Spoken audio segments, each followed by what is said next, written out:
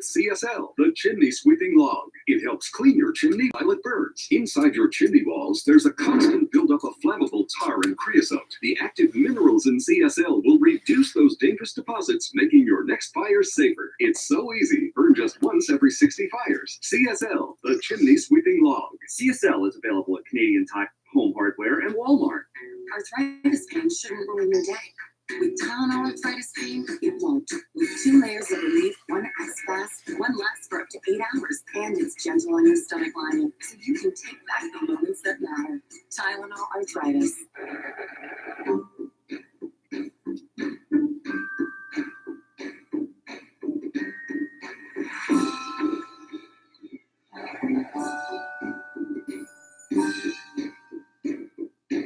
Taking care of yourself is an important part of active aging, and you've already formed some excellent habits, like looking after your teeth with regular checkups, or booking an eye examination every year. So why aren't you getting your hearing checked regularly? Half of Canadians over the age of 50 are living with hearing loss. At Connect Hearing, we've helped over 250,000 people, and we can help you too. Call this number now to arrange a complimentary hearing evaluation at Canada's most referred hearing healthcare provider. We have convenient locations in your community with the most advanced, discreet hearing technology. Our licensed staff can answer any questions and find a solution that fits your budget and lifestyle. Ignoring hearing loss won't solve the problem. So visit your local Connect Hearing clinic and discover why taking care of your hearing is an important part of your overall health. The trusted way to hear today. Christmas Eve, New Year's Eve, New Year's Day, you're working. Say how one family during plans help keep alive a great Canadian holiday tradition. A sweet and sour Christmas. Now streaming. North Korea carried out tests at a satellite launch site this week, but the type of testing, well, that remains unclear. Now, it happened at a facility that U.S. officials say North Korea had promised to close. State-run media reports that the tests were run to bolster strategic nuclear deterrence. North Korea says this week's testing was, quote, successful and of great significance. To the UK now, where the British Prime Minister Boris Johnson is touring the northern part of the country after securing a healthy majority in the election. But the Conservative win is putting Scottish independence back into the spotlight. And to explain, let's bring in Dominic Valitis in London. Well, the Scottish National Party, the SNP, did remarkably well in this election. 59 seats were up for grabs. It took 48, so 80% of all seats. Now, the SNP's leader, Nicola Sturgeon, says the results showed that the majority of the people in Scotland wanted a very different future to the rest of the UK, and that the party now had a renewed, refreshed and strengthened mandate to call for a fresh independence vote. And next week, she will publish a paper outlining the case for another referendum on Scottish independence, an idea Boris Johnson has already you all know, ran for president on the Republican ticket with a position favoring doing something about global warming. That was 10 years ago. Now, the leadership is about 100% strict denialist. It's not happening, or it's not us, and so on. Well, what happened tells you a lot about American politics. What happened is that the Koch brothers, who you know about, big oil energy producers, recognized that the Republican Party, might make moves to constrain the use of fossil fuels. So they went into overdrive, literally. They launched a huge campaign, bribing congressmen, intimidating them, huge lobbying campaign, creating what are called astroturf groups, fake popular organizations that would, knock on doors and so on. They pretty much formed the Tea Party, and the Republicans capitulated. That's the last you heard about something about global warming. That's the way politics work here. These are not untypical examples. So now the question is, what do you do when the population is sharply split on these issues? And When the Republican Party Trump claims to be, the defender of the working people. In fact, if you look at their legislative programs, they just shaft them at every turn. Take deregulation. What does deregulation do? It eliminates safety and health requirements in the workplace. Who suffers from that? Take the one big legislative achievement of the Trump administration. There's one, the tax bill of 2017. Complete giveaway to the very rich and the corporate sector. Nothing for anyone else. In fact, harming everyone else. Because one of the things it did was create a substantial deficit. And the leaders of the party told us right away what that means. Mitch McConnell, Paul Ryan, who was then Senate Speaker, they said, well, we've got this big deficit now. What can we do? We're going to have to cut back on benefits. Sorry, guys, you just can't have your Social Security. Now, that's the one legislative achievement. How do they hold these people together on what are called cultural issues?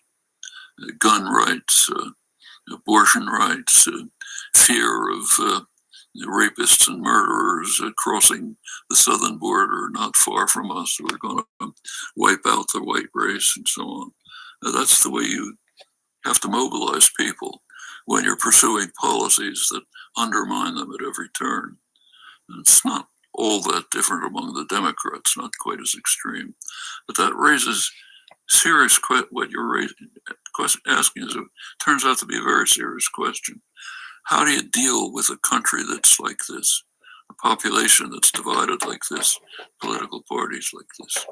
And I don't think your question has a simple answer. At least I don't know it.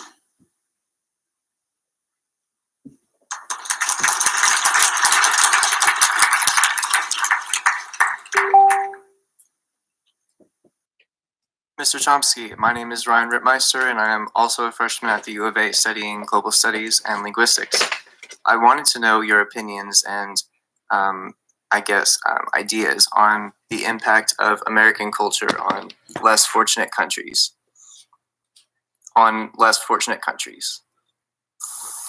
What's the effect of American culture? Well, you travel to one and you'll see it right away. The ads, the commercials, the Burger Kings, all of this is very widespread everywhere. I remember the first time I went to India, about 25 years ago. I was amazed to just look at the billboards advertising things. It was all blonde, blue-eyed, white models, advertising things to the Indian population. So these aspects of American culture have had an enormous effect. Also things like, rock music, bands, Hollywood movies. I think that kind of effect is very noticeable. You see it everywhere. You cross the border to Mexico, you'll see it there. Other aspects of American culture, it's hard to say. Hi, here. Sorry, I'm Will. I'm a freshman or philosophy major. I just want to ask you, what will be your advice on people who want to pursue academia, like go grad school and maybe beyond grad school? Like, what will be your advice for people who want to pursue academic career? Academic career. So what would be my advice to young people who are entering college and so on? Is that the question? What? And people who want to work in academia, like be a professor, be a researcher. What kind of research? Like philosophy, linguistics. Linguistics, philosophy. I'm a philosophy major. So what kind of research would I advise for you? The kind that captures your imagination. There's no general advice. The only thing that makes sense is to see what is challenging, exciting, what makes you want to go to work in the evening and try to solve problems. And my advice would be that's what you ought to pursue. And where to lead, nobody knows. You can't tell for anything. But if it's the kind of thing you find challenging, exciting, you want to know the answers, the problems really grip your mind, I think that's what you ought to study and maybe answer the questions.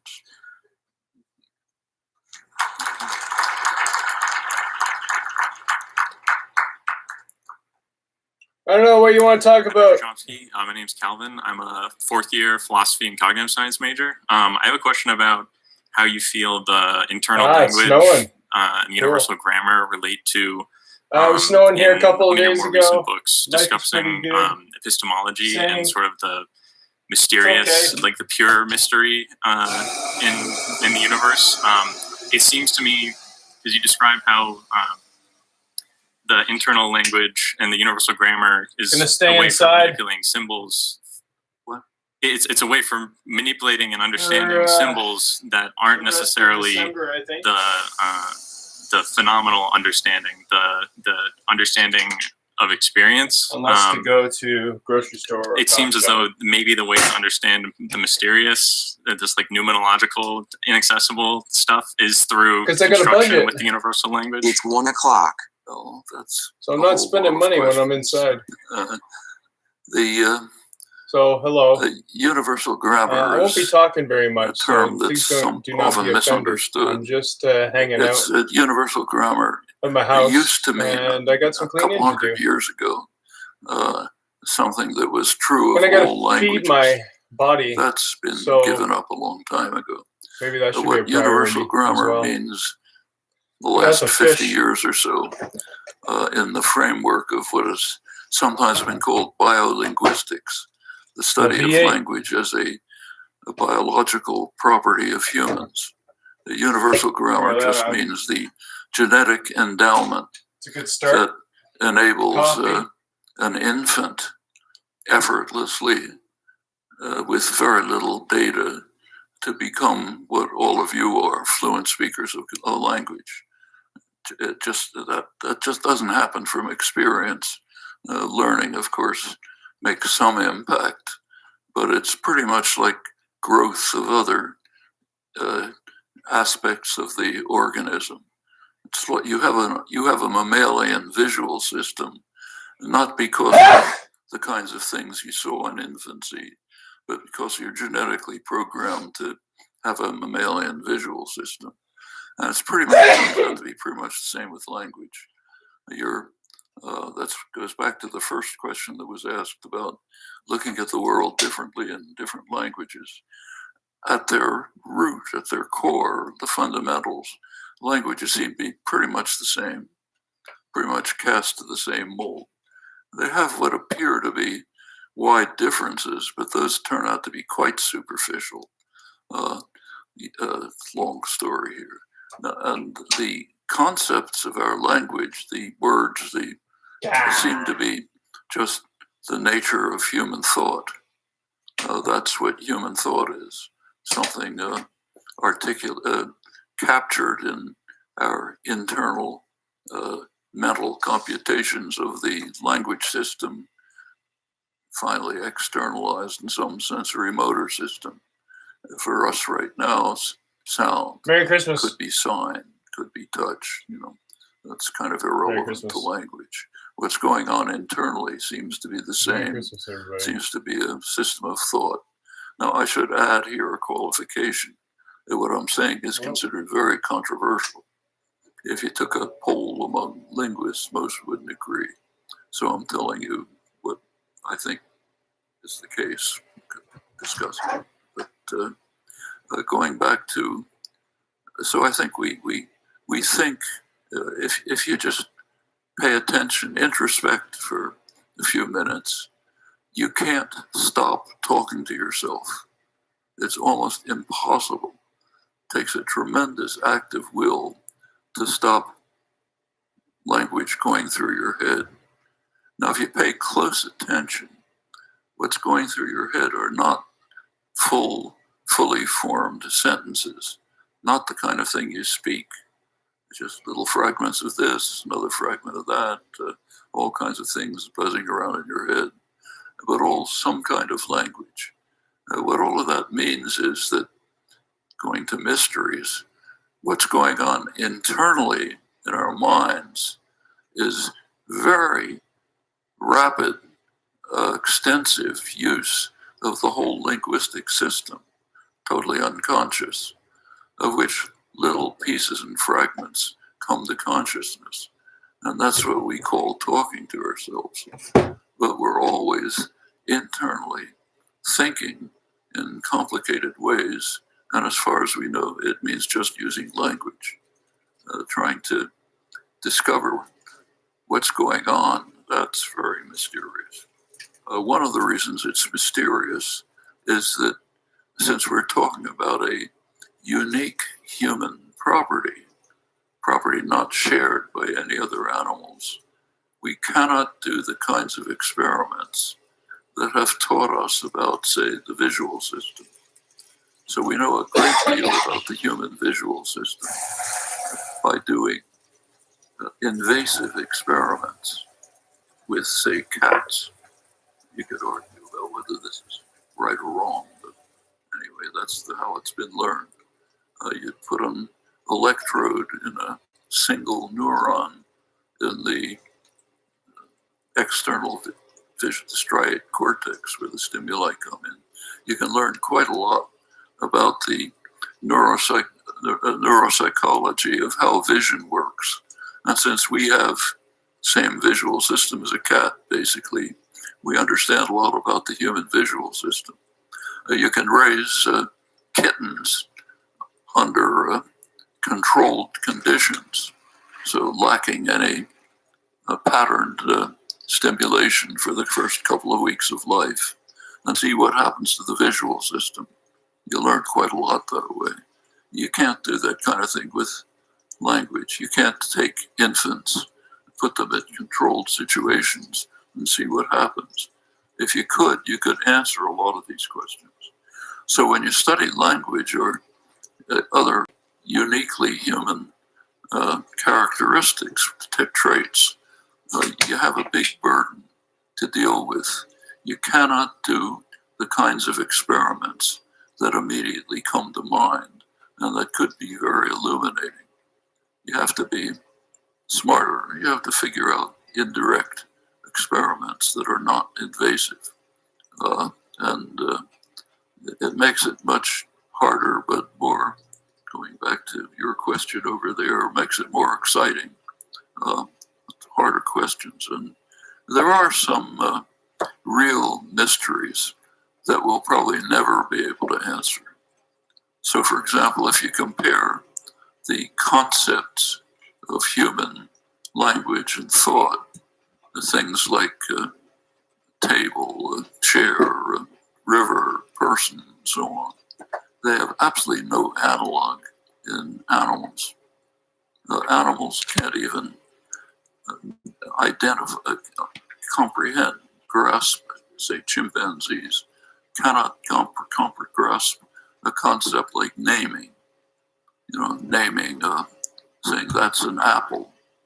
They can get all kinds of associations with apple, but not anything like a name. There's very interesting work on this. So the human concepts are unique. Where'd they come from? We have no idea how to research that question. We can't go back 200,000 years and observe what was going on in our ancestors at about the time that language appeared to be emerging. So it's just the kind of thing there, in principle, there could be ways of studying it, but they're not humanly impossible. And there may even be mysteries that we just can't penetrate because our cognitive capacities just don't have that ability. It is widely believed, many scientists believe, that human intelligence can answer any possible question. That's a very dubious doctrine. I mean, if humans are part of the organic world, not some kind of angels, that they should be subject to the same conditions that other organisms are subject to. So every organism has certain cognitive capacities, can do a lot of things, but there are certain things it just can't do in principle. I mean, you can train a rat to run a right-left maze, turn left first and then turn right and so on. You can't train it to run a prime number maze. It just doesn't have that concept in its repertoire. And the question is, why should humans be different? Well, there's some pretty plausible candidates for things we just can't understand.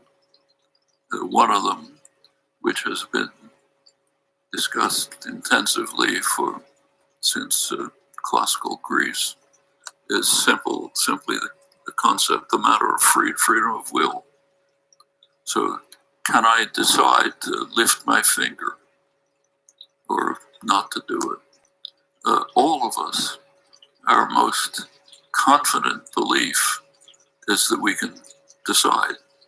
Even people who deny freedom of will, understand very well that they can decide. Well, what does science tell us about this? Zero. There's no explanation for it in science. There's no refutation of it. It just is sitting there.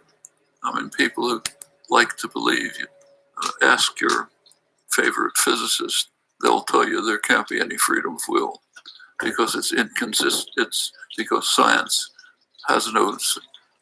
can really deal only with two basic ideas. One is determinacy and the other is randomness. And within the framework of determinacy and randomness, there's no choices. So it follows that everything you're doing, deciding to lift your finger, closing your eyes, it's all been determined. You had no choice in the matter. We all know that that's not true, but that's what science tells us. That's all we can say. On the other hand, the quantum physicists can't show that you don't have free will. They can only say, we can't account for it. And probably humans will never account for it. It's perfectly possible that that's just one of the things that's like a prime number maze for a rat. That, if it's true, would be a real mystery. And in fact, there are historical examples which are quite interesting when you look at them. So, for example, take these days, philosophers know there's something called the hard problem. That's the problem of consciousness. How does consciousness arise? Well, what is it? That's called the hard problem. Back in the 17th century, there was another thing called the hard problem, motion. How can motion take place? Why does something that starts moving keep moving? Why does it go in this direction, not another direction? Why isn't everything still, let's say? Actually, that question was never answered. It was abandoned. It was abandoned because you couldn't find an answer to it. And science just changed its goals. It was concerned to develop theories of motion, like Newton's theories or relativistic physics. And you could understand the theories of motion, but you never really understood motion. In fact, if you really look back in detail, the history is quite interesting. The modern scientific revolution from Galileo on Descartes, Newton, and so on, was based on a certain concept of explanation. A theory was not legitimate if you couldn't model it in a mechanical system. If you couldn't build a mechanical system that would satisfy the conditions of the theory and implement them. This was a period in 17th and 18th century where there were very complicated artifacts being built by skilled artisans, which acted, looked just like people. They were carrying out dramatic plays and all sorts of things. And the assumption of Galileo and others was that's the way the world is. It was built by a very skilled artisan, and it's just got to be a mechanical object of some kind. Everyone believed that. Newton came along and showed that it can't be true, that there's interaction of entities without contact. Attraction and repulsion don't require contact, which means it's not a mechanical universe. Newton himself thought this was a total absurdity. He said nobody with any scientific intelligence could believe this for a moment, but it seems to be true. And for the rest of his life, he tried to figure out a way around it. And so did other great scientists. Finally, scientists just gave it up. They said, okay, we can't understand it. Let's look at theories and get them to work. That's a true mystery, a historically attested one.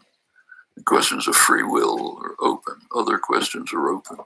But I don't think we can quickly assume what is commonly assumed in the sciences, that human intelligence is universal, that it can do anything.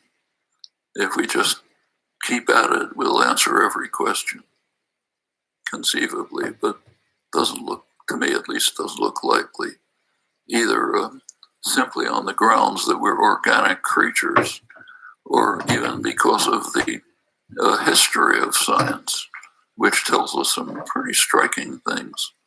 I forget by now what this was an answer to.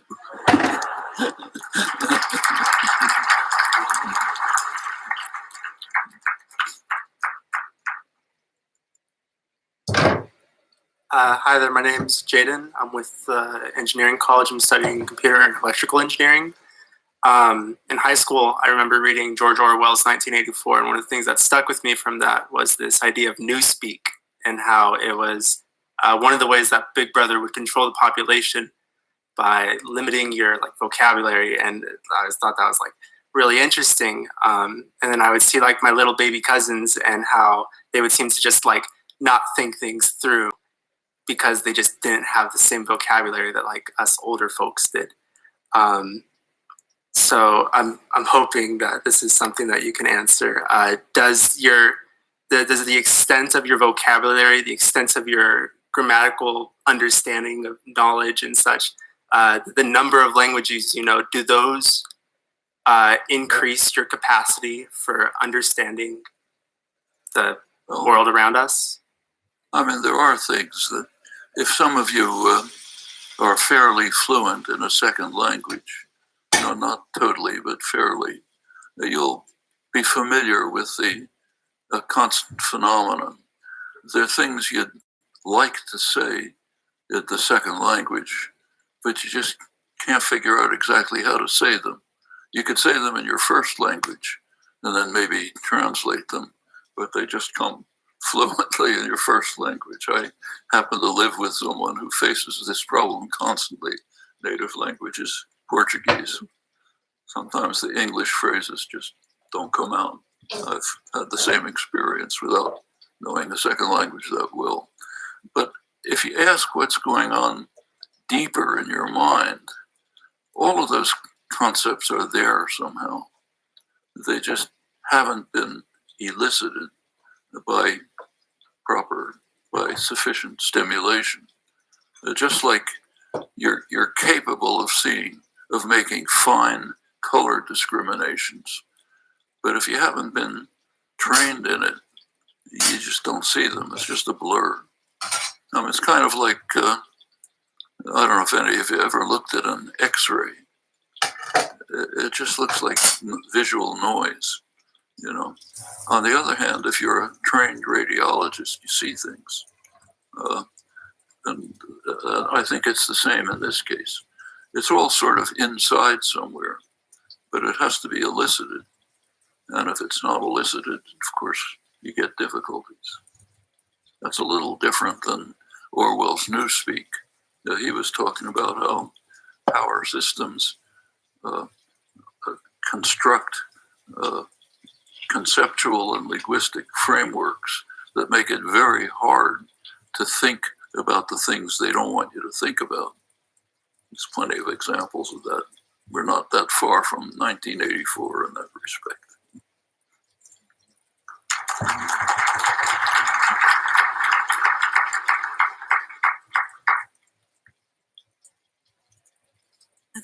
Hello, sir.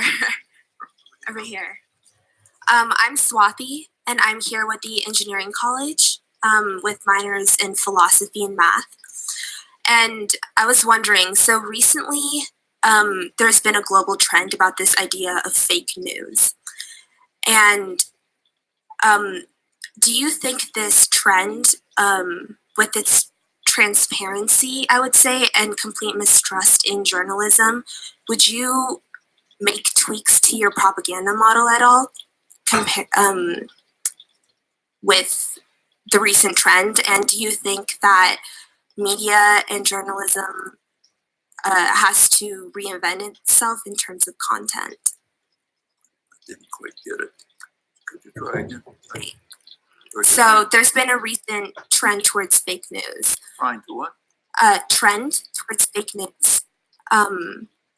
This idea that anything that is on the media is false. Anything in the media is false. Yes. Fake news. Yes. That's an interesting development. Very recent. And I was wondering if you would in any way tweak your propaganda model with the global trend. Well, it's a device of propaganda that we didn't consider. It's really, this is really began a little bit with the second Bush administration. The idea that reality is what we create, not what's out there. But under the Trump administration, it just became, a global phenomenon.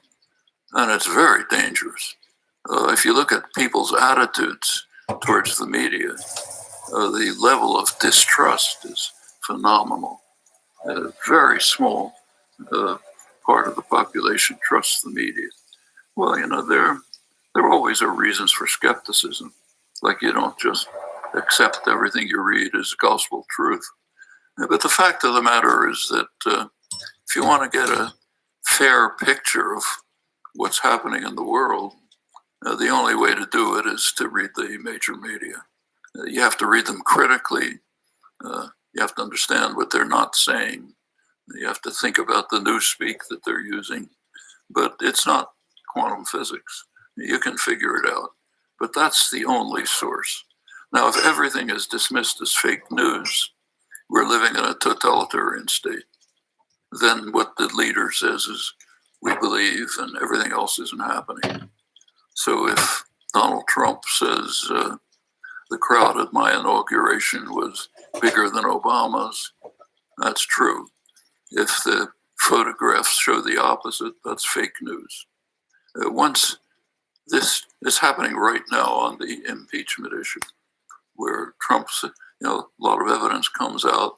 Trump says that's just fake news. Forget it. It's just the deep state trying to undermine us. If that's believed, we're very close to totalitarianism. It's that's Orwell's picture, going back to what he said, and it's a very dangerous phenomenon. This is not to say that you shouldn't be critical of the media, like this book of ours that you're referring to, Manufacturing Consent. It was all critique of the major media, but that shouldn't be misinterpreted as saying that you can't believe what they say. In fact, if you actually read the book carefully, which very few do, they mostly read the first chapter. But if you get to the later chapters, a lot of it is defense of the media, of the integrity and courage of reporters telling the truth and being attacked by various organizations as not not being patriotic enough or something like that. So a lot of the book's actually defense of the media. But of course you have to read critically, ask yourself, what are the factors, the forces behind shaping the news, deciding what to report, deciding what not to report, and so on. That's always there. So take today's paper. There's a big discussion in the New York Times, long discussion of the celebrations in China of the great history of the Chinese Revolution. And if you read the article, it denounces the Chinese, correctly in this case, for suppressing the fact that tens of millions of people died during the Great Famine. So everyone's supposed to agree. That's actually true. But what they don't report is something else. They don't report that from the period 1947 to 1979, the period of the Maoist period, and the period of independence for India and China. During those years, India, democratic capitalist India, killed 100 million people as compared with China, simply by not instituting rural reforms. So yes, China killed maybe 30 million people in the Great Famine. We get very angry, upset about that. But the fact that a democratic capitalist country right next door killed 100 million people over what China did, even counting the Great Famine, that's the kind of thing you don't talk about. Actually, going back to George Orwell again, all of you, I'm sure, have read Animal Farm in school. Virtually none of you, I suspect, have read the introduction to Animal Farm. The reason was it wasn't published. It was discovered in his papers about 30 years later. And it's a pretty interesting introduction. The book, remember, is directed to the people of England. That's the audience. It was 1944. And what he says in the introduction is basically, look, this is a satire on the totalitarian enemy, but people in England shouldn't feel too self-righteous about it. Because in England, I'm now quoting him, unpopular ideas can be suppressed without the use of force. And he goes on to say a few things about it. He says one reason is the press is owned by wealthy men who have every reason not to want certain things to be expressed. And the other reason he gives, which I think is more interesting, is a good education. If you've gone to the best schools, Oxford and Cambridge, you have instilled into you the understanding that there are certain things it just wouldn't do to say.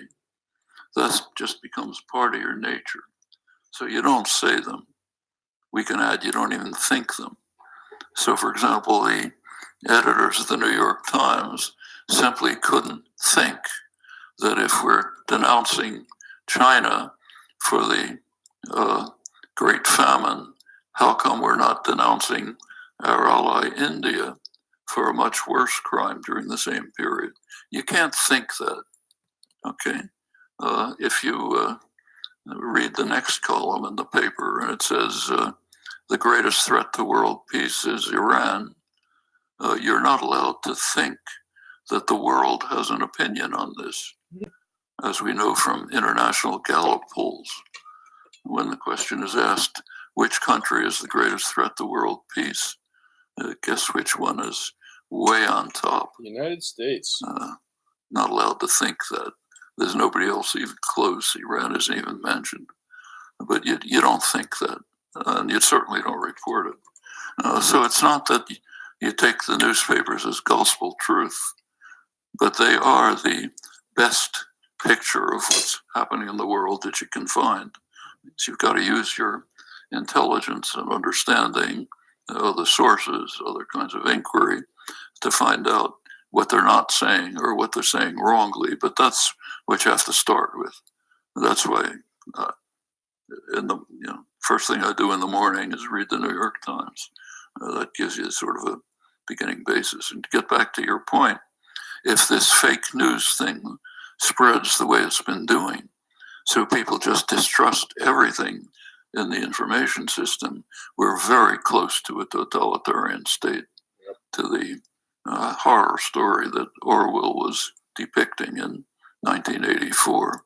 Those are things worth thinking about, and things that people like you are going to have to deal with in the coming years.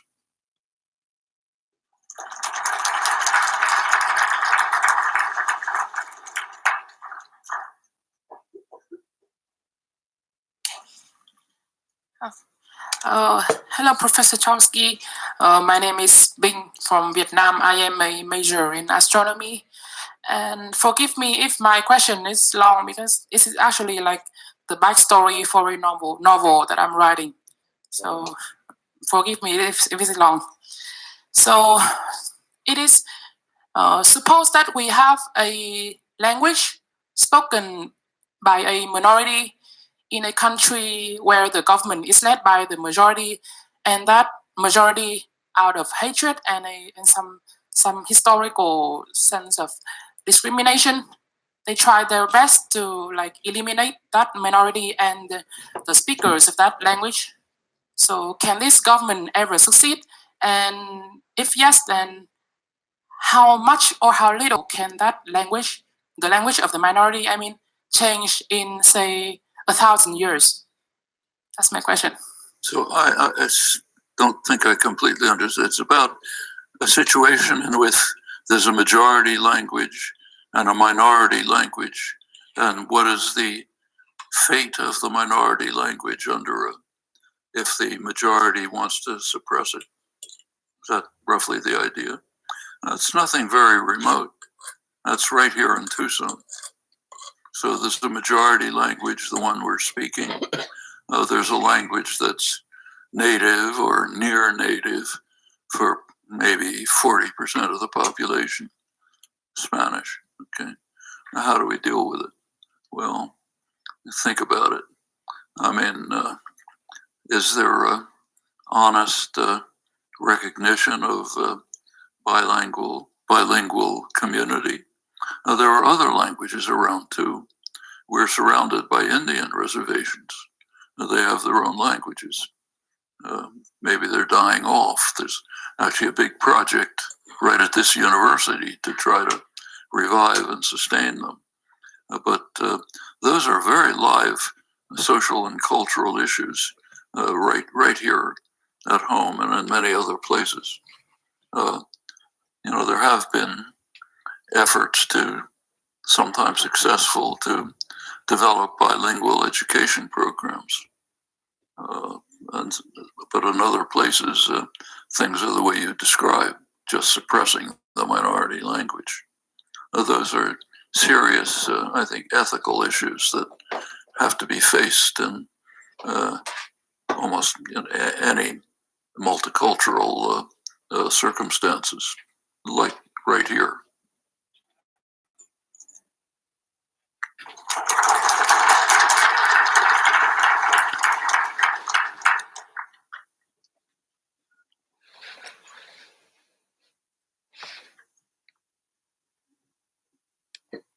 Okay, sure.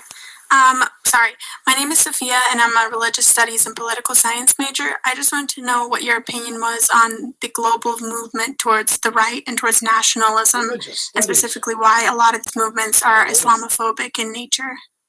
So why is there a global movement to the right? First of all, we ought to qualify it a little. There is a global movement to the right, but there's also a counter movement. In fact, we just saw a dramatic illustration of it last week, the global climate strike, which was a pretty remarkable event, organized mostly by young people around the world, millions participating in an effort to try to get the adult population of the world to live up to their minimal responsibilities and try to save civilization for the next generation. That's not on the right. In fact, the right opposes it. So you're correct, it's happening, but it's not the only thing that's happening. That's important to recognize. Why is there a general movement to the right? Well, you look in particular countries, say Hungary, France, Germany, United States, Brazil, there are specific reasons. but there are commonalities also. It's a general phenomenon, and there are some core reasons that show up almost everywhere. One of them you should be familiar with. It's the economic policies that have been imposed for the last 40 years. The policies generally called neoliberalism, which are supposedly market-oriented, but that means really supportive of business and the wealthy. And what's happened almost everywhere is what's quite clear here. So you take a look at real wages in the United States. Now, how much can a working person purchase as compared with the past? Turns out they're about the same as in the 1970s, literally. The purchasing power of a real wage is about 1979. That's 40 years without any improvement in real wages for the majority of the population. Now, there has, of course, been economic growth. Where's it gone? Into very few pockets. By now, 0.1% of the population has about 20% of the country's wealth. Half the population have negative net worth, meaning your liabilities are greater than your assets. It means if you have a sudden medical, you get in a car accident, you get badly hurt, you're going to be destroyed. You go bankrupt, you have to sell your house and so on. That's half the population. This is happening around the world. Same in Europe. Europe, it's even worse in some respects, called austerity. And in Europe, when you have high concentration of wealth and stagnation for the majority, that influences the political system in very obvious ways. Those who have wealth and capital and the corporate sector, they can influence political choices. They always do, but they can do it much more if wealth is concentrated. So you have a kind of decline in functioning democracy. You see that all over most of the world. Europe, as I say, it's worse because the national states have abdicated political decision-making to bureaucrats in Brussels. That's the European Union. So if you're an Italian or French, you don't make the major decisions. They're made by unelected bureaucrats in Brussels. Our system is not that all different, in fact, but not that bad. Well, when you have phenomena like this going on around the world, people get angry. They get resentful. They get bitter. They begin to oppose the governing institutions. They begin to be susceptible to claims that everything's fake news and many other things like that. They just lose trust in everything. That's fertile soil for demagogues who can easily pick that up and say, the fault is not the governing institutions. The fault is Afro-Americans who are taking away your welfare. Immigrants, they're stealing your jobs. China is stealing your jobs. Some bad people around are doing all this to you. And then you get the rightward drift that you're talking about. And it's a kind of pathological phenomenon all over, ultimately traces back to, I think, to these socioeconomic policies which were instituted essentially around the Reagan-Thatcher period, early 80s, spread around the world. In the third world, they took a really harsh form. They took the form of what were called structural adjustment programs imposed by the International Monetary Fund, which said you have to cut benefits, you have to cut anything, you have to increase working hours, you have to reduce rights, you have to allow what's called flexibility of labor, meaning if an employer wants to kick you out tomorrow, he can do it. A lot of the economics profession favors this on the basis of pretty dubious economic theories, but the effect has been lethal.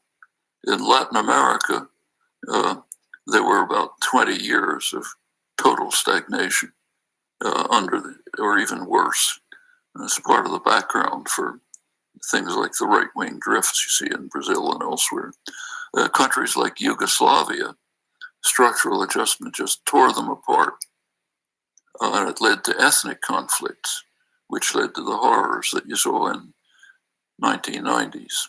Rwanda, where there were hideous atrocities. They were largely the effect of structural adjustment programs in the 1980s, which caused enormous distress and raised ethnic conflicts to a higher level. That's the kind of thing that happens. You look for scapegoats to blame. This has been going on for 40 years now. And unless there are counter tendencies, like what I just mentioned, but others. Somebody mentioned before you mentioned about the progressive candidates. Well, that's a counter tendency, and that's quite significant. So if you take the 2016 election in the United States, in Europe, when you look at the elections, the centrist parties are collapsing. Center left and center right parties, they're just disappearing. In the United States, we have a rigid party system, strict two-party system. Nobody else can get into the game. So the parties keep their same names, but they're collapsing the same way they are in Europe. So you take 2016, the Republican establishment certainly didn't want Donald Trump. The Democratic Party establishment didn't want Bernie Sanders. Well, they were able to keep him out with some manipulations, but what really happened is the centrist establishment collapsed, and the outside edges, I don't like to call them extremes because they're not, they grew and developed. That's happening all over the world in different ways. You know? But I think the core answer to your question is the anger and resentment and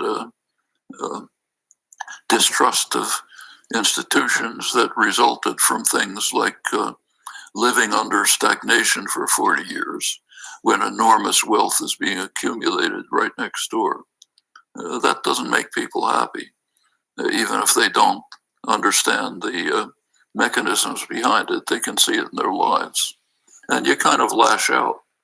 And it's easy, again, it's very easy for demagogues to organize xenophobic, racist, other attitudes and say, okay, that's the problem.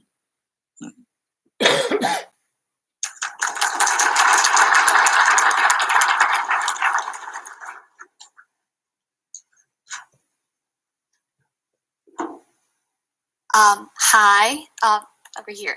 Hi, Dr. Chomsky. My name is Danielle Zhang. I am from the linguistic department, and I'm also majoring in East Asian study. This might be a silly question, but I was actually wondering with my friends the other day. So they were new student coming into the Department of Linguistics, and they were wondering how our department looks like.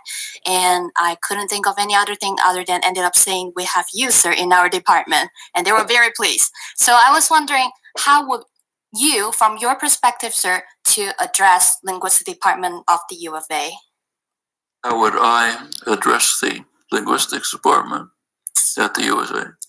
I'm kind of biased, so it's unfair. Most of the department is former students, so what can I say? I think they're doing a great job.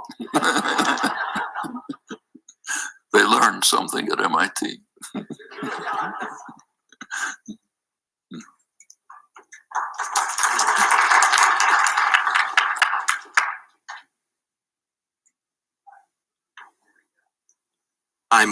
Hello, sir. My name is Mikhail Berlin. I'm actually a first-year grad student and I'm studying Russian linguistics, literature, and languages. So my question is as follows, and we just covered your theory, one of your theories in class, and I have some questions about it. So in your theory, you talk about innate ability of infants to learn a L1 language effortlessly in short amount of time. So how does this ability works on L2 acquisition, especially past critical period of development? How does it work past the critical period? Well, for those of you who don't know what this means, there is a kind of debate, and almost all, maybe all of our intrinsic capacities develop in a specific way. We're genetically determined to, develop certain things at certain times. So, a certain time when you start to walk instead of crawling. Another time when you start to using 2-word sentences. Other times when you undergo puberty. But right throughout life, there's a program that you kind of follow. And every one of these has a critical period, meaning there's a certain period in which things have to happen. And if they do, then you can go on from there. But if they don't happen during that period, you're lost. You'll never develop it. So I mentioned before experiments with kittens. Take that. If you take a kitten and you sew its eyelids together so that it only sees diffuse light, no pattern stimulation, then after a couple of weeks it'll be blind. The visual system simply degenerates. And since we do allow ourselves invasive experiments with cats, you can see exactly what's happening in the parts of the brain that are supposed to react to visual stimuli. Well, that's a critical period. And in fact, there's a lot more detail, classic experiments on this. So if during the critical period, the first couple of weeks of life, the kitten is being exposed to, let's say, vertical lines, but not horizontal lines, then as a grown-up cat, it will have fine discrimination for vertical lines, but not for horizontal lines. So all kind of things happen in the critical period. Now, is that true of language? Well, as I said before, in the case of humans, you can't experiment.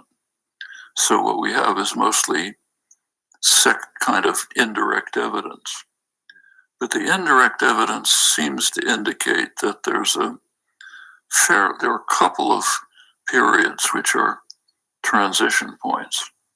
One, roughly around puberty, seems to be pretty significant. If before that period, children can learn languages very quickly. I've met kids who were immigrants and arrived here a year ago, speaking perfectly fluent English. You can't distinguish them from their peers. On the other hand, if you get an 18-year-old, he'll have difficulty, right? You can learn a second language, but it's hard. And unless, there are individual differences, but for most people, you never get fully fluent, sound like a native. So there are critical periods. In the early periods, say a 5-year-old kid, a child can learn a half a dozen languages simultaneously with no problem, be completely fluent in all of them. And people have been through this when they think about it in retrospect, recognize that in the early years, say when they're 4 years old, they didn't even know they were speaking different languages. This is the way you speak to your mother. This is the way you speak to your aunt. That's the way you speak to the kids in the street, and so on. And you get a kind of a higher lateness, sudden recognition. Hey, I'm speaking different languages, but it comes along later. Now, that kind of ability is very rare for an adult. There are some exceptional people who are like that, but for almost everyone, it's almost impossible. So yes, there do seem to be strong critical periods, which is typical of genetically determined traits. Another reason for thinking that language is very much like other genetically determined traits, like having a certain kind of visual system.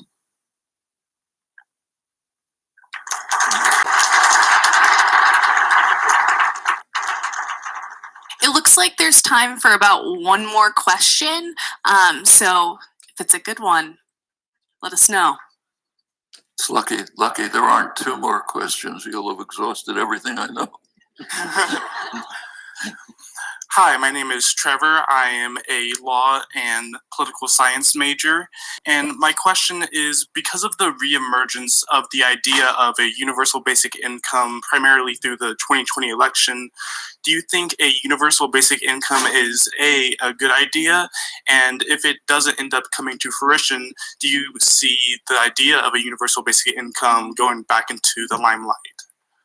Well, I think it depends very much on the general context in which it would be introduced. So, for example, the UBI was advocated by conservative economists like Milton Friedman. But for them, what they wanted was to destroy the welfare system. Well, if you have a universal basic income and no welfare system, it would be a disaster. There are people who just have different needs. Some people need things that other people don't need. And a reasonable society will have a support system which accommodates people's particular needs. Others who don't have those needs don't get it. That would be a reasonable society. A UBI without welfare, I think, would be disastrous.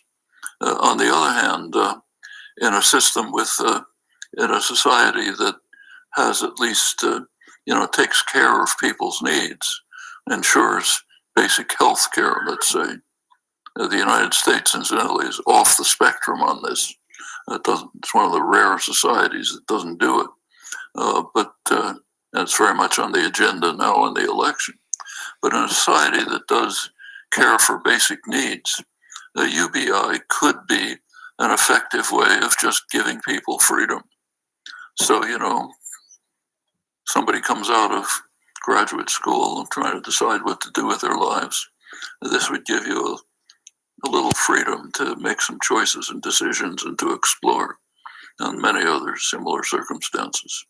So it could be I think a positive thing, would make life better, or it could be a disaster. It depends on the context in which it's introduced.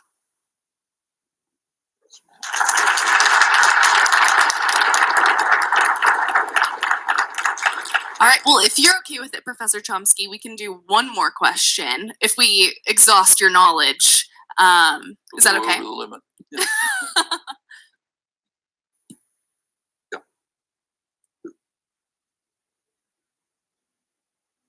Hi, Professor Chomsky. I had your class with Professor Waterstone a few years back, and something I didn't know back then that I think a lot of young people don't know about actually is the roots of anarchism in leftist ideology. And I was curious if you could talk about that and kind of the relevance of anarchist thought today. Well, glad you mentioned the course, because I like a plug for it. Marv Waterstone and I are going to be teaching it again in the winter session. It covers a lot of the kinds of things I've been talking about here. So what about the significance of anarchism in modern thought? Well, first of all, what is it? Let me start by what sounds like an outrageous comment. I suspect that every one of you is an anarchist. That is, accepts its fundamental doctrines. If you look at the fundamental ideas of the various anarchist movements, there is a core principle behind them, namely that structures of hierarchy, domination, force are not self-justifying. They have to justify themselves. And if they can't, which is almost always, they should be dismantled. Whether it's a patriarchal family or a labor contract in an enterprise where you become a sort of slave for most of your life, or domination and ability to impose sanctions in international affairs, whatever it is. If any such structure of control and domination does not have a justification, it shouldn't exist. Okay, that's the basic concept of anarchism. Its roots go back into classical liberalism. So, for example, it's, for many people, it's hard to believe these days, but if you go back to, say, the mid-19th century, the Republican Party, the party of Abraham Lincoln, regarded wage labor as equivalent to slavery, differing only in that it was presumably temporary until you could become a free person again. That was the slogan of the Republican Party. Okay, that was classical liberalism. Abraham Lincoln was basically a classical liberal. It was also the view of working people in the day. It was not very different from the views of Adam Smith or Thomas Paine and others. Well, okay, that's one aspect of classical liberalism which is picked up under the more modern anarchist movements. But there is a kind of continuity. And as I say, I think if you think it through, these are views that I think almost everybody would accept. Has a bad name, naturally, but people who are in favor of illegitimate hierarchies and domination don't like it.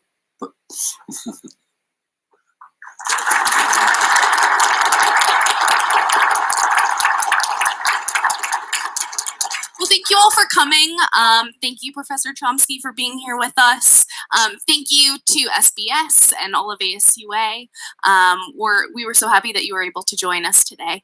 Hopefully there is a future with office hours with Noam Chomsky very soon. So thank you.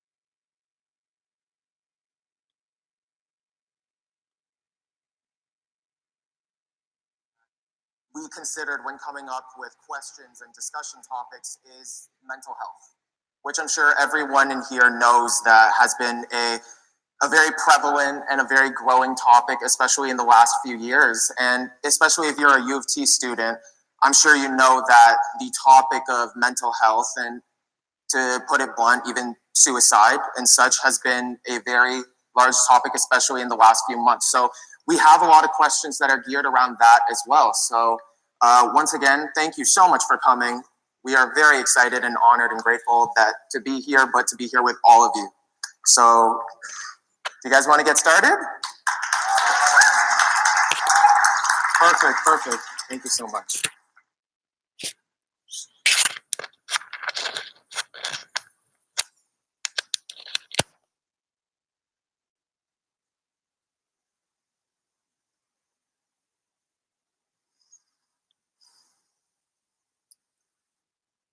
कालो न जानाति तव जननम्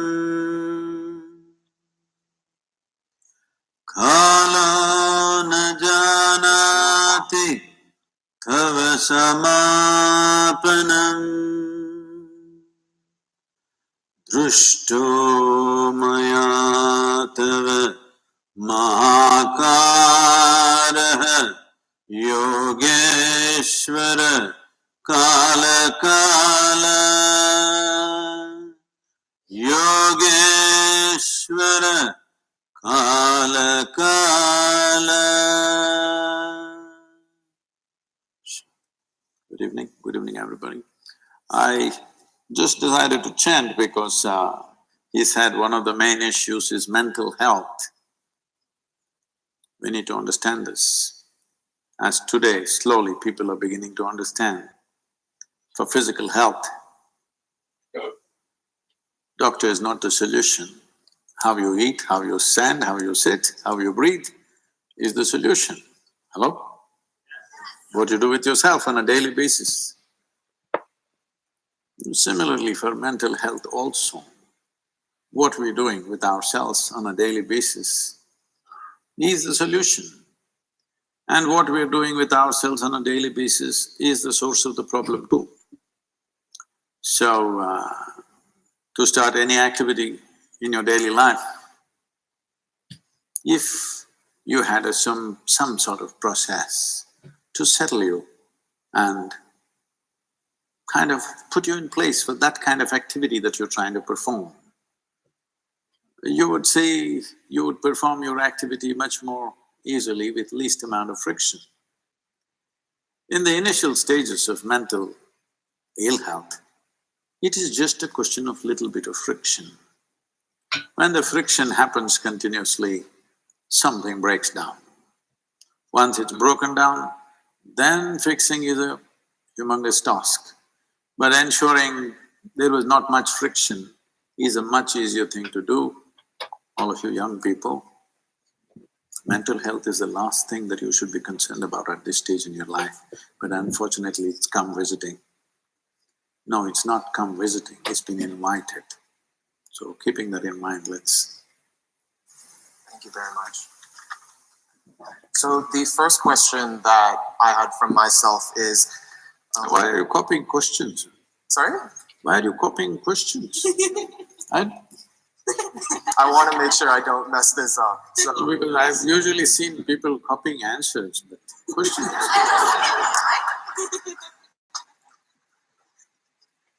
But yeah, so the first question we had was, nobody goes through life unscathed. Everybody has had a past experience with a person or a situation that left a permanent scar on them, such that whenever we are reminded of this, the sadness or loneliness or pain associated with the memory comes back, regardless of how much time has passed. Is there truly a way for us to move on from and let go of the things that have hurt us in the past, such that they have no substantial emotional effects on us? And if not, how can we heal ourselves from this past pain? When you say everybody, that's a very sweeping statement. It's not true with everybody. Unfortunately, a lot of people are getting into that space. Fortunately, not everybody. I am not in the group. This doesn't mean that everything in my life happens just the way I want it. No. Very few things happen the way I want it. I want you to understand this. If you keep the scope of your life very limited, let's say just your education or your profession or your family, then maybe 90% of things happen your way, 10% of the things don't happen your way. But if you expand your activity globally, then you will see only 10% happens your way, 90% doesn't happen your way. So if you are the freaking kind, then you will break yourself down. So one thing we need to understand is that if mentally, emotionally, we are freaking out on something or the other, I want you to understand there is no complexities to this. To make it very simple, you are freaking whenever things don't happen the way you think they should happen. Hello? You understand this? Your only problem with life is, it's not happening the way you think it should happen. Hello? That's all. If it is not happening the way you think it should happen, maybe it is happening somebody else's way and somebody else is happy. Yes or no? And most of the people in the same breath, they say they believe in God, so maybe it's happening His way. So essentially, it's not happening the way you think it should happen. But look at the way you're thinking. 2 years ago, how you're thinking, and today, how you're thinking. Is it the same? No. So you are glad those things didn't happen.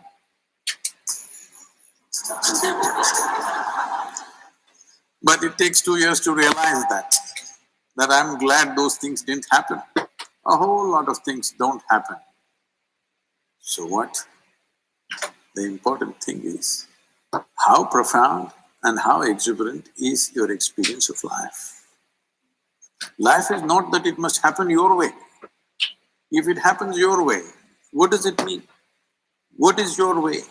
Right now what you know, from that you concoct something which you call, this is my way, isn't it? Do you know everything in the universe? No. Whatever we may know, it is still very little, isn't it so? Hello? Whatever we may know, it is still very, very little. From this, we are expecting something should happen. You must be glad. Something you do not know happened. Something that you did not expect happened. This means life is happening to you. My blessing usually for people is, let something happen in your life that you could not dream of. That means your dream should not come true, that's all I'm saying. Something that you could not dream of, that must happen, that means you're living a fabulous life.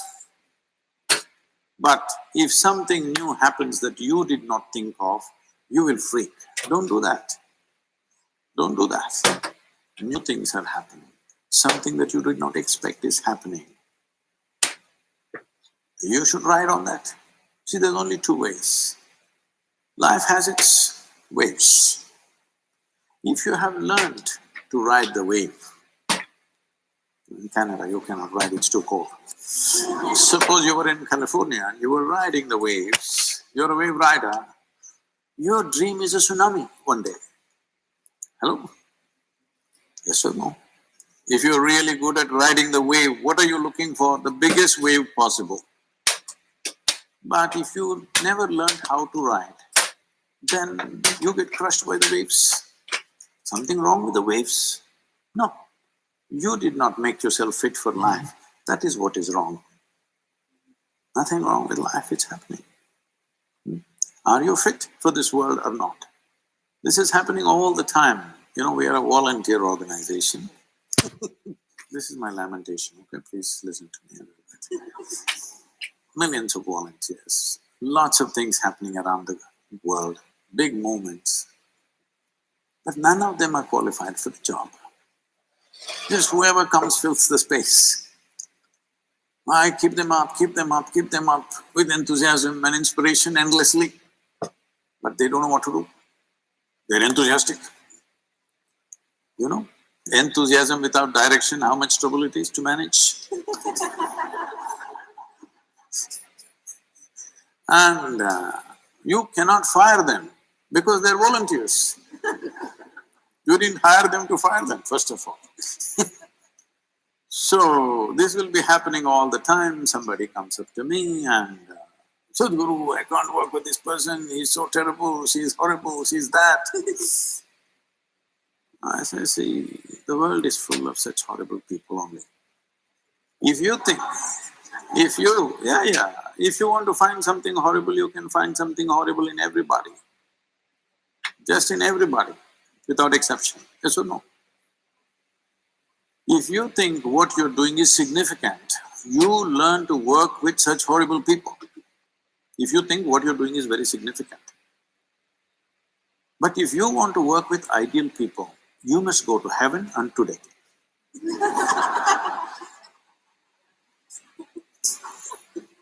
So, at this stage in your life, young people, don't produce a list of complaints about what's wrong. Produce a list of solutions for me, let me see, to your life and everybody's life around you. That will be a forward moment. If you invest on your problems, you will see everything in the universe is a problem, believe me. Tell me one person here who is not a problem in some way. If you encounter them the wrong way, each one of them is a problem, isn't it? Hello? So it is your skill in life that you approach them, the solution end of them, not the problem end of them. Yes. If you go on hitting people on their problem end, you will have endless problems in your life. Because everybody is capable of trouble, everybody. Yes or no? Hello? Have you found one person who is not trouble if you touch them the wrong way? You found somebody like that? If you touch the trouble spot in them, everybody is a problem, isn't it? So you have to learn how to touch the solution part of them, not the trouble part of them. This goes with situations, this goes with people, this goes with every aspect of life.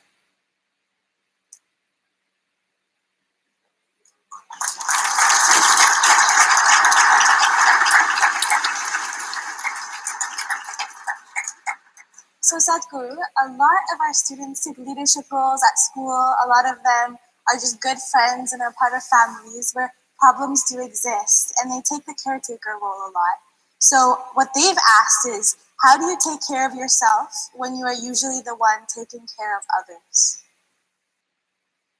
If you're interested in the well-being of people around you, the first and foremost thing is you must keep yourself well.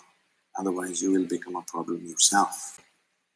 If you want to be a solution for a lot of things, first thing is you're not the problem. Physically, mentally, in any sense, you are not the problem. Only then you can attend to things around you. Otherwise, with good intentions, you'll mess up the world. Believe me, good intentions have caused more horrible things on the planet than bad intentions. People have very good intentions, but they're a mess. The more they do, the more mess they will cause. Most of the mess on the planet has happened with good intentions. Right now we are in an ecological mess. It's happened with good intention or bad intention? With good intention, isn't it? They thought they're doing a great thing. But in the end result is something else.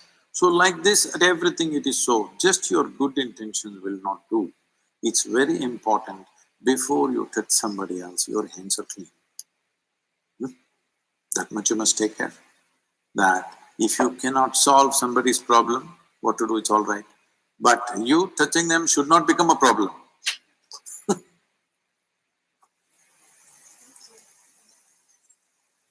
So Sadhguru, going back to what you were saying, that we need to be part of the solution, and going back to what Daniel was saying, that mental health is such a problem here. At U of T, we are constantly challenged by new ideas by some of the greatest minds in the world. And in such a competitive environment, which I sometimes describe as a roller coaster ride we got onto knowingly or unknowingly, I find myself, and a lot of people in the audience would echo to this, that I'm juggling between dealing with stress and finding internal happiness. I want to understand, how do you live in the moment? How do I cherish my victories or my failures before I move on to the next task in life? That's many questions in one. That's a very typical Indian question.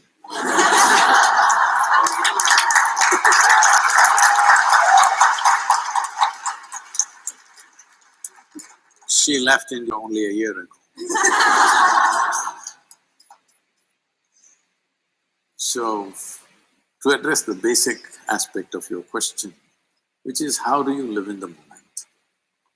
I'm asking you, please live somewhere else and show me for 1 minute. Can you?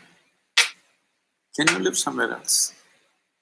And why such a question? But you're mentally somewhere else, even if you're… No, mentally you're not somewhere else. You're here and thinking about something. So, you need to understand this. It took millions of years of evolution to get you to this level of cerebral activity. Now you're suffering your cerebral activity. Somebody is teaching you, don't think about yesterday, don't think about tomorrow, just be here in the moment.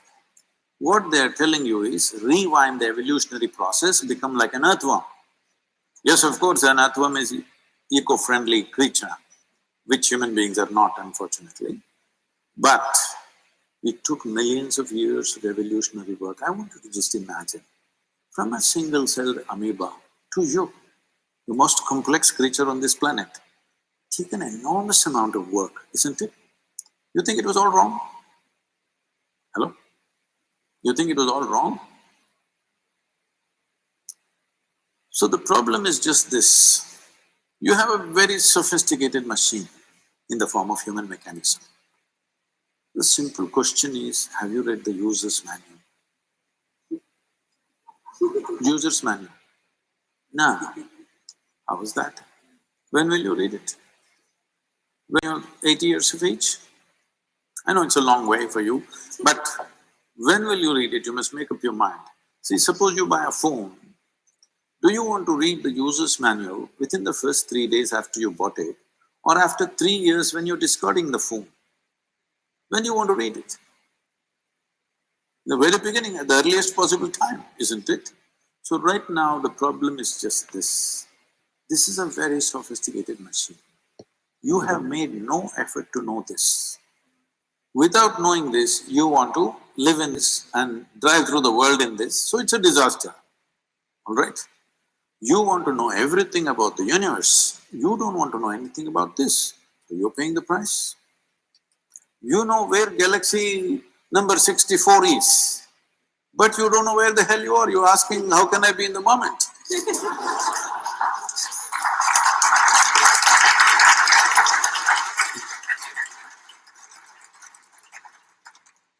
Simply, information is very deceptive.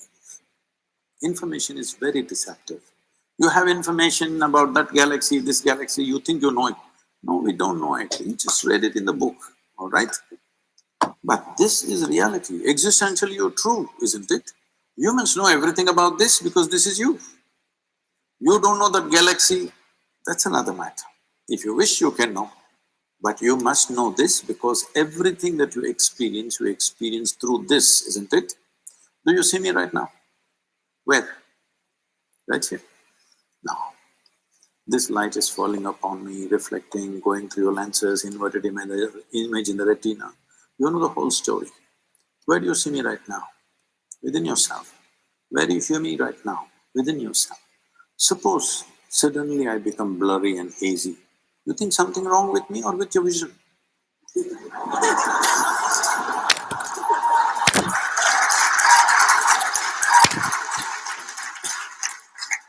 So, right now, this is all the problem with the world. Your vision is blurry and you think there's something wrong with everything in the universe. No, it's your question of your perception, your ability to think, your ability to emote, your ability to hold the balance. This is yours. This is not the world's business. Hello? This is not the world's business. Somebody freaks there, you freak within yourself. Whose business is it? It's your business. If you do not take charge of this one, everything in the universe is a problem, just know this. Not one thing, everything.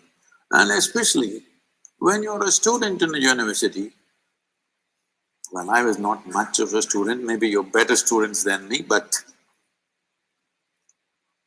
when I was a student, should I share uninspiring stories? It's not good for students. So, when I went to the university, when I finished my school, I decided not to go to the university. And being an educated family, this is not like today that you can take a year sabbatical, such things did not exist. You finish school, you must go to the university. This is a time in India, 70s, if you miss out 1 year, that means maybe you'll be on the street. That's only two options. Either you're well educated, you're on the street. There is no in-between other options. That's the mindset at least. So, I said, I don't want to go to the university, I will educate myself. Because anyway, I didn't like what they were saying in the school. So a higher level of that in the university I won't like. So I said, I'll educate myself. And you won't believe, I thought people who supposed to be my friends, my parents, my loved ones, everybody started looking at me, I have done something, some crime. It's like I've done something against them. I only said, I'll educate myself. Suddenly everything became different. Suddenly everybody is looking at me like I'm some strange creature who is not doing whatever he's supposed to do. So this 1 year I spent in the Mysore University library. Every day, library opens at 9 AM, I was the first customer. It closes at 8 PM, I was the last one to leave. I was a… why am I telling you all this? In the moment.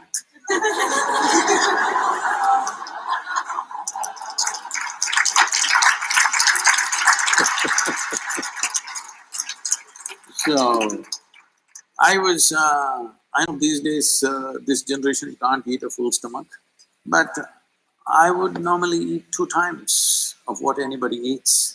But I never put on weight, there was so much activity. Every day I'm cycling 40-50 kilometers, I'm swimming, I'm climbing trees, I'm doing things. Whatever I eat, I'm always hungry.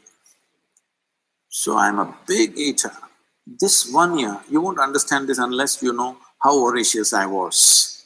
1 whole year, I didn't eat lunch. It was a huge achievement for me. I would stuff myself with as much breakfast as possible and entire day in the library, 8 o'clock I come home and then eat. This may look funny today because today I have only 1 meal a day. At that time, it was such a big thing because however big the breakfast is, by 10:30, 11 I'm hungry. I remain hungry till 8 PM, which was a huge thing for me. Today it's very simple for me to be without food. So I read all kinds of things, from Homer to Kalidasa, to popular mechanics, to National Geographic, this, that, all kinds of things. Nothing in particular, simply literature, philosophy, geography. Geography always fascinated me, so a lot about the world and the planet. 1 year went by like this. When the next academic year started coming, drama started at home. You know, initially your father tries to put his pressure, it doesn't work. And then the final armor is, mother, tears will come. Then you don't know what to do. You have no weapons against that one. So I said, okay, I will join the college, but only if it's English literature. I said, what will you do reading poetry? What will you do? My father, being a physician, said, I've got the seat ready for you, get into the medical college, you'll do well. I said, no, doctor, no. Then he says, okay, do engineering. Then I said, this is not right. When I said no to doctor, if you had told me become a veterinary doctor, Ayurvedic doctor, this doctor, which doctor, something, I would look at it. I say no to doctor, you say engineering. This doesn't go well with me. I said, no, literature or I'm going back to the library. So they said, okay. So I went there, joined the Mysore University. Teachers come with huge notes, generally handwritten notes, and they're reading it and ask everybody to write down. Entire class is writing. On those days it's fountain pens. They make noise, kar, kar, kar, kar, kar, kar, kar. 30, 40 people writing, kar, kar, kar, kar. It just irritates me. I said, this is not it. See, that notes, whoever gave you that notes, you give it to us, we'll photocopy it and give it back to you. We don't have to come, you don't have to come. But I have a billion questions. Is somebody going to answer damn questions that I have? I have a cloud of questions walking with me wherever I go. Whoever I find, if I think this guy can answer, I'll throw 10 questions at him. So I want to ask somebody questions that I have, but no, they thought these questions are too much trouble. Then I made a deal with them, that they will give me my attendance and I will stay out and not ask questions. So I generally parked myself in the university garden. We had a huge garden. I planted myself under a tree. Then to my amazement I found people started coming to me. Education problems, money problems, boyfriend, girlfriend problems, all kinds of problems. And I discovered everybody had a problem. I was the only freako who didn't have a problem. I was trying to think up a problem for myself, what is my problem? It's not that everything is going fantastic, but I never saw them as problems, but everybody labels ordinary situations as problems. Simply situations. Some situations we know how to handle, some situations we don't know how to handle, so what the hell about it? But every situation they cannot handle, they give it a problem title. And that problem festers and multiplies in their mind. So people coming to me with all kinds of problems. I heard a variety of problems for these 3 years I spent in the garden. And I made a check. Once a month I went and checked if they are keeping their end of the deal with the attendance. So why I'm saying this to you is, we are making a problem out of everything.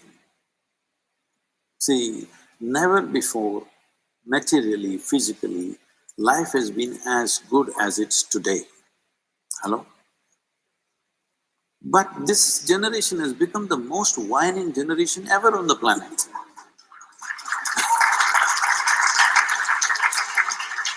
Small things, big things, everything whining. Simply because they're taking such strong positions on everything. That is, youth means you must be open. You have not taken any position in your life yet. Yes.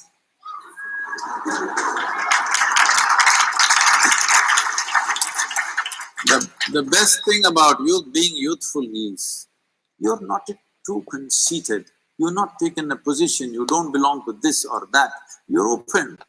That is the best part of being youthful. But today I see people have taken strong positions about everything in the world. Once you take such positions, you will naturally create huge problems in your mind. What for are you taking such positions? This is a time to explore. This is a time to learn. This is a time to come to a broader level of understanding and perception. This is not a time to take positions. I'm this or that. They've even, by the time they're 18, they belong to some political party. It should not be so. Till you get out and find your way in the world, till then you must just soak up as much life as possible. Just see tomorrow what really works and you support that, what works for you and for everybody around you.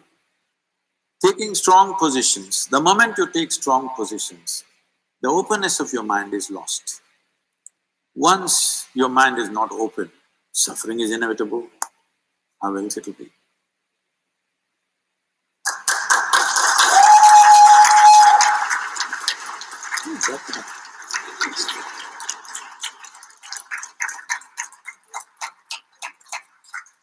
Thank you very much. So the next topic that this question sort of revolves around is love and relationships, which I know a lot of young people, a lot of students, not even just young people, adults even. It's everyone, at some point in their life, hopefully. So love is such like a universal topic. It's in movies, songs. It seems like such a basic component of life, yet it's really hard for us to define it. It's really hard for us to truly know when we're in love, to truly know if it's the right kind of love, if it actually is love, if it's just infatuation. If you feel really strongly, it must be love because you can't get them out of your head. So this can be, and maybe that's just me as a young person. But yeah, so love can be a very, very big topic. So the question that we have that we've sourced from the U of T community is, what does it mean to love someone both unconditionally and healthily? Unconditionally? Hello? Does anybody know what's unconditionally? Oh.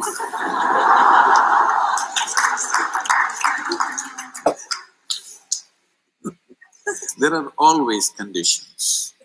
Are they reasonable conditions or unreasonable conditions? That's the only way you can distinguish. But what is very reasonable for me may be unreasonable for you. What is very reasonable for you may be unreasonable for me.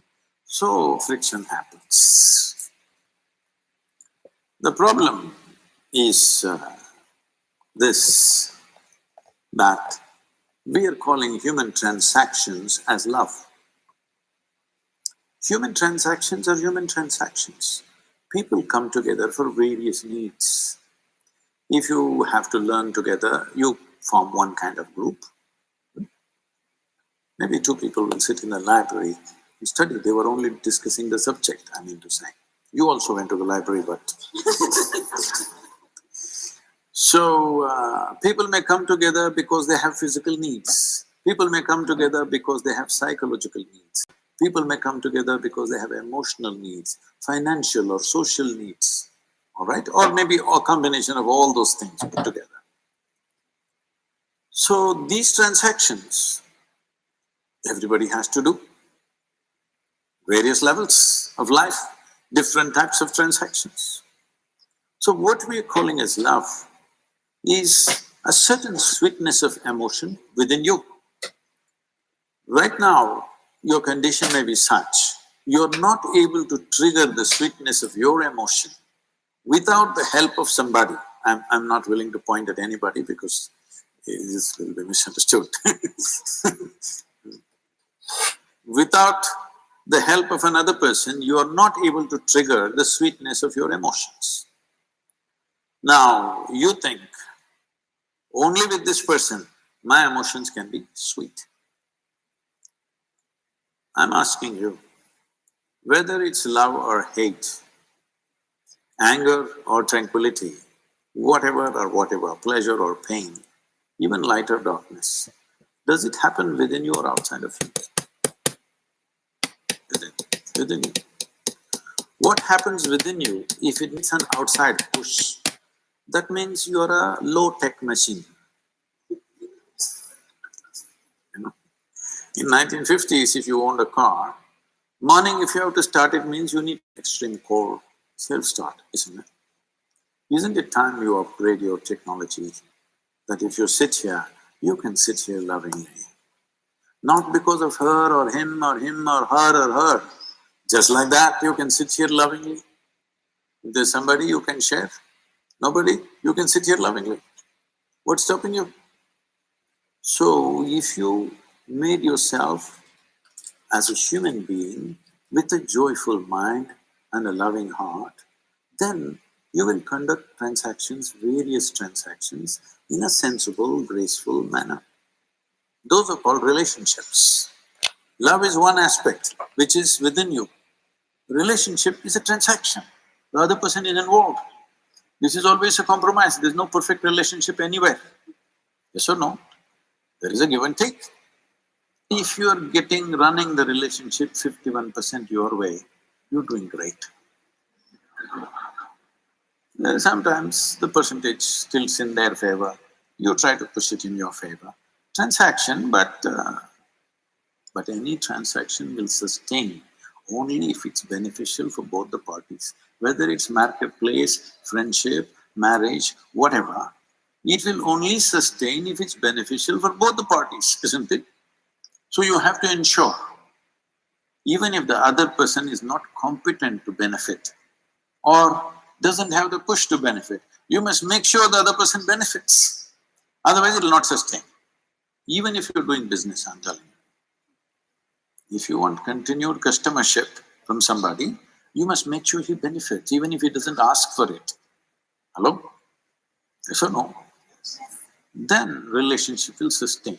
So do not misunderstand these two things. I know it's because you're going by pop culture of songs, music, Broadway and Hollywood. Leave that alone. You look at it from your perspective. Human emotion and human thought happens within you. If this happens the way you want it, will you keep this very pleasant or unpleasant? Pleasant.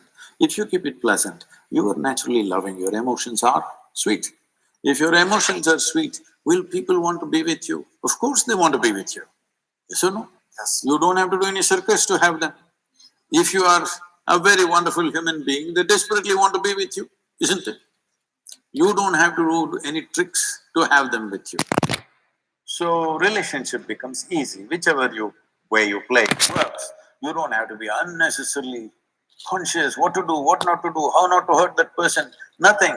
When you're a wonderful human being, when your thought is joyful, your emotion is sweet and loving, you can conduct your relationships whichever way you want and it'll work because they want it. All right? Just make yourself wanted. That's what I'm telling you.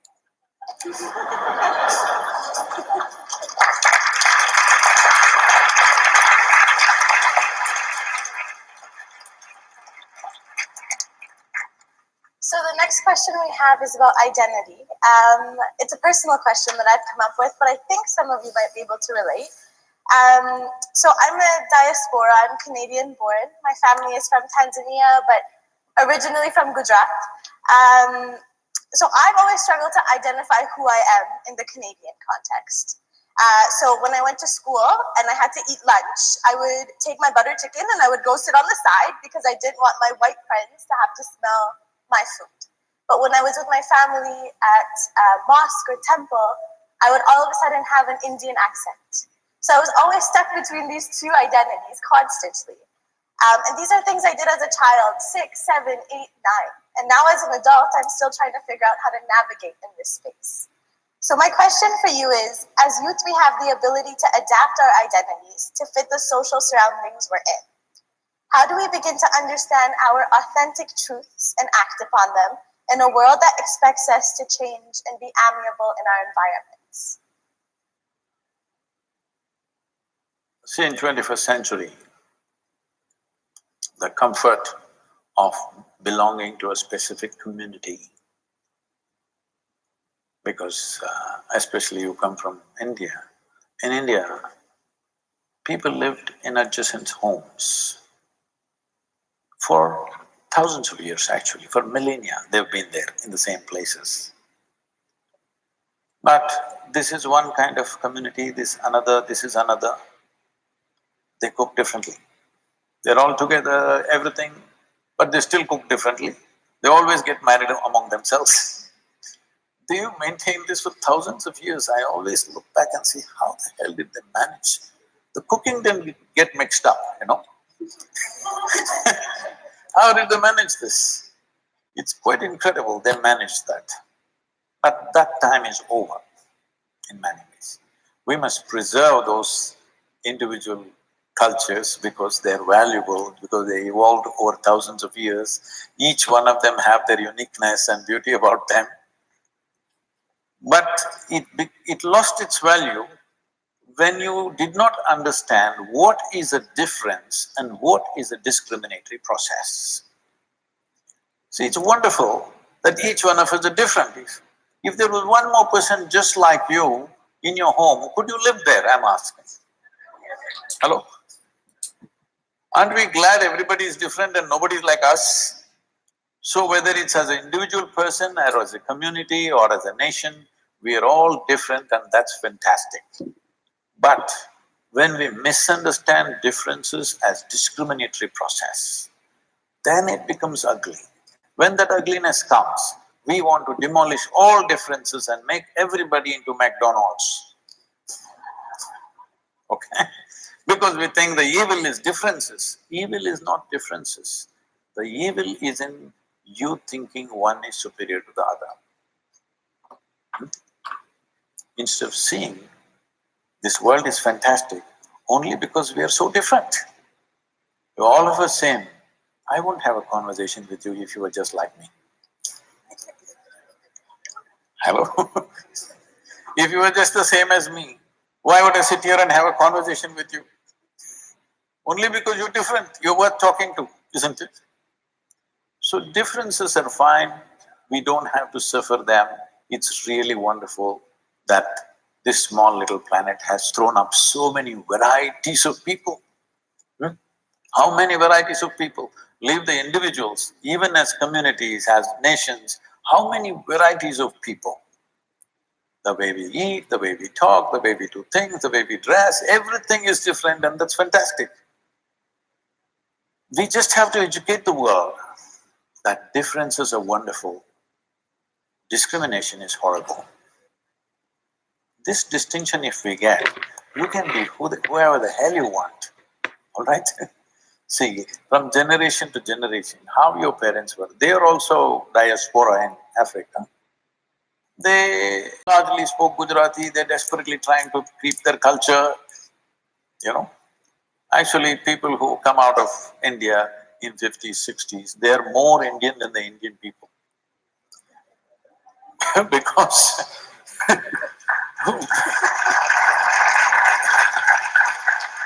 India has changed dramatically since then. But people who came out as one community and living in Africa, in UK, some other place, they are totally still dressing, talking, eating like 1950s. Because they are living within that community. All this is not a problem. This is all wonderful, how human beings evolve, adapt, do things. As long as we do not discriminate against each other. We don't think I'm superior to you, I'm better than you, you are less than me. This is the whole problem. So you just have to learn one thing. Doesn't matter who comes in front of you, whoever. Never look up to anybody, never look down on anybody. This is all. You just bring this one thing into you. Every difference is fine. No looking up, no looking down.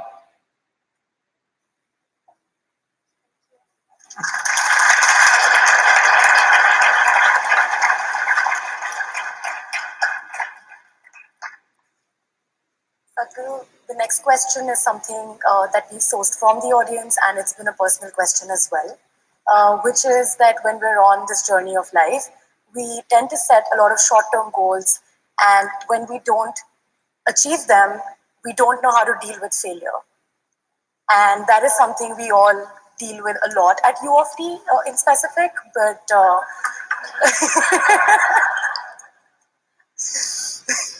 but in that moment when we can look back and say, yeah, this is fine, but in that moment, how do we hold our ground and how do we learn to see the bigger picture?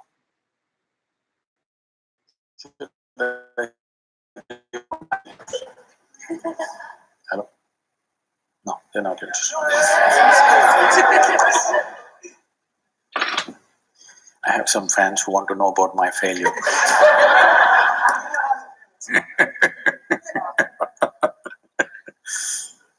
When I was 10, 11, the only thing that I had in my mind is, I just want to go somewhere, I don't know where.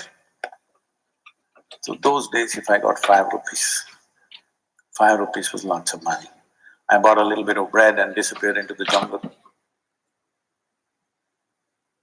Just walked around, caught a bunch of snakes and observed everything from insects to worms to animals to everything. And I ran out of food and became difficult. After 3, 4, 5 days, came back. By then there was a lot of unnecessary excitement in the town.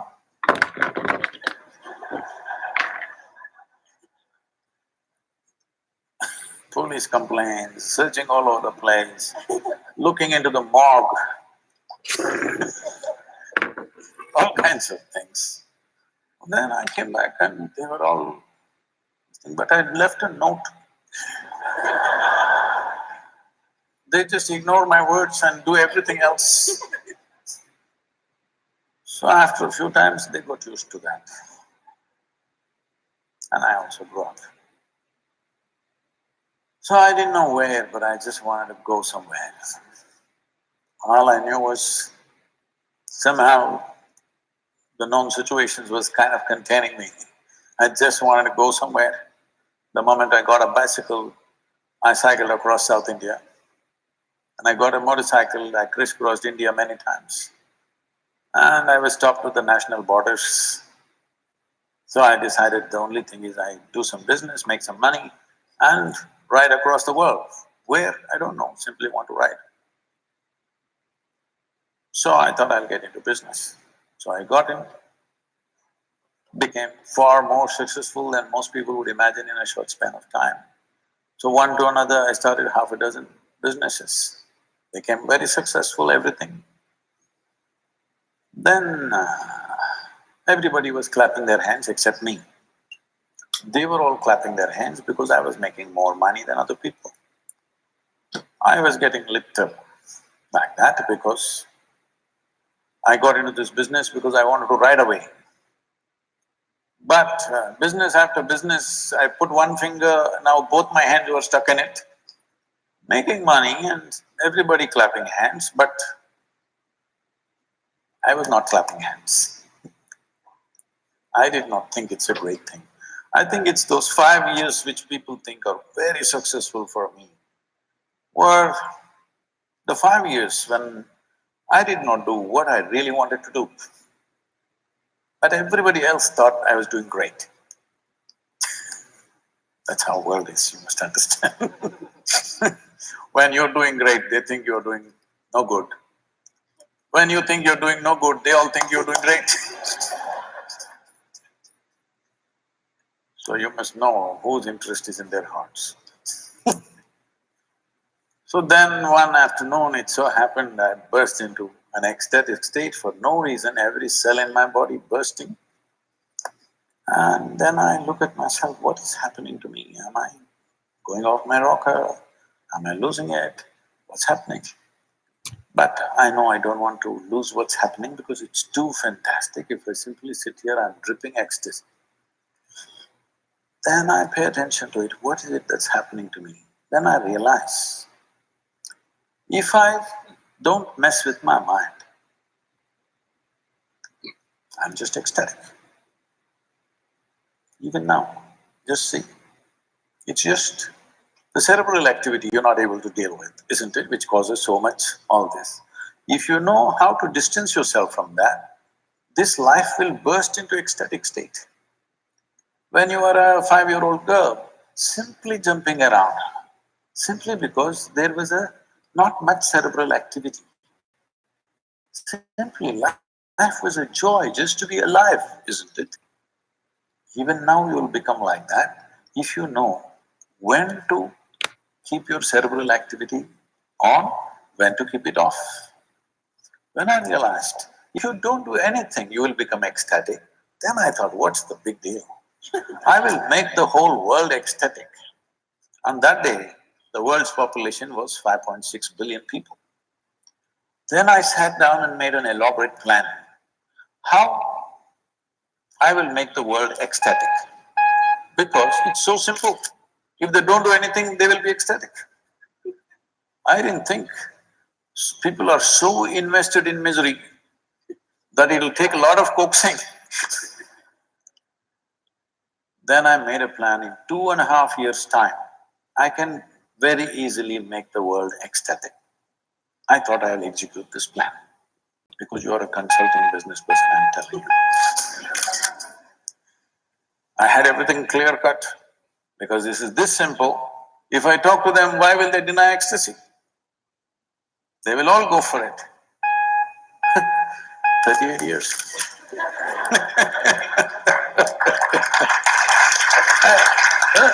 Don't do this.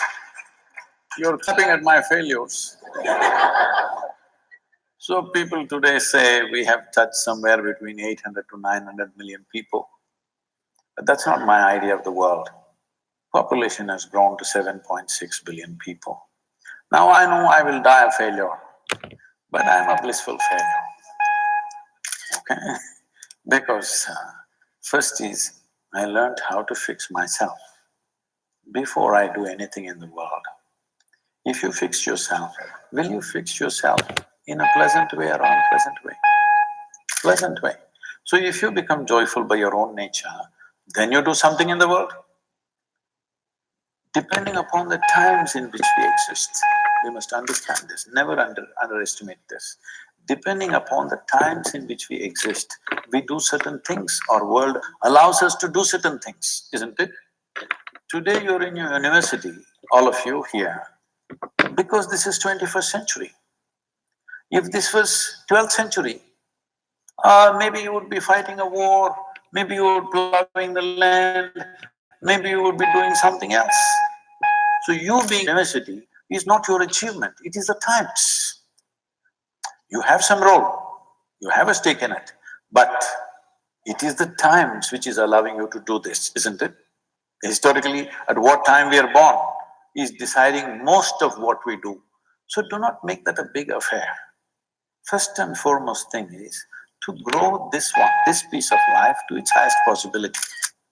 If you grow this one to a certain level of capability, competence and well-being, this will do something in this world according to the times.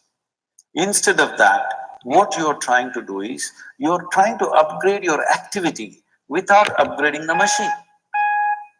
It is like you took an old beat-up pickup truck, I won't name the brand because they're just across the Great Lakes.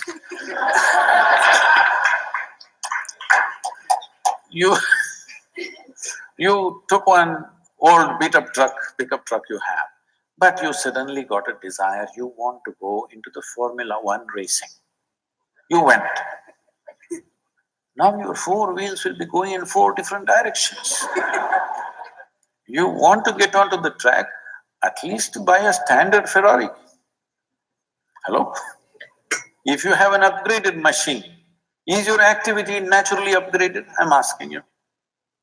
But without upgrading the machine, if you upgrade activity, upgraded activity is creating enormous suffering, isn't it? See, those of you who are thinking it's very hard to be in the university, I can take you back home and make you plow the land. Very easy.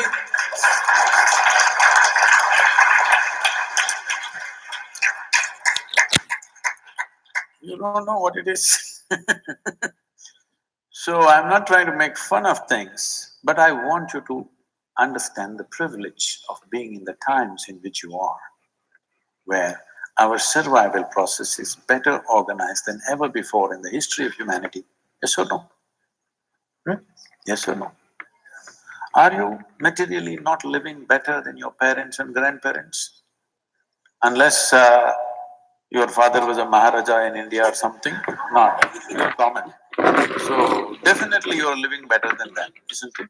Especially all of you young women who are here, I want you to acknowledge this, that this is the best time to be a woman on this planet. It never was this good.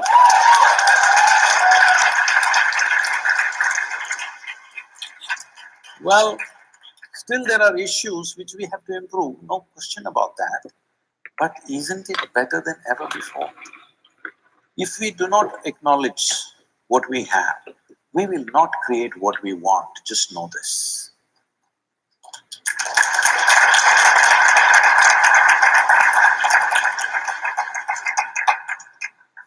while we're really enjoying this conversation and I don't want to bring it to a pause, but I would like to open up the floor to audience questions at this point. Okay, my question is that why we do puja or any kind of ritual into our Hindu religion or those kind of thing. Why does somebody do puja? Yeah. Okay. Okay. Do you brush your teeth every day in the morning? I'm just asking. You do? Why? So you understand that. There are many people, for a long time in the history of humanity, they never brushed their teeth. So, in previous generations of people, by the time you're 40, 45, most people lost their teeth. And it was perfectly normal. You're 50 and you still have all your teeth was a big surprise. Yes, it was 2 generations ago. So today everybody has their teeth intact because everybody's taking care of those things. We're glad. Because it's not only for their well-being, for our well-being also. Similarly, I don't know what kind of puja you're talking about. I am not the puja kind, so I won't make a very sweeping comment on that. But generally, people evolved processes to fix themselves in so many different ways. For teeth, they had this, for their mind, they had one kind of thing, for their emotions, they had another kind of thing. Like this, they evolved processes. If for generations somebody is doing it, it must have worked to some extent at least. Is it absolutely working? Maybe not. But is it worked in some way? Yes.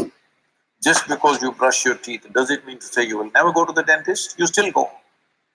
So just because you do puja, does it mean to say you will never get a problem? You still get. But a lot of things managed by simple processes.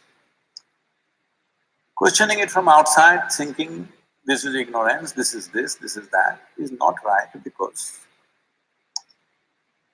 like this. I'm not the puja kind, I can't defend that because I don't do it myself. I must admit now, in my entire life, never once in my life have I ever prayed. Never prayed. I never did that because such a need never arose within me that I need to pray for something. So I'm not the right person. But I have seen certain rituals which are powerful, which is making a huge difference for people. Or they should not be destroyed. They are very important because people brought much well-being within themselves, around themselves by doing certain things. Right now, when I sit here, you might have noticed that I'm doing a simple process with myself. Why is this? See, to do different types of activity in our lives, our energies need to be focused differently. Let's say, because you took the microphone, let's say you want to sing.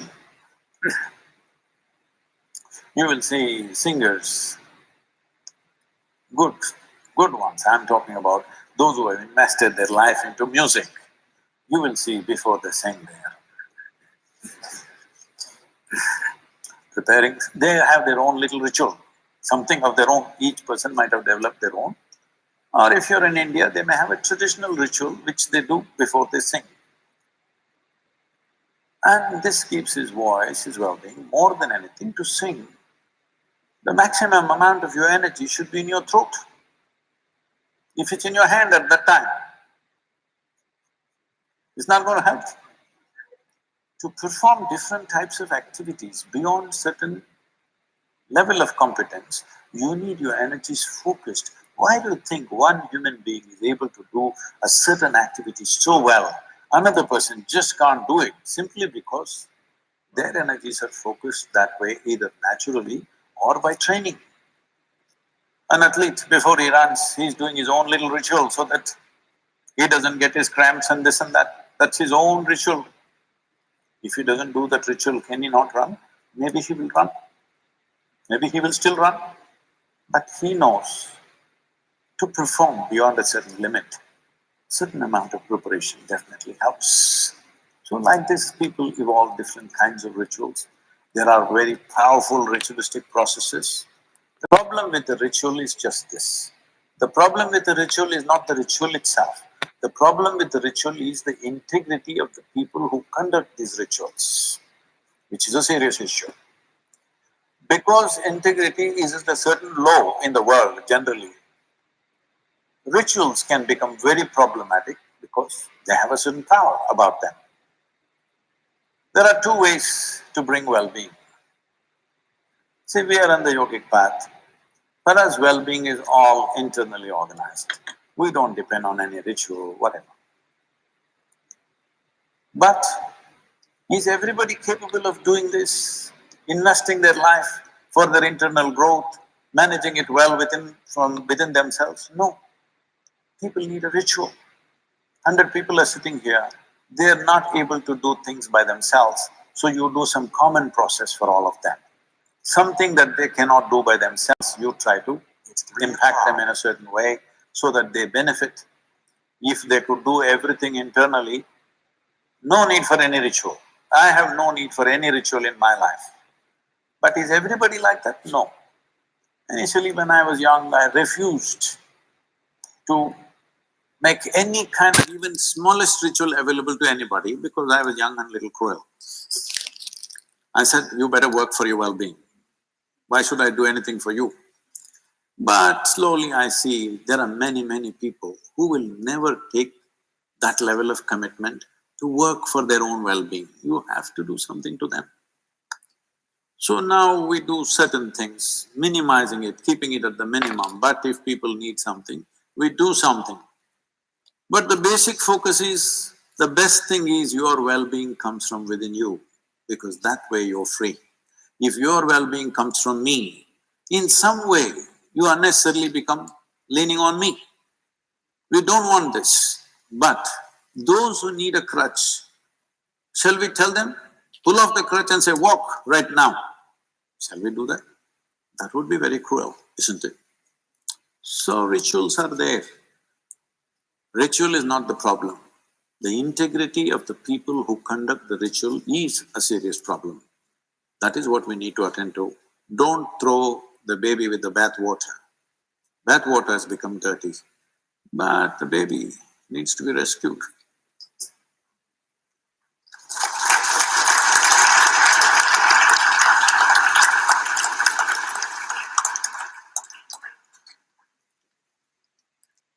Namaskaram, Sadhguru.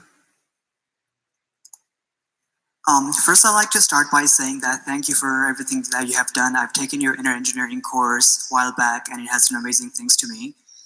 I always thought that in order to be spiritually liberated, you need to find yourself a guru. And in the process of doing so, I've traveled to, I guess, Nepal and India looking for a guru.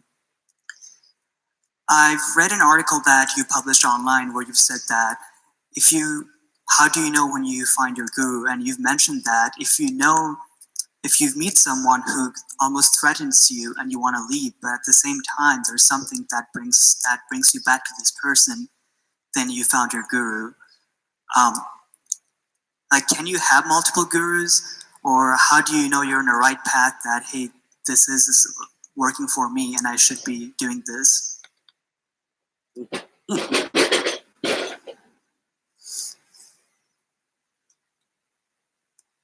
Isn't he asking this question to the wrong person?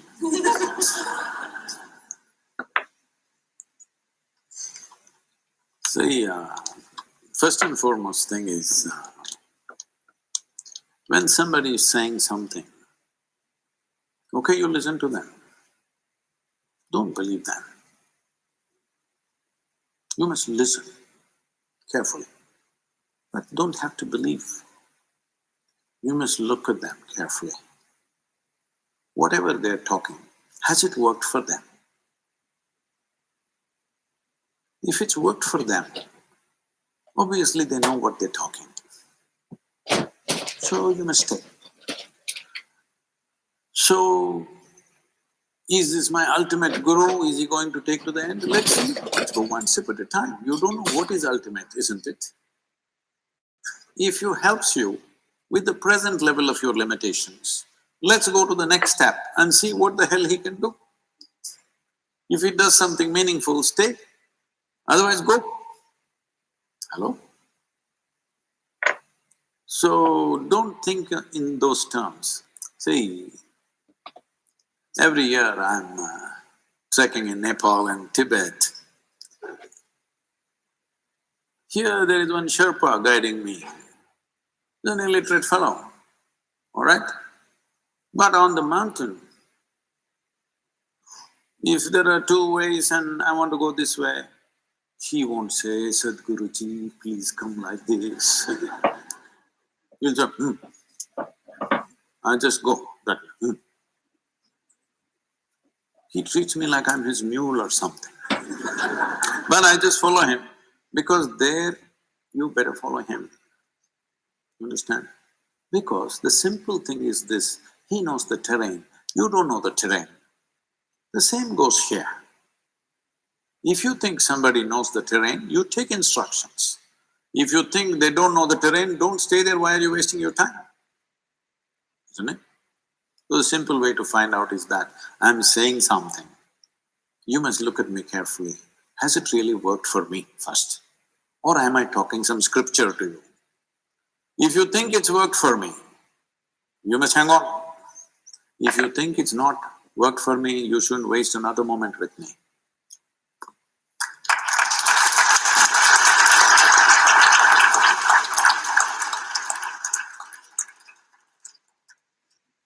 So I've been watching your videos for quite some time, and you've made an interesting comment that when you think of God, most people think of him as an old man sitting up there with a big beard, passing judgment.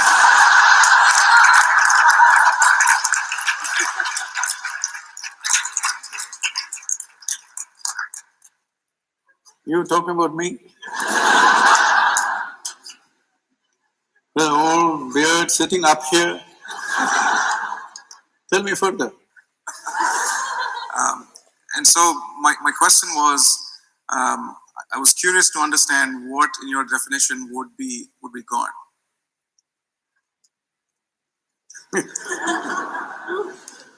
See, the reason why in every culture people have come up with their own concept of God. Every culture has a different concept of God, but everybody has come up with some concept of God. Because they have no explanation for creation, isn't it? Hello? You came out of your mother's womb and looked around, too much creation. You know you didn't do it. Then you looked up to your mother, maybe she did it. Well, she delivered you, but she did not deliver the planet, you know that. Then you looked at your father, no, not him.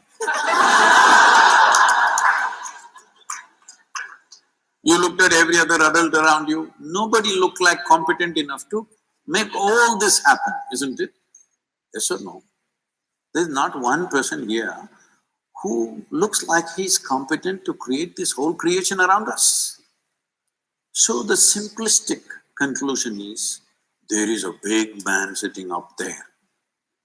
Oof. I fit the description, at least the Western description I fit, in India I don't fit. But now there is an argument.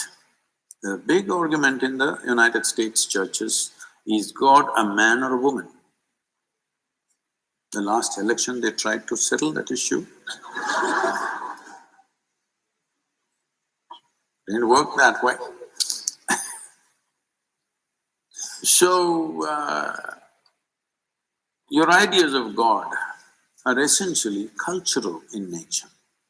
You know Idi Amin? You heard of Idi Amin? You know, Uganda man? Not Tanzania, but in Africa. Idi Amin declared God is black. I agree with him. I agree with him. Because if a white man can have a white God, why can't a black man have a black God?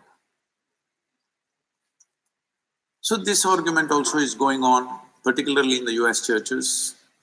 They tried to settle that in the previous election.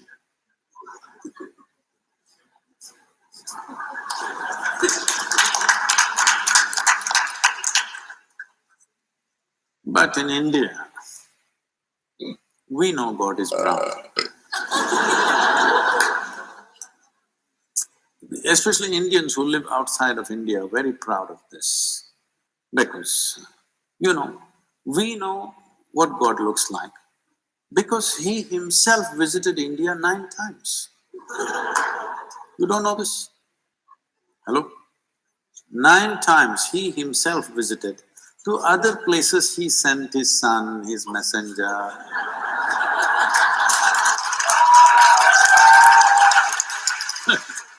Indians are very proud of this. To other places only messengers and sons went. To India He Himself came. I keep reminding them, that is because God wouldn't trust anybody else with Indians. He wanted to do the job hands-on with Indians. So He Himself came not once, 9 times. And He failed. 9 or 10 times we can debate, but failure you cannot debate, isn't it?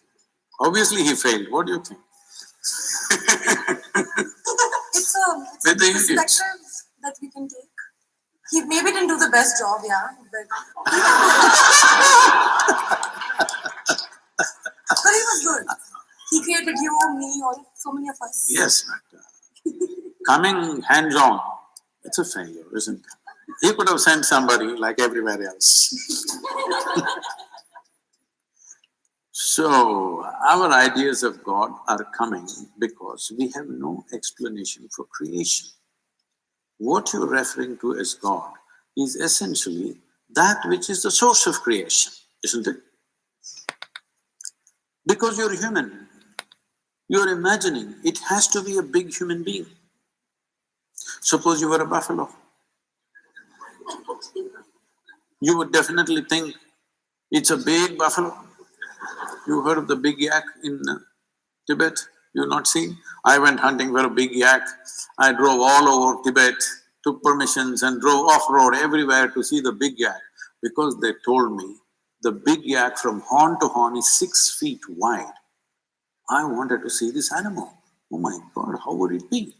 Then after driving everywhere, I realized it's little got big in their heads. It's little bigger than the domesticated yak, but it got so big, they said it's 6 feet wide, the horns. And I said, I must see this. But there was no such animal anywhere in Tibet. So, if you are a buffalo, you would definitely think God is a big buffalo, isn't it? So our ideas of God are childish, but it is a fact that you and me did not make this creation happen. That's a fact, isn't it? But you don't know how it happened. With all the exploration of science, we still do not know how it exactly happened. Nobody knows, isn't it? You pay attention to a flower, to a leaf, to an ant, to an insect. If you pay enough attention, each one of them smacks of tremendous sense of intelligence, isn't it so? Hello? If you put filth to the root, it becomes a flower. Fantastic or no? Look at you. Look at you. Just the soil that you walk upon. Look at you, how you are sitting. Became such a sophisticated machine, isn't it? So whatever is the source of creation, well, sappy people are saying God is love, desperate people are saying God is compassion, other people are saying now it's a in thing in North America, so God is empathy. They've not been hit by life yet. But if you pay enough attention to creation, because it is the presence of creation which has given you the idea of God in your head, isn't it? If there was no creation, you wouldn't think there is a God. If you pay enough attention to every piece of creation, what you will see is It's intelligence, intelligence, intelligence, intelligence beyond what you can contain in your brains. Yes or no? But nobody said God is intelligence, unfortunately. If we had said that, definitely we would be populated with more intelligent human beings rather than the sappy ones. You know, our center is in Tennessee. We have a large center there. When I was new there, I walk into this town, which is a one-horse town, literally a small town. And I'm walking on the street and greeting people, smiling at them, thinking they'll be happy to see a new face. But it's a different kind of setup. I'm just at the right complexion. A shade darker than this cannot be there in that town. I'm just on the edge. So one big man, this wide, over 6 feet tall, comes and stands close to me. He looks down at me and says, "God loves us." And I say, "The way you are, only God can love you."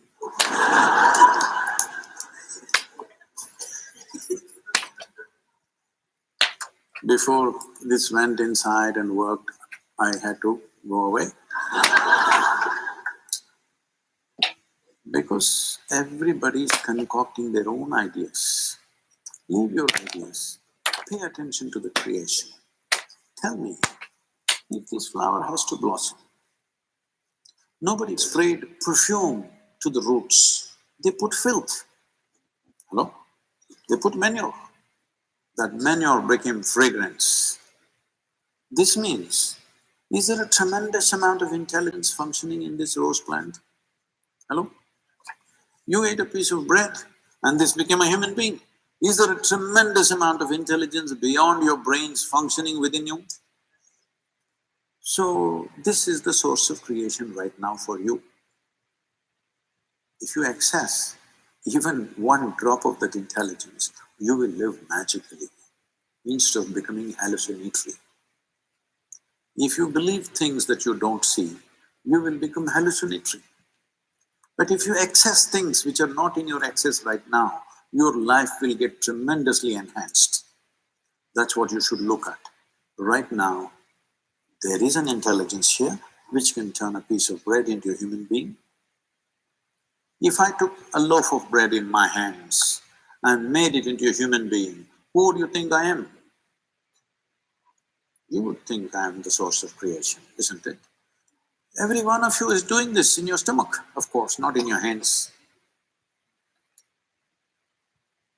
But no access. So, if you don't have something, it's okay.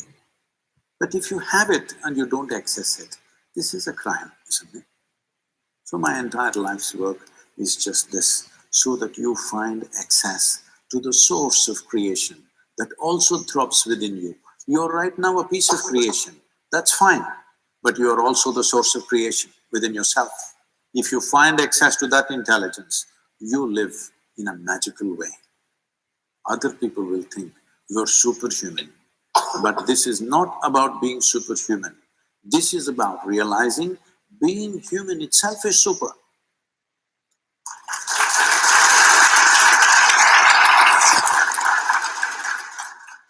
With respect to interpersonal promises and intrapersonal promises, I feel there are two types of promises that we make to others and to ourselves. How do we balance both of those, especially considering that sometimes we have to keep the interpersonal promises at the cost of your intrapersonal promises? A promise is meaningful and valuable only when you make it to somebody else. Because you make a promise to somebody because they don't know what the hell you're going to do with them. Hello? That's the reason why they demand a promise from you, isn't it? Hello? You say, "I will give it to you." They'll say, "Promise?" Because you say one thing and you do another thing. So, promise is a meaningful thing only in a relationship with somebody. With yourself, what is there to promise? What is there to promise? Promise is a transaction between two people. It is like signing an agreement. See, we're making a business deal. We sign a contract. Why are we signing it? So that we don't go back on it, right? Because today what we think is very nice, tomorrow morning I may have a different perspective. So tomorrow morning if I have a different perspective, I want to change the deal tomorrow morning, but I have signed, can't go back on it. So promise is a verbal signature. No, I say I promise, that means I'm going to do it. I've signed. Not held by some legal contract, but by my own integrity. Because I said so, I will do so. But when it comes to myself, what is there to promise? This people may be using to deal with their compulsive nature. I promise myself I will not drink before 7 o'clock in the evening.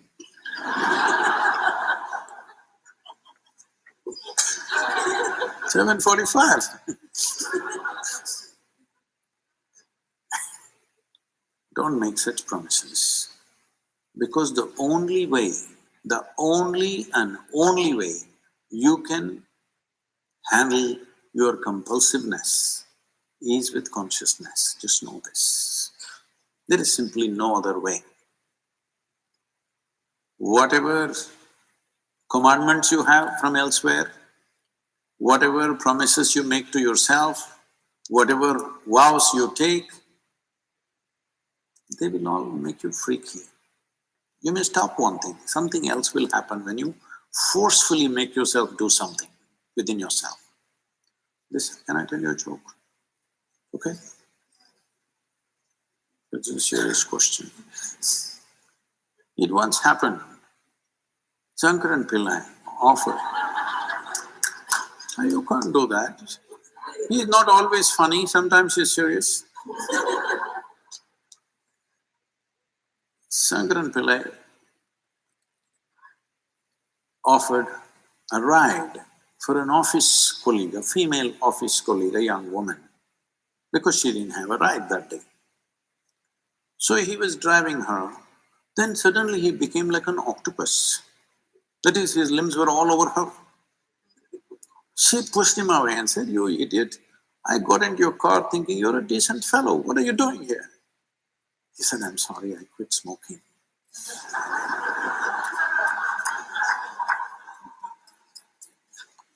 Don't do things forcefully with yourself. The only way you can beat compulsive process within you is by becoming more conscious. If there is darkness in this room, can all of you together, with all the strength that you have, can you kick the darkness out of this hall? Hello? No. If you just turn on the light, it's gone, isn't it? Because you must understand, compulsiveness is just absence of consciousness. Like darkness is just absence of light, compulsiveness is just absence of consciousness. Instead of becoming conscious, you're trying to play tricks with darkness. It's not going to work like that. If you compulsively, strongly stop one thing by will, it will manifest itself in some other way and some other way. No, you must become conscious. How to become conscious? That's another part.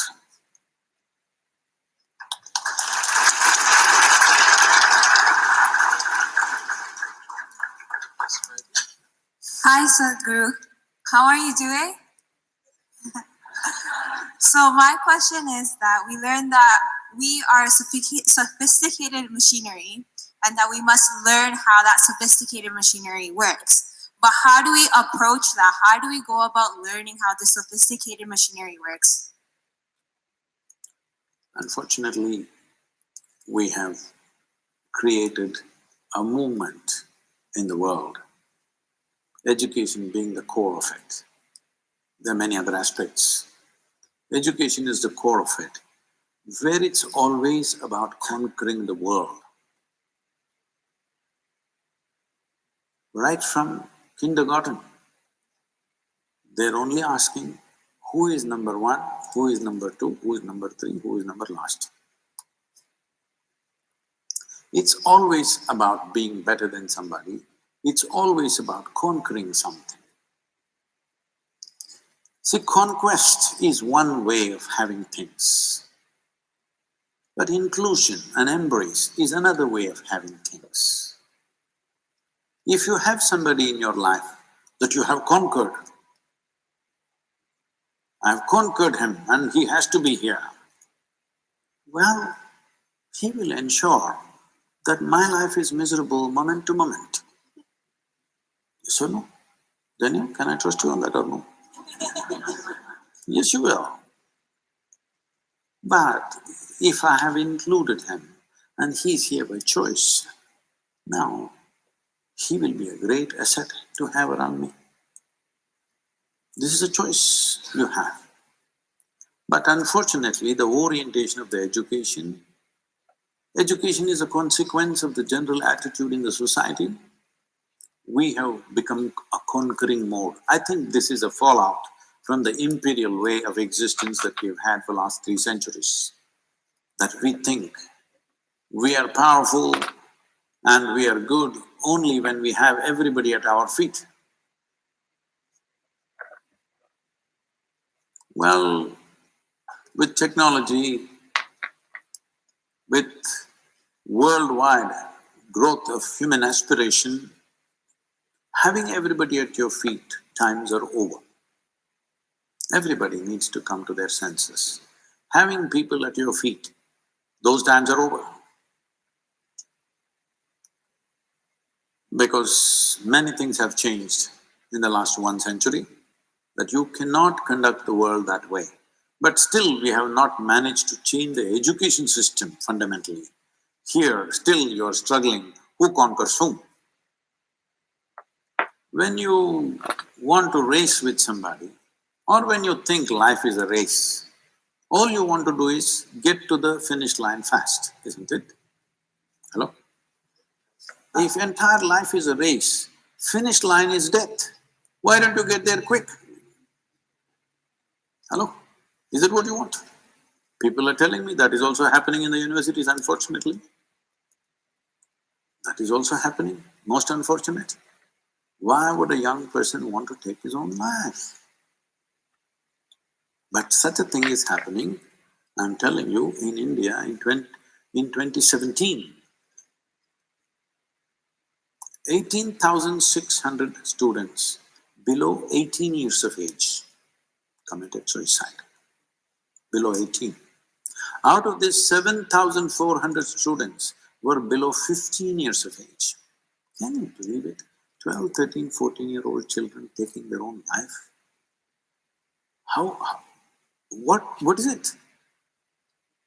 If thousands of children below 15 years of age want to commit suicide, don't we realize that we're doing something fundamentally wrong? Hello? A child of 12, 13, 14 must be exuberant, full of life, excited about everything in the universe, but they want to kill themselves. And 99% of the time, it's because of the education system, the burden of the education system. Because not everybody is geared for being a conqueror. Many people feel distasteful when they have to conquer something. Some people feel like this. Other people, more sensitive people, feel horrible when they have to sit on somebody else's head. Hello? Yes or no? But the only way to succeed is that I must trample on you. It is distasteful for me. But if you don't give me any other way, I may do it, but when I can't do it, I'll do something else. This needs to be looked at. This is not an individual issue. This has become a global phenomenon. This is not in one place. This is not in one university. Schools, I'm saying below 18 years of age, below 15 years of age, when they want to take their own life, we are doing something very fundamentally wrong in the society. The main problem is this: we want everybody to be conquerors. Not everybody has a heart to be a conqueror. Not everybody wants to conquer anything. Hello? Everybody would want to explore, engage, understand, but not everybody wants to conquer. But we have set the whole world in a conquest mode.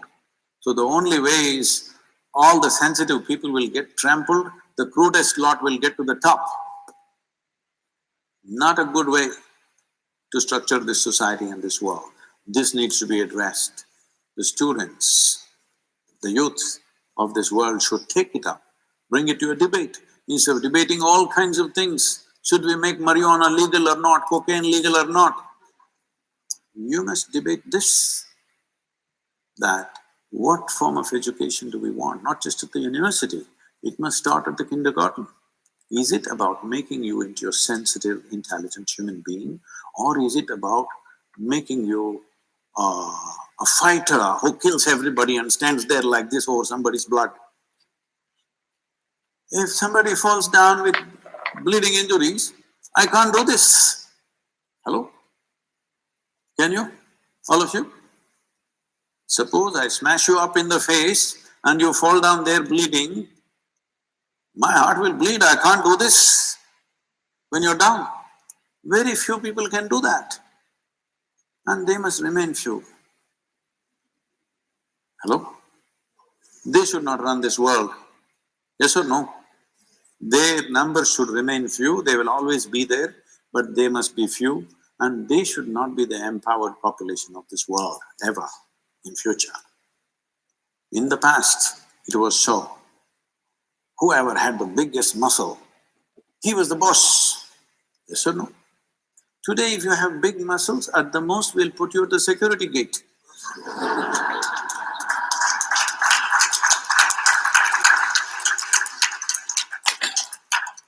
So the world has changed. It's time we change the structures which make people. Education is an important process because nearly 90% of the human population is passing through that one sieve, isn't it? Hello? There are many other structures in a society. We may go there, we may not go there, but nearly 90% of human population is going through this one sieve called education. This sieve should become a sensitive, very humanistic sieve. This should not be an imperial sieve. This should not be, an Adolf Hitler or Alexander the Great kind of sieve. Right now, we are trying to produce them. We are trying to produce them always. We are trying to produce tyrants who will enjoy other people's failures, isn't it? Hello? I want to be number one means what? I enjoy all of you have failed. Why? Why have we brought this about? It's time the youth of this world stand up and demand a more sensitive, humanistic education process for your own growth, well-being, and the well-being of the world, because this world is yours tomorrow.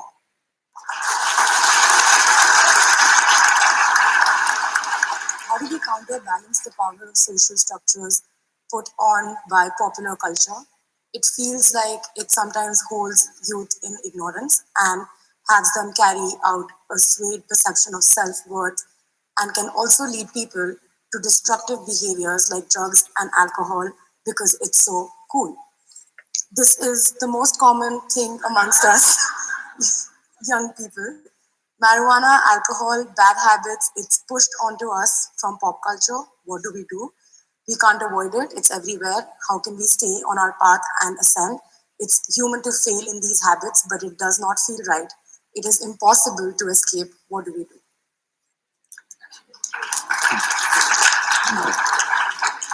I see it's a popular question. See, instead of looking at these things as moral stuff, whether it's right or wrong, because never have we been able to really decide what is right and what is wrong, isn't it? For thousands of years we have debated the same things without being able to arrive at what is truly right and what is truly wrong. One generation thinks this is it, next generation thinks that's trash. Yes or no? All the time. So let's look at it this way. to enhance your life. Is it the goal? Is it the reason why you're in the university? In some way you want to enhance your life, isn't it? Hello? Well, somebody wants money, somebody wants wealth, somebody wants knowledge, somebody wants relationships, somebody wants love. Why? Because you believe it'll enhance your life in some way, yes or no? Enhancement of life. We are not looking for money, power, love, anything. We are actually looking how this can be little more than what it is right now, isn't it? So if you want to be little more, is it important that all your faculties are little more heightened than what it is right now? I'm just saying for simple ways of looking at things. Suppose you could see better than the way you're seeing right now. Would your life be enhanced somewhat? Yes or no? If you could think better, see things better mentally, would your life be enhanced? So essentially, enhancement of your faculties is enhancement of life in many ways. This question is everywhere. Youth in India are asking me all the time, Sadhguru, you have influence in the government, why don't you make marijuana legal for us? I said, why marijuana? I'll make cocaine also legal. You want meth? We'll make that also legal. What's the problem? The problem is just this. So I asked them, say, let me take you, I'm a licensed pilot. So, not me, but we'll get another pilot for you. On a small plane, we'll take you on a nice ride. But the pilot comes smoked up. You want to fly? No, they don't say no. They say, because they think by smoking they're flying.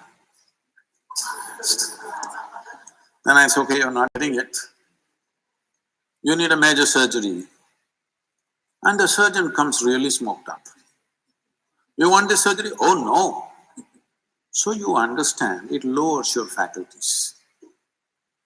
If you think by lowering your faculty, you will become better, then all the best. All the best, because you will need a lot of luck and lot of blessings, because you will not live out of your own competence for sure. Yes or no? This is why I think everybody is talking empathy, compassion, because they don't want to live out of their own competence. They need other people's boost all the time. No. If you lower your faculties, your life gets lowered or high. Lowered. So never use the word high again. You say, I smoked and I'm low.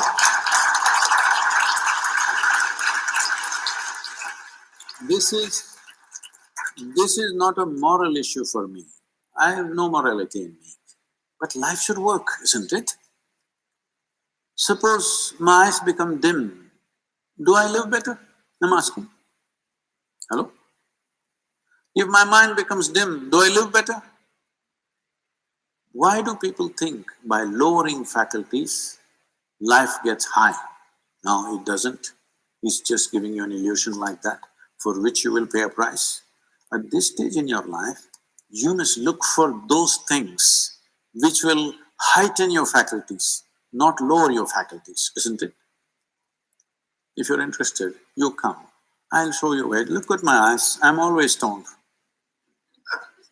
Yes, look at me. Never touch the substance. Because the greatest chemical factory on the planet is here. Hello? The question is only whether you're ecstatic or anxious is determined by, are you a good manager of this one or are you a lousy manager? That's all that is determining this. If you're a lousy manager, you're importing chemicals from outside. If you're a good manager, you're conducting this the way you want and blissed out all the time. If you want to, there is a high. When you can see better, hear better, think better, visualize better, there is a tremendous high with life. I want you to know that high, not foggy high. Thank you very much.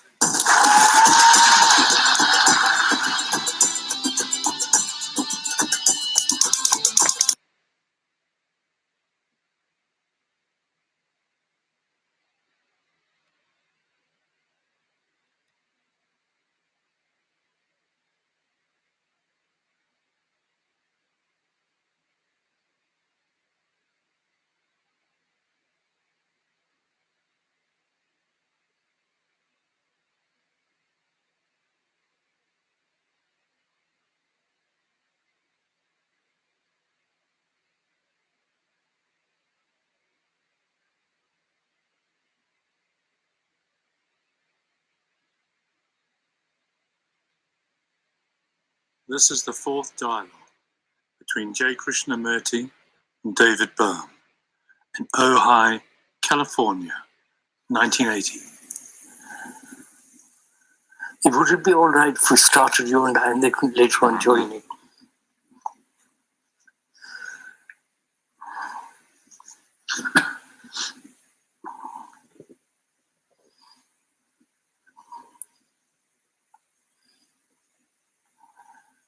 I'd like to ask a question which may lead us to something.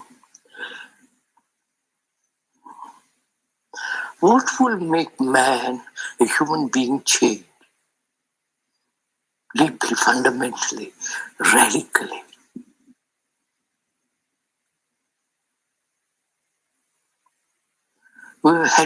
He's had crisis after crisis. He's had great many shocks. He's been through every kind of misfortune, every kind of war, personal sorrow, and so on. And little affection, little joy. But all this doesn't seem to change. What will make human being leave the way he's going and move in a totally different direction? I think that's one of our great problems, don't you? Yes, well, and what you say is true. I mean, we don't. Why? And what? I mean, if you were concerned, as one must be, if one was concerned with humanity, with human beings, with all the things that are going on, what would be the right action that would move him out of one direction to another? Is this question valid? Has any significance? Well, unless we can see this action, unless we can see this action, it won't have much significance. Has the question any significance? Well, what it means is really indirectly to ask what is holding people. Yes, same question. If we could find out what is holding people in their present direction. Is it the basic conditioning of man? The basic being, this tremendous sense of egotistic attitude and action.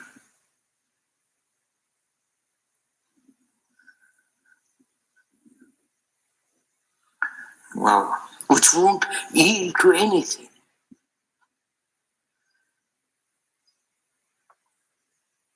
But if you say it won't yield to anything, then which apparently yes, doesn't seem to yield at all. It appears to change, it appears to yield, it appears sometimes to say yes, but the center remains the same.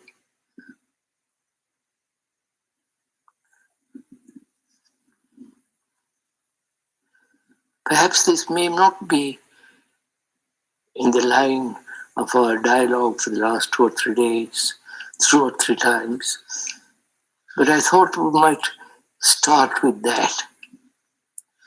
If that's no value, if that doesn't lead anywhere. Well, have you some notion of what is holding people? I mean, something that would really change them. I think so. What is it? I mean, this has been the question of of a very serious human. What is it that's blocking?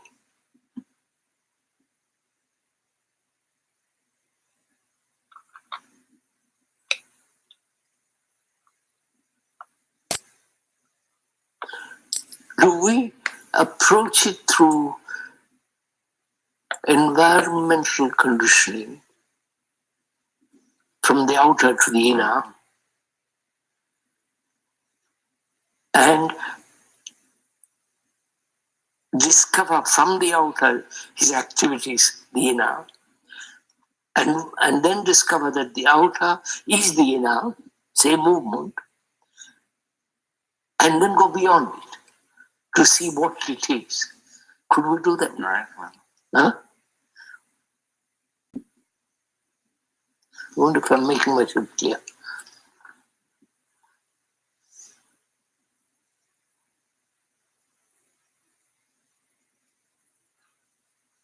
When you say outward, what do you mean? Do you mean the social conditions? Social conditioning, religious conditioning, Yes. education, Yes. Poverty, riches, climate, food, the outer, which may condition the mind in a certain direction. But as one examines it more, the psychological conditioning is also from the outer, somewhat. Well, it's true that the way a person thinks and is going to be affected by his whole set of relationships. Yes. But that doesn't explain why it's so rigid. Why does it hold? That's what I'm asking too. Yeah, you see, if it were merely outward conditioning, one would expect it to be more easily changed. Easily changed. For example, you could put some other outward condition. They've tried all. I've tried it, and the whole belief of communism was that would, yes, with a new society, there would be a new man. New man, yes. New society, new man. But there have been no.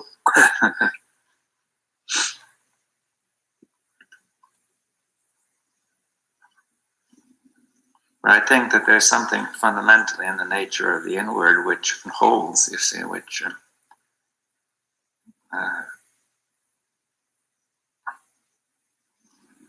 which resists change.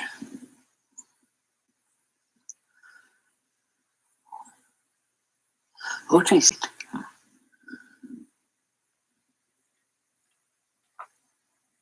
Will this dialogue, this question, lead us anywhere? Well, unless we actually uncover it, it will lead nowhere. I think one could find out. Yes. If one applied one's mind, Mm-hmm. I think one can. Mind, But I'm just asking: is this question worthwhile, and is it related to what we were discussing? We have been talking about last 2 or 3 times that we made. Or should we take up something else in relation to what we're talking about?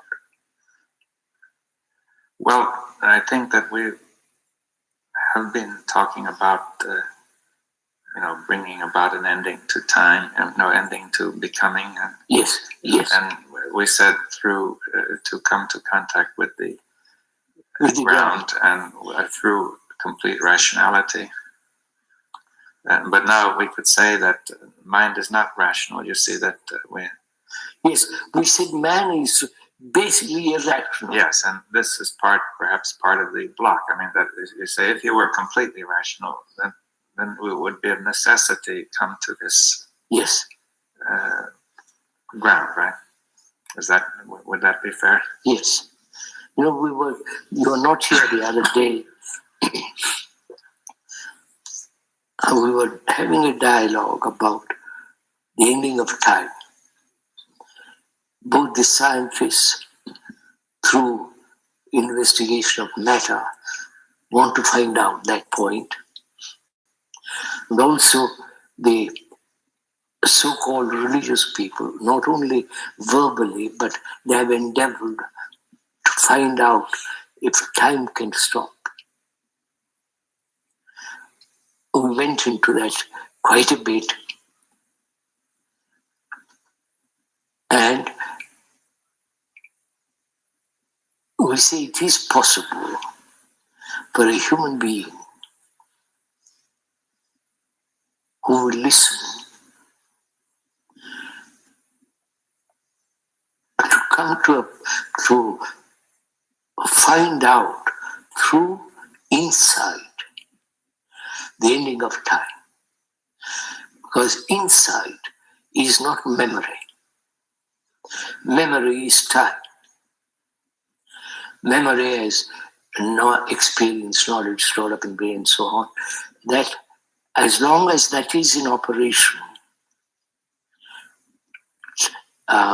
there's no possibility of having insight into anything.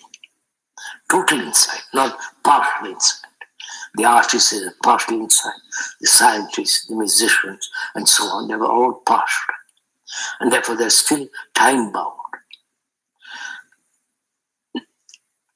Is it possible to have a total insight? It is only possible, we went into that step by step.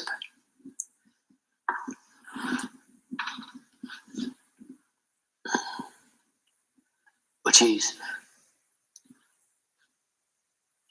the ending of the me. Because the me is put together by thought. Thought is time. Me is time. Me, my ego, my resistance, my efforts, all that. Can that me end? It's only when that ends there is total insight. Right? That's what we discuss. Right? And we went into the question, is it possible for a human being to end totally this whole structure of the me? We said yes. We went into it. And very few people will listen to this. Because it's perhaps too frightening. And if the question then arises, if the me ends, what is there? It's just then there's no interest in that. But if one is investigating without any sense of reward or punishment, then there is something.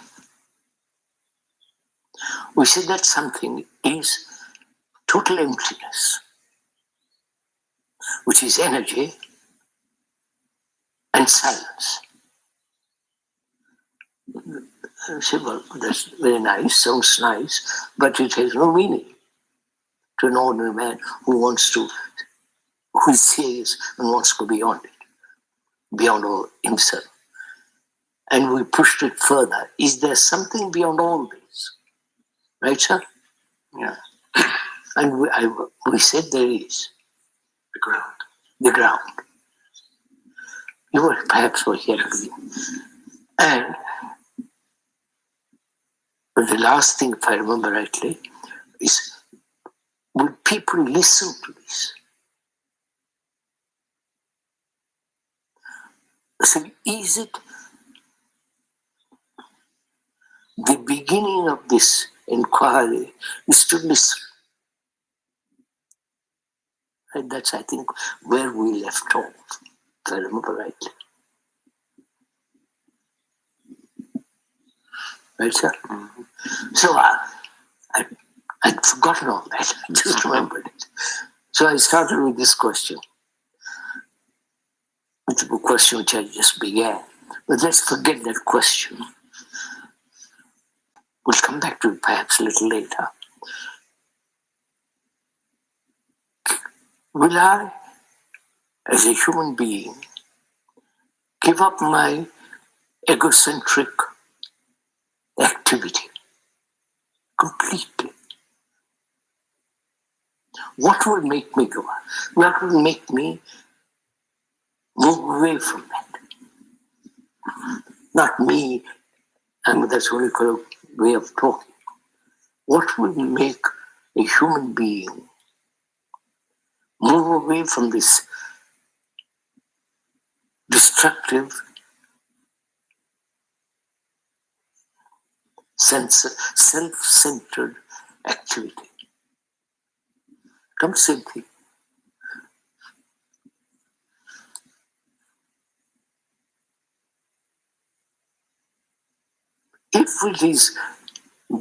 If you move away through reward, then it's no, I mean, that's just another with it goes punishment. So discard that, then what will make you a human being, if I may use the word renounce without reward, renounce it completely. Right, sir?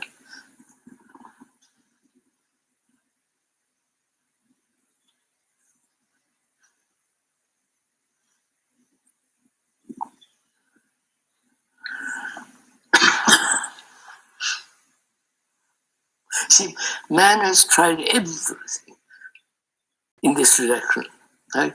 Fasting, self-torturing, various forms, abnegating himself through belief, denying himself through identification with something greater, with so on, so on. All the religious people have tried this. But it is still there. Yes, now, if I think it becomes clear that the whole activity has no meaning, it has no sense, but somehow this does not become evident. You see that. People will move away from something which has no meaning and makes no sense, ordinarily speaking. Yes. But it seems that the perception of this fact is rejected by the mind. You see, the mind is resisting. Mind is resisting this constant conflict, which to moving away from this constant. Yeah, it's moving away from the fact that this conflict has no meaning. They don't see that. Well, the mind is not only that, but the mind is set up to purposely avoid seeing it. Almost. The mind is avoiding it. It is avoiding it almost on purpose, but not quite consciously. You said sometimes, for example, it avoids it consciously, like the case of the people in India who say they're going to retire to the Himalayas because nothing can be done, right? Yeah. Oh, that's hopeless. You mean to say, sir, that the mind, having lived so long in conflict, refuses to move away from it? It's not clear why it refuses to stay. Yes, it refuses to give it up, right? Yes, it refuses to give it up. Yes, and it's not clear why that the mind does not wish to see the full meaninglessness of the conflict. You see, the mind is deceiving itself. It's continually covering it up, right? So the philosophers and the so-called religious people have emphasized struggle. Have emphasized the sense of striving.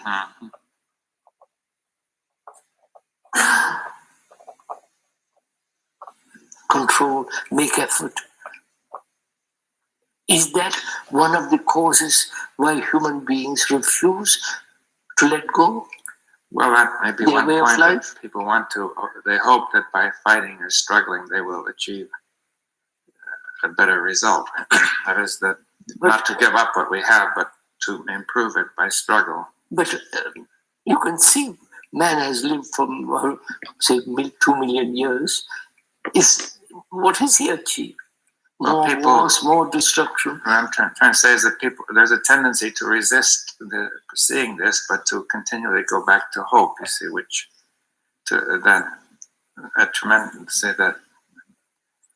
to hope that the struggle will finally produce something better.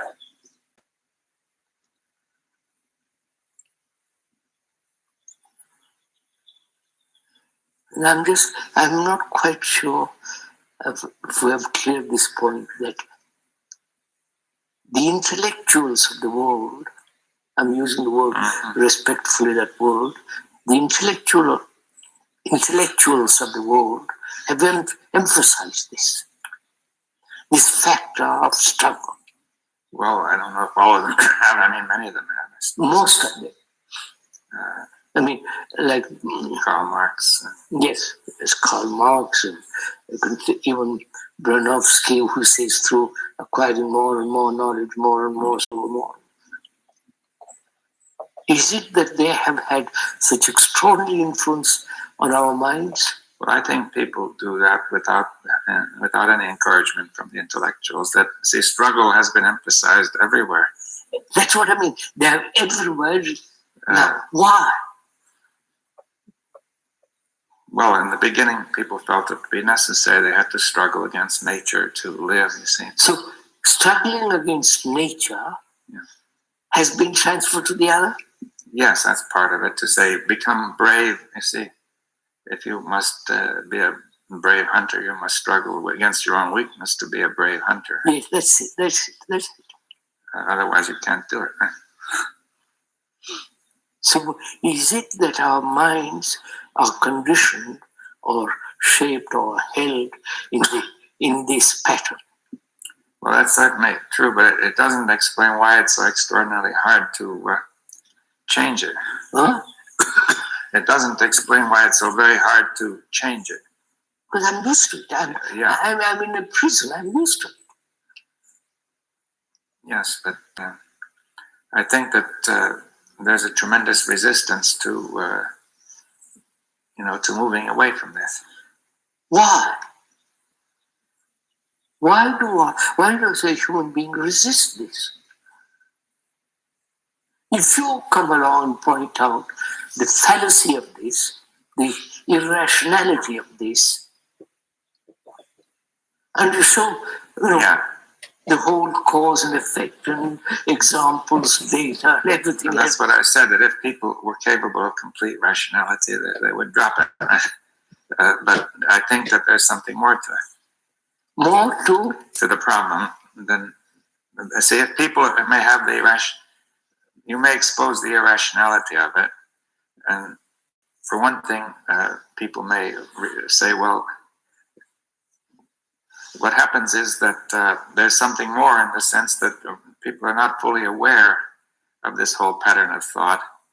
See, having had it exposed at a certain level, it still continues at levels that people are not aware of. Yes, but what would make them aware? Well, that's, have to find. I think that people have to become aware that they have this this tendency to go on with the conditioning, which is say it might be mere habit, or it might be the result of many past conclusions, all operating now without people knowing it. See, there are so many different things that keep people in this pattern. So abstractly, you might convince somebody that the pattern makes no sense. But when it comes to the actual affairs of life, he has 1,000 different ways of proceeding which imply that pattern. Quite. Then what? Well, I think that's the way the person would have to be extremely interested in this in order to break all that down. You see? Then what would bring a human being to be extremely interested in it?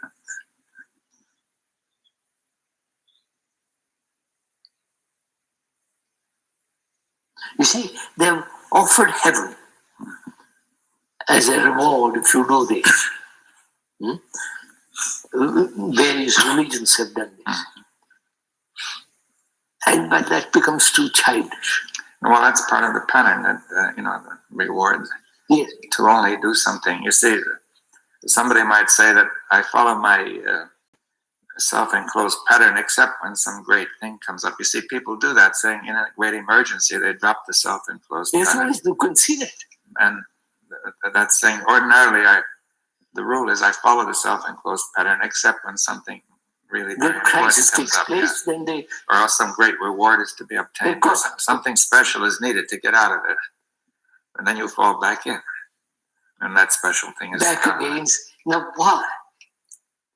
Well, that's a pattern of thinking. You see, I think that people feel it some way that it must have value, that people believe that, see, if everybody were able to work together now and suddenly we're able to produce harmony, then everybody would say, fine, I'll give it up. I'll give up myself. But saying, in the absence of that, I'd better hold on to what I have, you see. That's the sort of thinking. That's hold on to what is known better. Yeah, I mean, I don't have much, but I'd better hold on to it, because if everybody were suddenly to become harmonious, then maybe I could leave it go. So are you saying, if everybody does this, I will do it? That's a common way of thinking. You can say it's implicit, because as soon as people begin to start to cooperate in an emergency, then a great many go along. So they have formed communes and but all those have failed. Because after a while, this special thing goes away, and they fall back to the old pattern. So I'm asking, what will make a human being break through this pattern?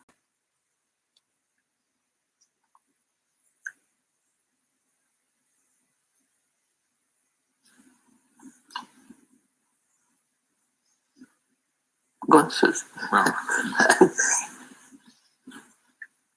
Isn't that related to the question we dealt with last time again, with time and no time? See, when there is conflict, what the matter? But I know nothing about time. I know nothing about all that. It's just theory to me. But the fact is, I am caught in this pattern, and I can't let it go. Well, the analysts have tried it, but the analysts are the religious people. Everybody has tried to make human being intelligent people. Let this go, but they apparently have not succeeded. Well, they don't see that very attempt to letting it go or to end that conflict is still strengthening the conflict. No, that's just a theory. No, that's. I mean, you can explain that. You can explain, as we said. There are dozen explanations, very rational. At the end of it, I fall back to this. Well, you only fall back to that if you have not really understood it. Have you understood it when you say, if you've not understood it, why haven't I or you or Moody said it finished? You can give me 1,000 explanations. I know, probably very rational. And I say, yes, very, very nice. Have you done it or have what? I don't even understand that question, you see. When you ask me, have you done it? Have you? No, I'm not being personal. Have you, when you're given an explanation why human beings can't move away from this pattern or break through it, you give me some explanation. No, I give you more than an explanation. What do you give me?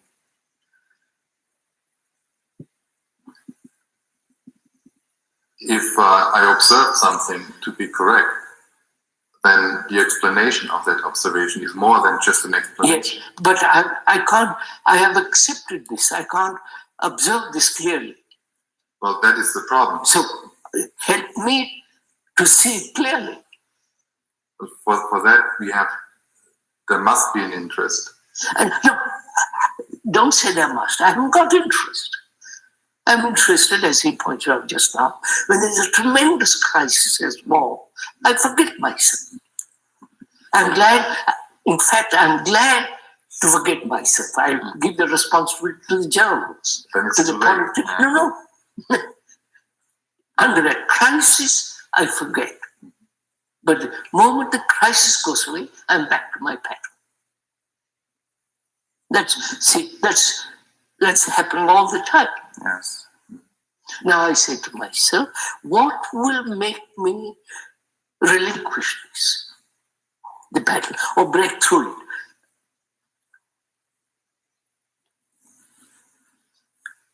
Isn't it that one must see the falseness? Show it to me, sir. I can't because I have not seen it. Then what shall I do? As a human being, you have explained to me 10,000 times how ugly it is, how destructive it is, and so on, so on, so on. And you have pointed out in a crisis, etc., etc. I fall back to this pattern all the time. Right? Help me or show me how to break the pattern. You answer my question? Well, then you are interested. All right.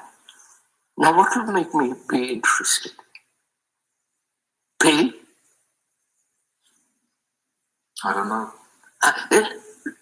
Usually it doesn't. Sometimes it does for a moment, but it goes away. So, what will make me, as a human being, so alert, so aware, so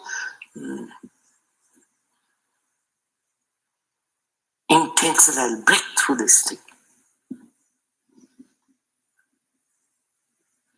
Sir, you state the question in terms of an action, breaking through, relinquishing, or not doing renouncing. anything. Take the opposite. Isn't it a matter of seeing? Yes. Show me, help me to see.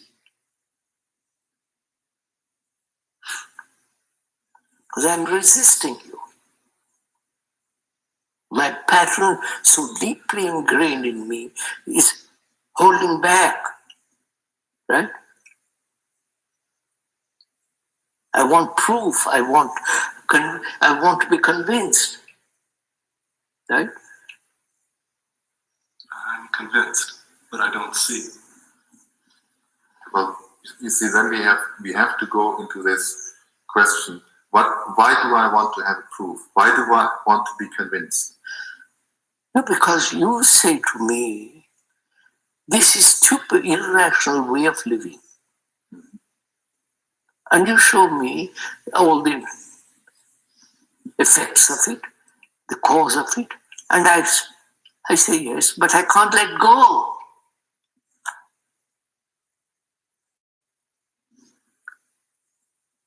Well, as a matter of fact, I feel that that it may well be that all this is stupid and irrational, but since I am there, this doesn't change anything. You see that, as you may say, that is the very nature of me, that I must fulfill my needs no matter how irrational they are. It's that's what I'm saying. So the irrationality eventually cannot prevail because you say that I must first I must take care of my own needs, and then I can try to be rational. You see, that's the. What are my needs then? Yeah, well, some of the needs are real and some are imaginary, but yes, that's it.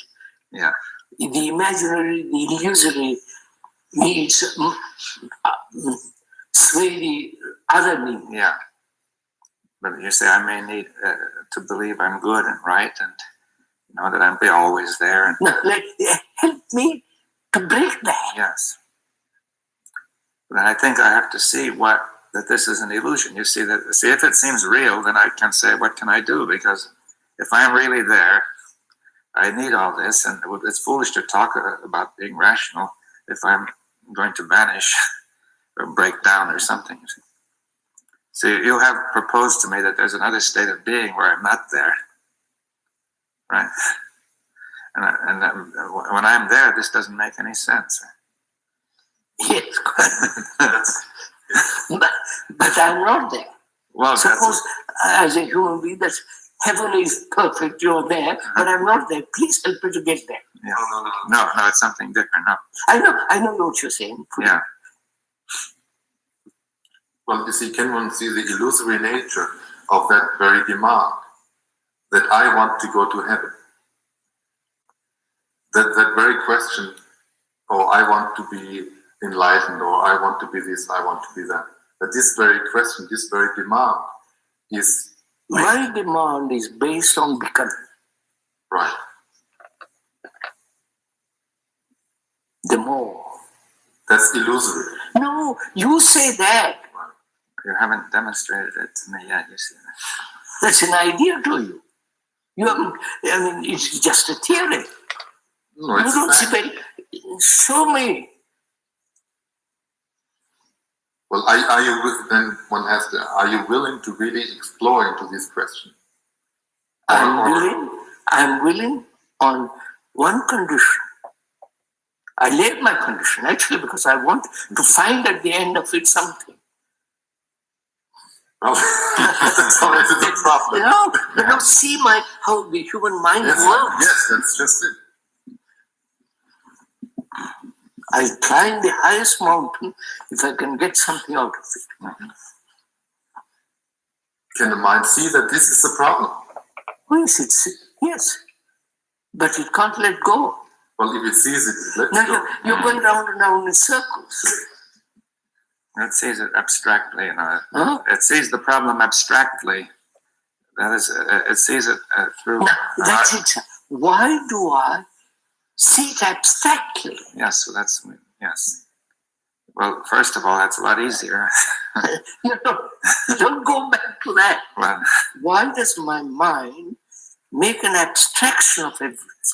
Well, let's begin by saying that's to a certain extent the function of thought, to make abstractions outwardly. We carry them inwardly once again, yes, right? That's how. Yeah, it's the same sort of thing as before. Before, yes. So is there a way? I'm just asking.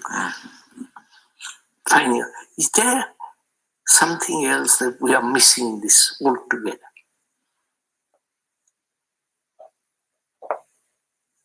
That is, we are still thinking, if I may point out, still thinking the same old patterns. Right? Well, I think that the question itself, contains that pattern, doesn't it? Yes. But the pattern is the pursuit of the pattern is traditional. Yes. But I mean, even in framing this question, the pattern has continued, right? Yes. So can we move away altogether from this and look at it differently? Can we? That is, we are still saying, you listen to me, you must be interested, don't ask. You follow? Move away from that altogether.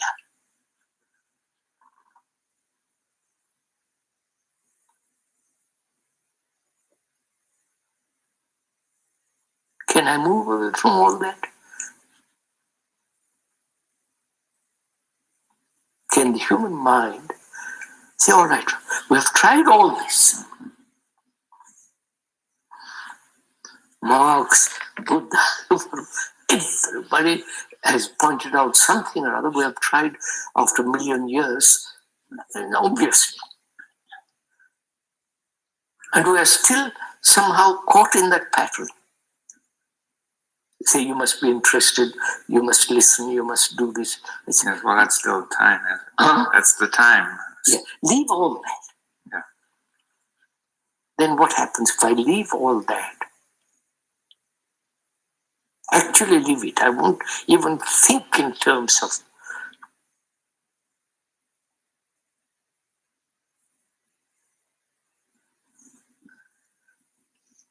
I wonder if I'm making myself clear.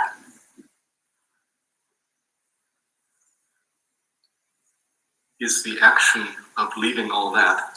Not action. I say, I know you've told me all that. I know.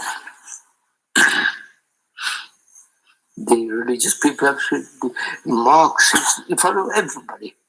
And you add some more explanation, a new twist, but it's the same old twist.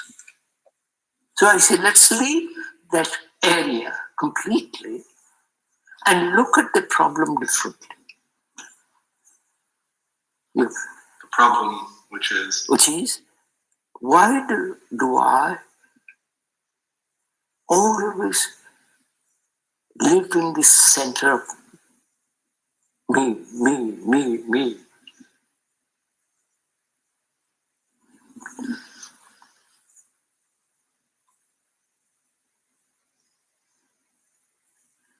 Well, sir,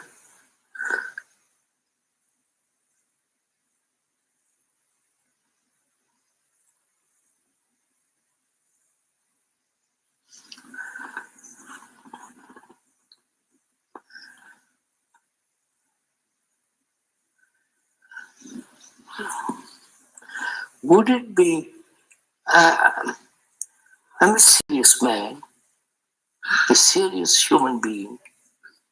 I've listened to all this after 60 years or 50 years.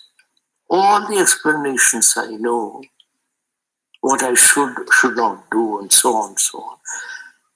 Can I say, all right, I discard all that?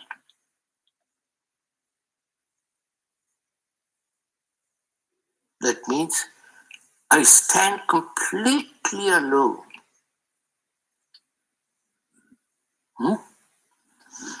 Does that lead anywhere? possibly, yes. Huh? I say possibly. I think it does lead to somewhere.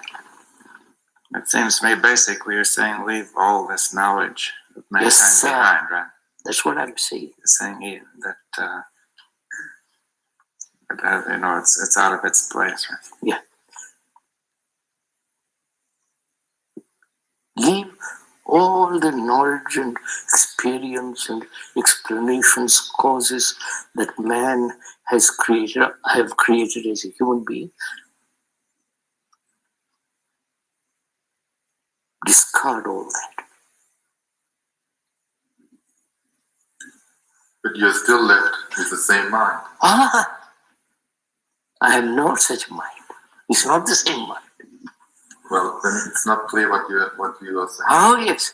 When I discard all this, my mind has changed. My mind is this. Yeah. No. Yeah. Isn't the mind also the basic setup? Which I've discarded. But you can't discard that. Oh yes. I mean, this is an organism. Now wait a minute. My organism has been shaped by the knowledge, by experience, right? To some extent. Yes. And more knowledge I've acquired as I evolved, as I've grown, as I've experienced, gathered more and more and more, it has strengthened me. And I've been walking on that path for a millennia. And I said, perhaps I may have to look at this problem totally differently. Which is not to walk on that path at all. Discard all knowledge I've acquired. Sorry. Yeah, that's part of this, I understand. in this area, right? Huh? In what we're doing in this psychological process. Of course. At the core, at the source, the knowledge is irrelevant. Yes, sir. Further down the line, it becomes relevant. Of course. That's understood. I have one question. The mind, at the beginning of its evolution, or at the beginning, was in that same position. What? The mind, at the beginning of whatever you call man, was in that position. It did not have any knowledge. No, but I don't accept that. Why do you say that? The moment comes into being, it's already formed in it. It's already caught in knowledge. But don't quite understand. Would you say that? Well, I think it's implicit in the structure of thought. Yes, sir. So, That's just it. first of all, to have knowledge about the outward, and then to come and apply it to the inward, and therefore, without understanding that, it was going to be caught in it. You see, but as soon There's as immediate the brain was good enough, developed enough to think about the inward, then it would extend the knowledge outward to the inward, into the area of psychological becoming. Well, you see, if the mind if the mind would start anew, yeah, it would go through the same mistake again. No, certainly not. Unless it has learned. No. Learned in a. I don't want to learn. You're still pursuing the same old path. That's what I'm objecting to. No, I think I just have also problem with words here to choose the right words. I don't want to learn. No, sir. Please just let me go into this little bit. Well, let's say that we should clear it up, because you see, on other occasions you've said, it's important to learn. Huh? On other occasions you have said it's important to learn. But I mean, even about observing yourself. Of course. But now you're saying something quite different. Right? Yes. I mean, it should be clear, that it is different. Why? See, why is it that you have given up the notion of learning at this stage? At this stage, because I'm still gathering memory. Yeah. But there was a stage when it was important to learn about the mind. Of course. No, I don't go back to what I... Just a minute. I'm starting like this, sir. Yeah. I'm just starting. I've lived for 60 years or 80 years, 100 years. And I've listened to all this. Mm-hmm. The preachers in India, the teachers in India, the Christians, the Muslims. I've listened to all the explanations, psychological explanations, the cause, the Freud, the Marxists, everybody.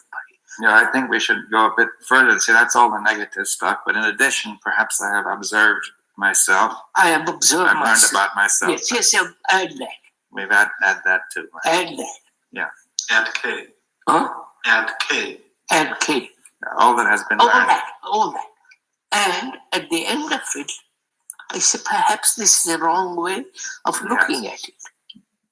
Right? Right. Having explored that way, we finally are able to. I'm not saying perhaps. Yeah. I'm just pushing. But I mean, I want to say in some sense it was perhaps necessary to explore that way. Or not necessary. It may not have been, but given the whole set of conditions, it was bound to happen. Right? So now I've come to a point when I say all that is knowledge, we'll put it in that word, I discard it. Because that hasn't led me anywhere.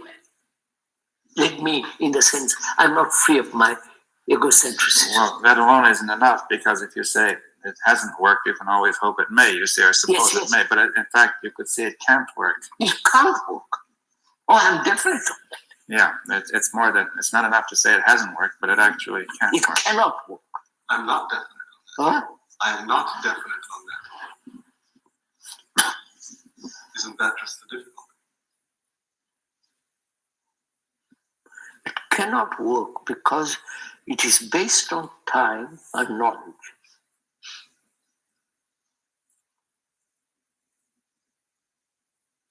Which is thought.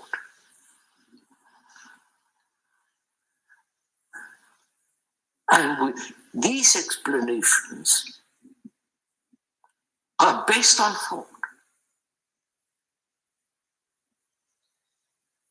Acquire knowledge and so on and so on. Would you say? Well, as far as we've gone, we've based it on knowledge, on thought, and not only thought, but also the habitual patterns of skill and all that, which is an extension of thought. So when I put those aside, not casually, not with an interest in the future, but I see the same pattern being repeated in different colors, different phrases, different pictures, different images. discard all that totally.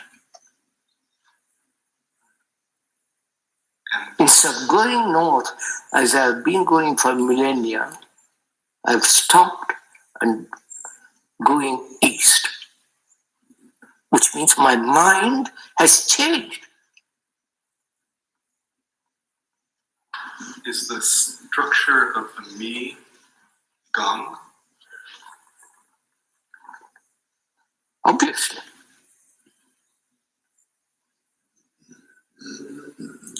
Without insight into it? No. Okay, I won't bring in insight for the moment. But there was insight to do that. I mean, to say, to consider doing it was an insight. So my insight was the whole thing wouldn't work. But when you said it, the whole thing cannot work. It cannot. But I think that's an insight. For me, I say it cannot work. But you see, then we go back to the idea. How do I acquire insight? No, but leaving all that aside, just saying it was an insight, but the question of how to acquire it is not the point. The point. It is an insight that says out. Yeah. Out to the pattern? Out. It's finished with this constant becoming through experience, knowledge, for patterns. Finished. So would you say that that kind of thinking then afterwards is a totally different kind of thinking? Evidently you still must think. I'm not sure. Well, you may call it something else. I won't call it anything else. Please, I'm just fishing around. Which is, after having lived 100 years, and I see everybody pointing out the way to end the self. And that way is based on thought, time, knowledge. And I say that I know that. I have an insight into how to use that. I have an insight into that, therefore it falls away from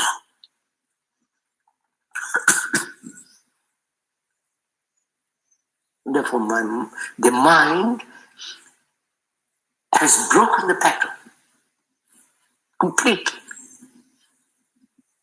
Not going north and east. You break the pattern.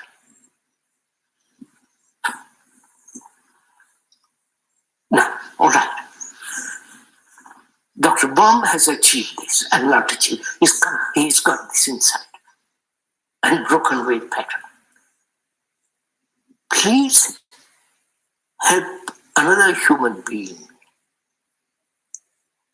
to come to that.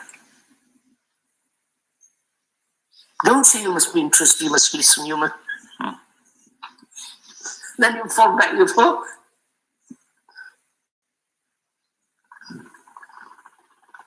How will,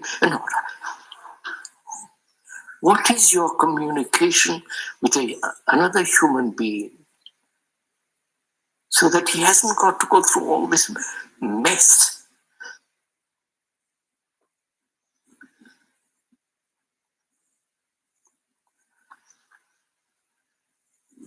You follow my question?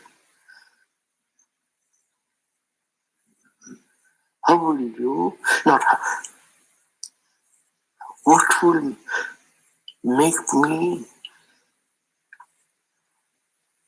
absorb so completely what you've said?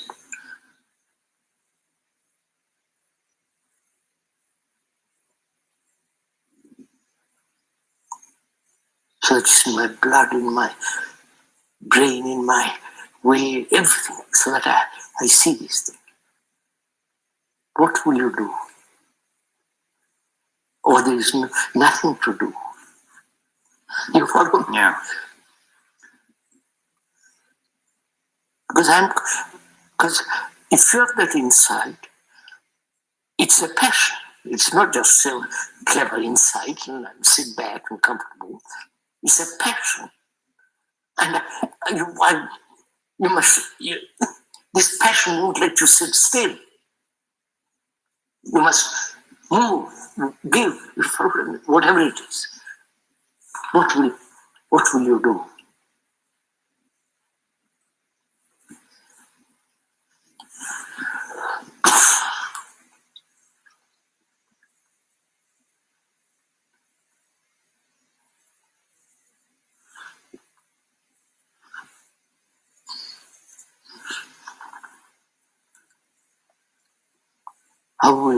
No. You have that passion. Access that passion of this immense insight.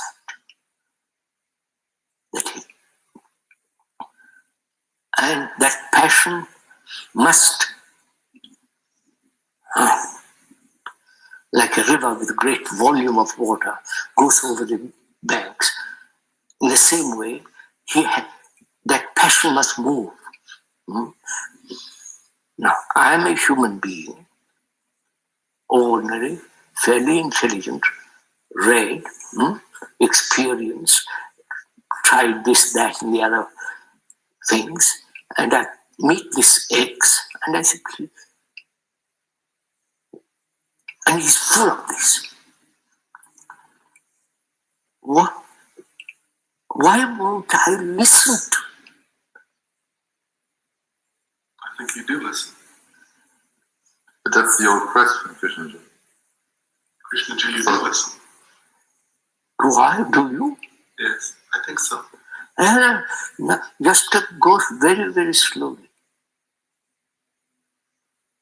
Do you so completely listen that there is no resistance? No saying why? What is the cause? Why should I? You follow what we've been through all that. We walk the ground, the area, endless, back and forth, corner to corner, north, south, east. We walk all over that area. And X comes along and says, look, there is a different way of living, different, something totally new. Which means, please listen, will you? So completely that you know.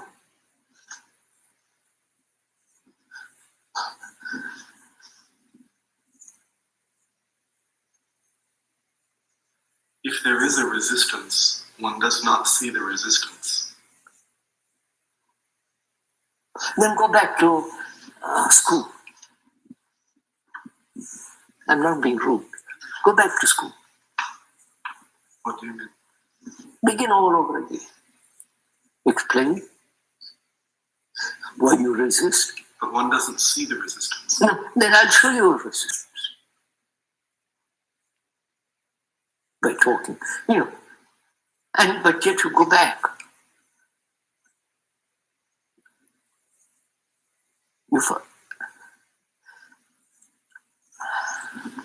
Krishnaji, did not your initial question go beyond this, where you asked, let's leave this listening, its rationality, let's all leave this aside. Yes, sir.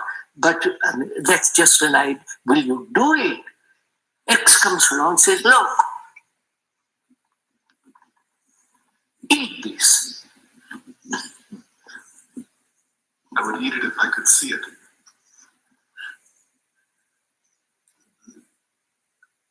Unless you can see it. Very clearly you can see it. The me. Don't. That's what I'm preventing. You follow? He said, don't go back to the pattern.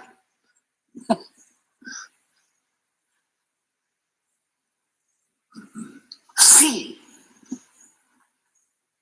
Then you say, how am I to see? Which is the old pattern. I don't have me. Just see.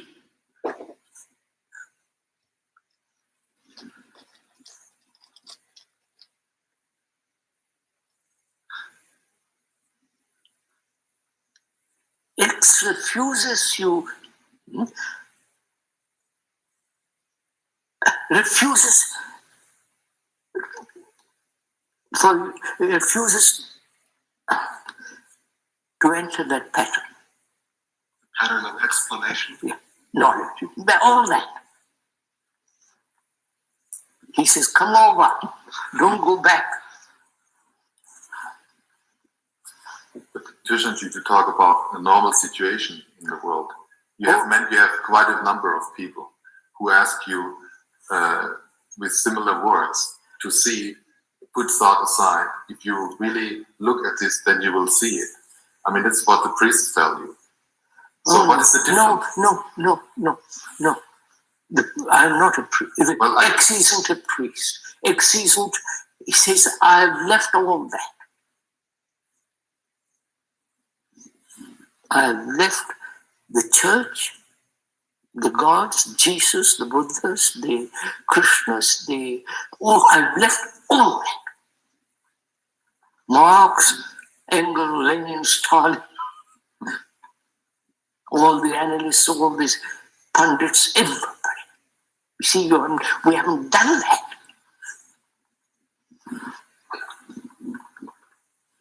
The excess do that.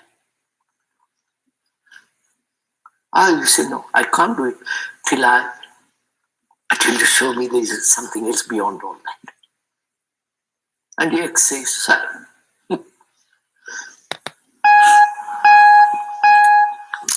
has that any meaning, sir? Yes, well, yes. You see, I think that if you say leave all the knowledge behind, but knowledge takes many subtle forms which you don't see, right? You see, even you're full of this insight, and you've discarded all knowledge because of that.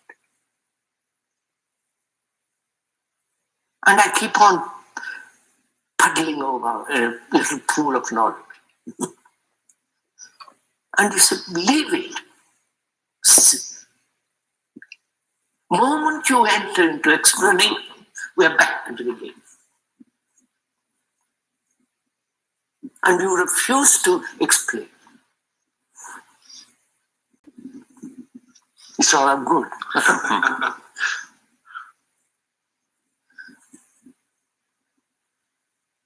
Yes, sir.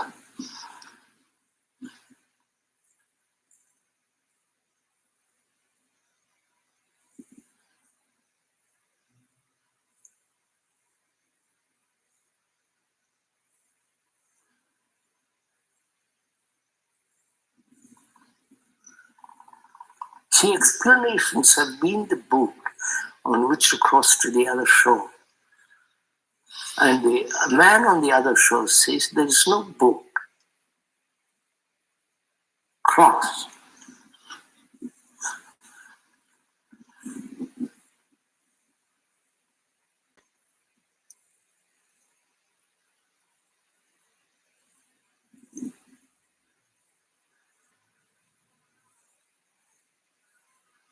Now, you X says that.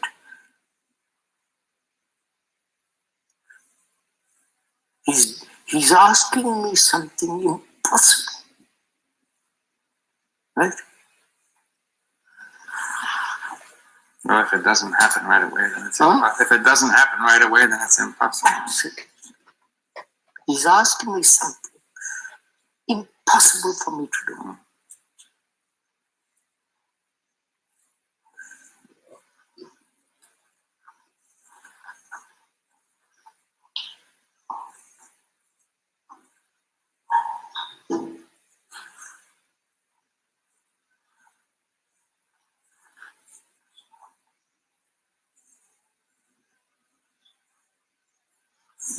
Bees, yeah, very active. It's so warm.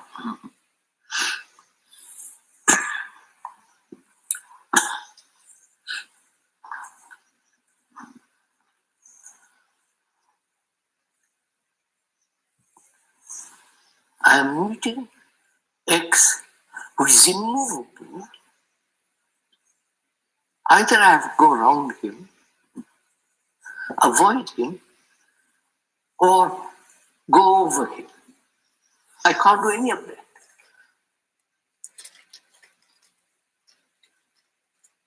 But X absolutely refuses to enter into the world, into the game of words. Then what am I, who have played games with words, what am I to do?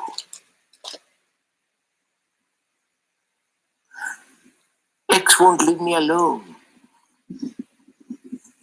Right, sir?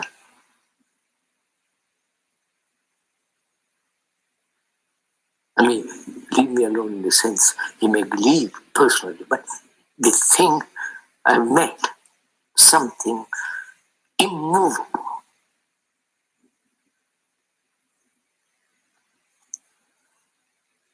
And it's there night and day with me.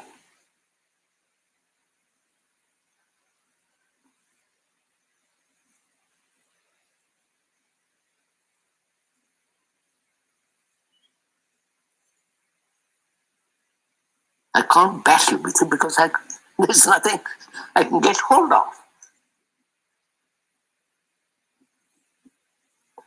So what happens to me?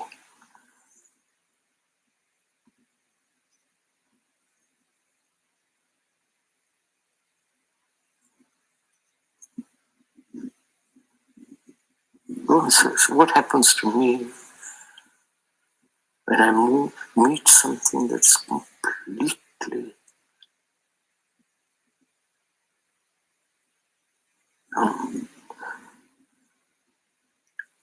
solid, immovable, absolutely true?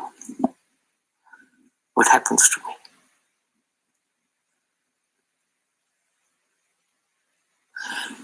Is that the problem? That we have never met, sorry, I'm just putting it, never met something like that.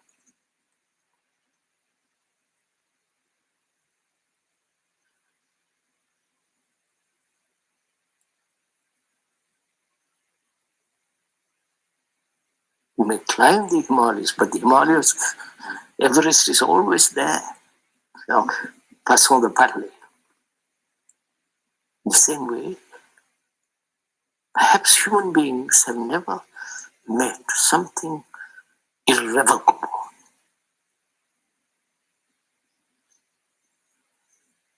Something absolutely immovable. Either I'm terribly puzzled by it, or I say, well, I can't do anything but walk away from it. Or it is something that I must investigate. You follow? I must capture it. Right? Which is it? But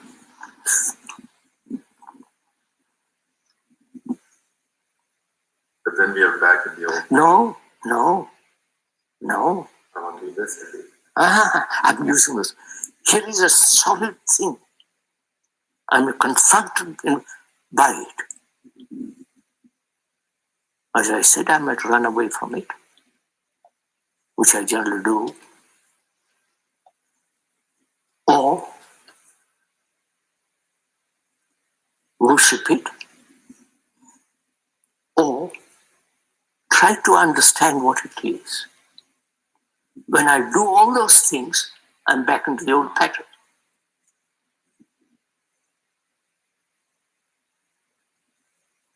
So I discard that. When meeting X, who is immovable, I see what the nature of it is. I wonder if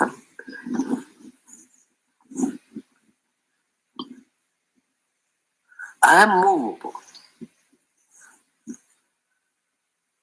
as a human being, but X is immovable. Compact, the Contact with it does something. Must.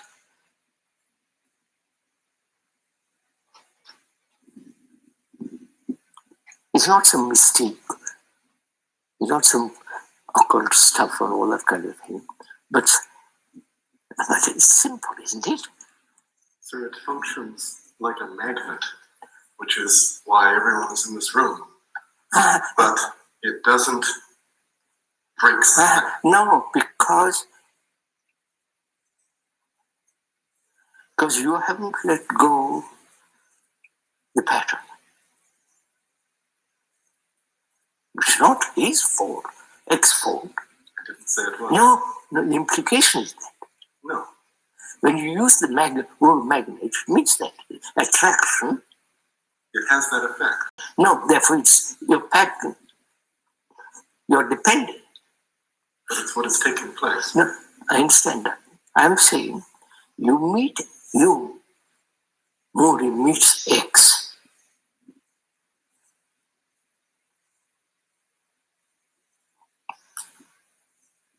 What happens?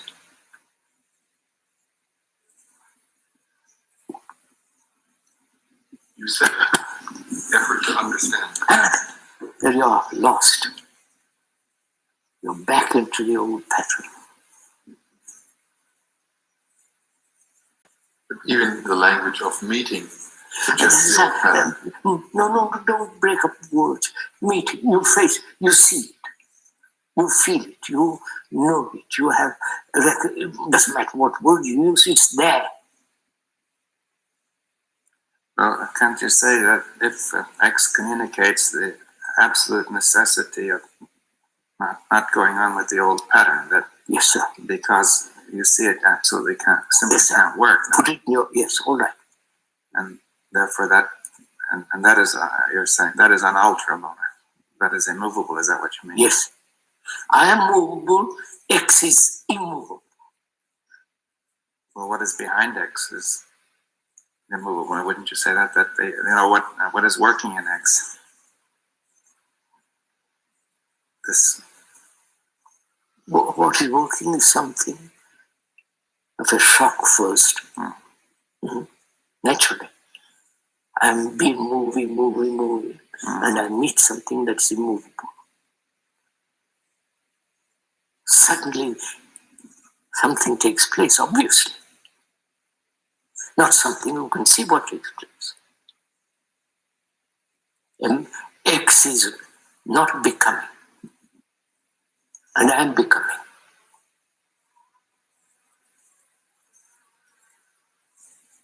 And X has been through explanations and all the rest of it. And it shows that becoming is pain.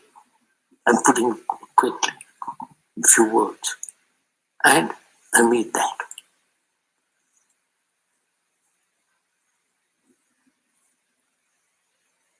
So there is the sensitivity of, all right, let's put it the other way. The explanations and the discarding of many, all the explanations has made me sensitive. Obviously, much more alert. When I meet something like X, the sense, naturally, there is a response, not in terms of explanation or understanding. There is a response to that.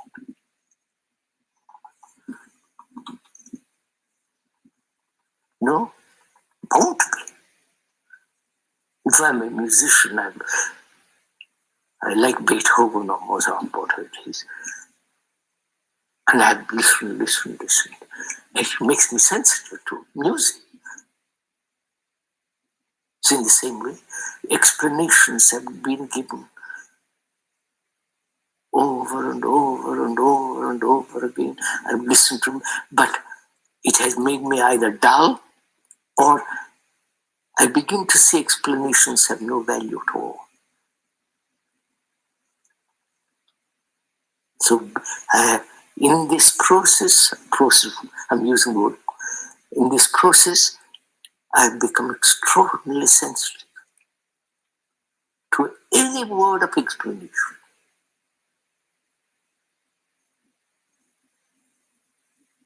I'm allergic.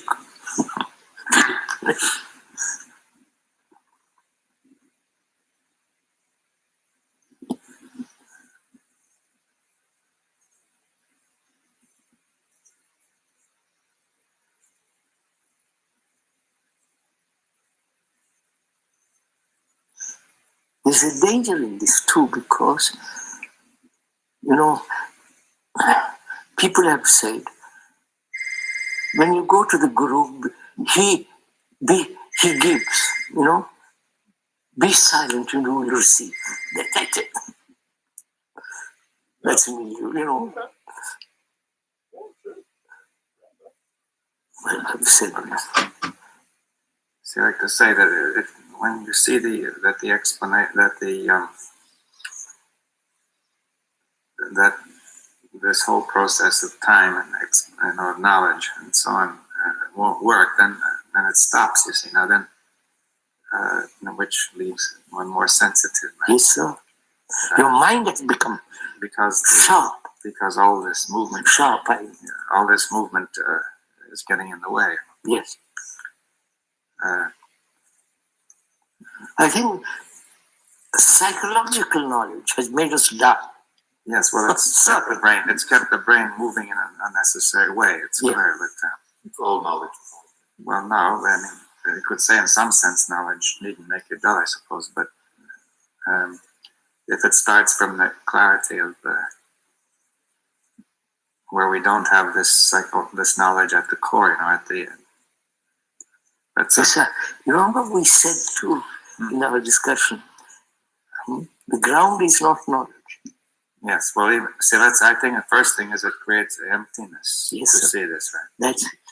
But not yet the ground. I mean. Yes. Huh? But not immediately the ground. No, that's right.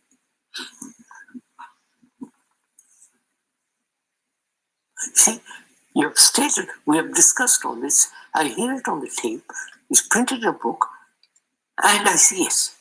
I guess you follow it. By reading it, I've explained, you have explained, I have acquired knowledge. Then I say, I must have it. Yes. Well, the danger is, it's very difficult to communicate this in a book, you see, because it's too fixed. No, that generally happens. Yeah,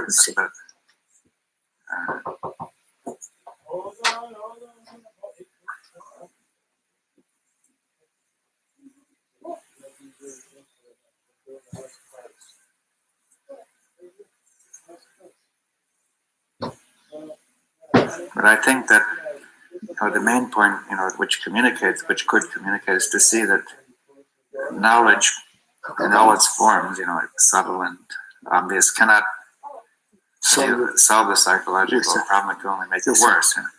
But I'm using some tracks as supports and stuff like that, so I'm trying to get it. It's pretty solid, but don't if you knock it. But then there's another energy which is involved. You see, but now what's happening?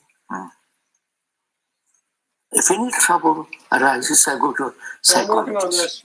I don't know what you're working on. If any family trouble, I go to somebody who will tell me what to I'm do. thinking about having the marble track or the Everything marble is thing being around me, is being organized. Come through the house of cards. And making me more and more and more helpless. Screw it through this tunnel. Which is what's happening. Yes, well, that's part of the same So that probably involves trend. It's part of the same trend to extend knowledge into every space. To organize our lives in more and more detail. Maybe this goes now. Making sure that gets up. What time is it? I'm about 20 past 5. 5:20. Think about that stuff. Shall we meet again? On Saturday, we suggested. I don't know where it went. Yes, let's do it Same time. Should be very, very careful. This is the fifth dialogue between J. Krishnamurti and David Bohm in Ojai, California, 1980. I think we have to say so. Well, I thought that perhaps we could go Now, we raised several questions all through these discussions. One was the nature of this ground that we discussed, and whether we could come to it, and whether it has any interest in human beings. And Believe me. it's 5 o'clock. Whether also we discussed the possibility that there could be a change in the physical behavior of the brain. Yeah, give me some pointers. What do you think? Where can you go now? Are you helping me build, or are you going to do your own thing? I can't afford to go out anymore because I spent all my money on. Could we approach this question? It was a good movie, eh? From point of view, No. why have ideas? Okay, so we're just going to relax Is on the this end ground of the an table. idea? That's what I want first. I'm going to work on something else. I think I got the bass pretty solid. Why As have long as I don't ideas kick it. become so important? I've been kicking it all day long. I should say, perhaps because the distinction between ideas and what is beyond ideas is not clear, that ideas are often taken to be something more than ideas. That we feel it's not an idea, but actually a reality. That's what I want to find out. Yeah. Is it an idea? You're a rock star. Or is it an imagination, an illusion, a philosophic concept, or something that is Always got to find the right absolute place in for the it. sense there's nothing beyond it. How can you tell if there's nothing beyond? I'm coming slowly. I want to see whether we look at that Coming or in for a we landing perceive that or have an insight It's into going to be rough. that as from a concept. What's up? Because after all, the whole Western world and perhaps also the Eastern world is I like those. based on concepts. Yeah. Nice. Uh-huh. Their Needs whole more candy. No hole outlook, needs more their candy. religious beliefs is all based on that. All right. Even and in Asiatic world too. But You don't mind if I watch the news? Yeah. do we approach it from that point of view? What are we doing? Well, you haven't given me any suggestions. A philosophic I'm not going to get into everything. It's not my job. investigation, Well, who you with? philosophic in the sense love of wisdom, love of truth, love of investigation, But your dad said that we can't go the outside. process of the mind. Are we doing that when we discuss or when we want to investigate or explain or find out what that ground is? Yes, well, perhaps not even all the philosophers have been basing themselves on concepts. I mean, but certainly philosophy is taught through concepts. Yes, that's what I'm just questioning that. Yeah, but I mean, whether all the philosophers really wanted to base everything on concepts is another question. I didn't say all, some. Let's say some. Most of them, in fact. But, Most of them. And certainly, it's very hard to teach it except through concepts. Right? So I just want to know.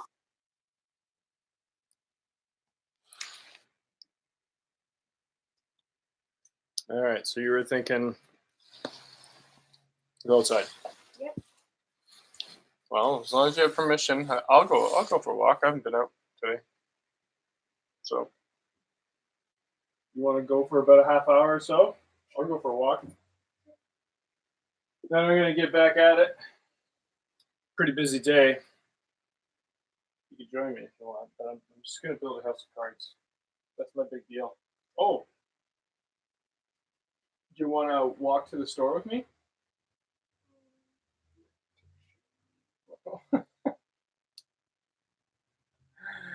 All right, we're gonna go for a walk with you for a half hour. Then you're going home. Yeah. No, you're going home. Going for a walk for a half hour. It's a half hour with me today. Yep.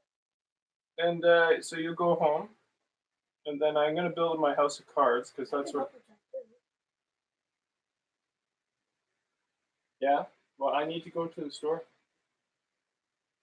You gonna walk with me? Well, here, put it this way. Either you walk with me to the store after our walk, or you go home. Pardon me?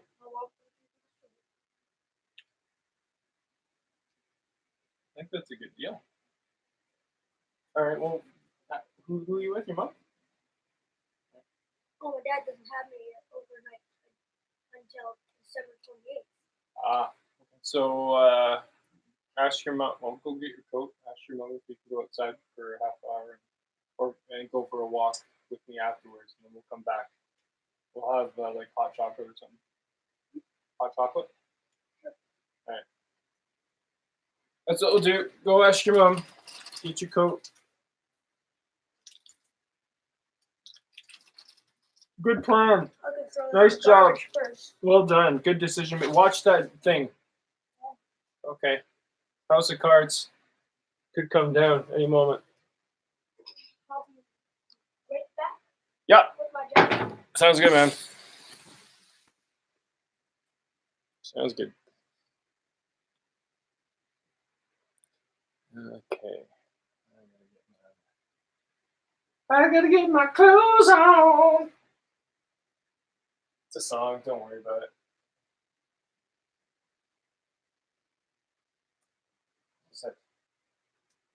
How did that go? It's getting hot in here, so take off all your clothes. I am getting so hot, I need to take my clothes off. I think these shoes are breaking apart. Yep. Nikes, eh? Yeah. You're a very rich individual. I'll be right back. All right, see you in a minute. I got these online for $10, okay? Mm-hmm. Good, good price. $10, not bad. $10.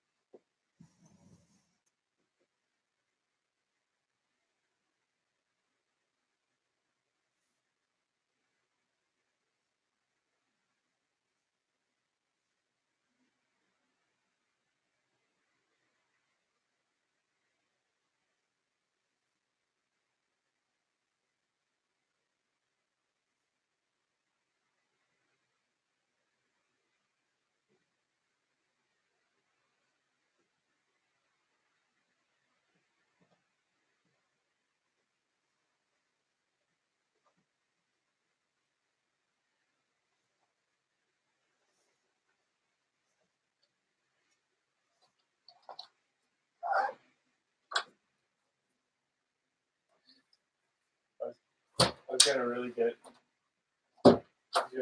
you there. I could take a man's head off with that card.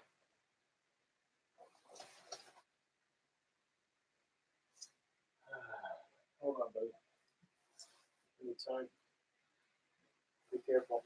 House of cards. Stay on that side.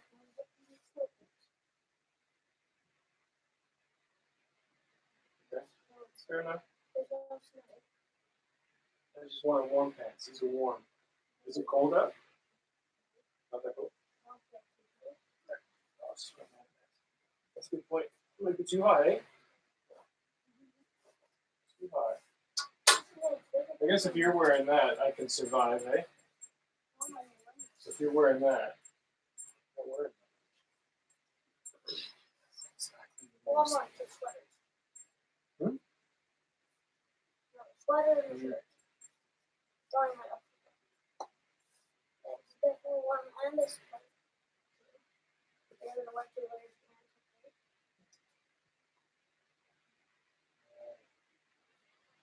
I swear. You still haven't turned this up. That's the part of the quarter.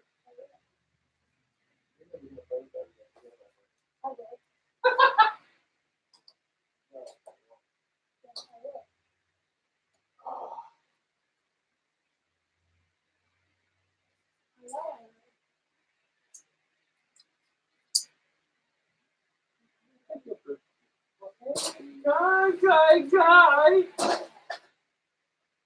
Can you put that back? Yeah. Have you played it before? No. I'll play you a game. You should play a game of Battleship one of these days. I think you do very well.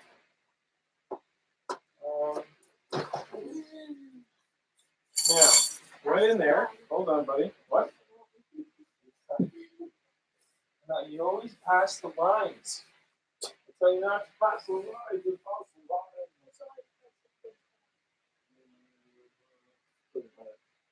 Just don't touch the corner of that thing. I'm fine. And remember, like, how you create wind as you walk by things. Again, severe beatings for you if something happens. You remember that last time I gave you that beating? Oh gosh. That was a fake beating. I obviously didn't beat you hard enough. Then. That was a fake one. Don't touch the corner.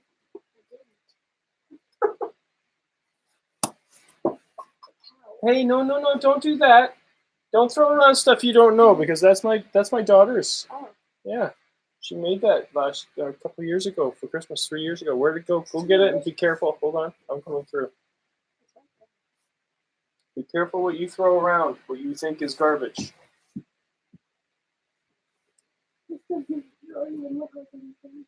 Unbelievable. Look. Unbelievable. What is this? Is a cow holding a candy cane? I don't know. Yeah, it's cow. It's cow with candy cane is. Well, it's genius, man. And now she's in university and she's taking animation. She's doing animation. Yep. It's hanging on the tree. Well, I don't have a tree. I don't want a tree. You should. Well, where are you going to get me a tree? No. Are you going to Are you going to decorate my tree? Are you going to clean up after my tree? This is my tree. This is my Christmas tree. It's a carved tree. My tree. Oh, look, do you see where I put the presents that were on here? Yeah. Way back in the corner in there. Yeah. They're kind of like the just in case something goes wrong. Then they can. What's that?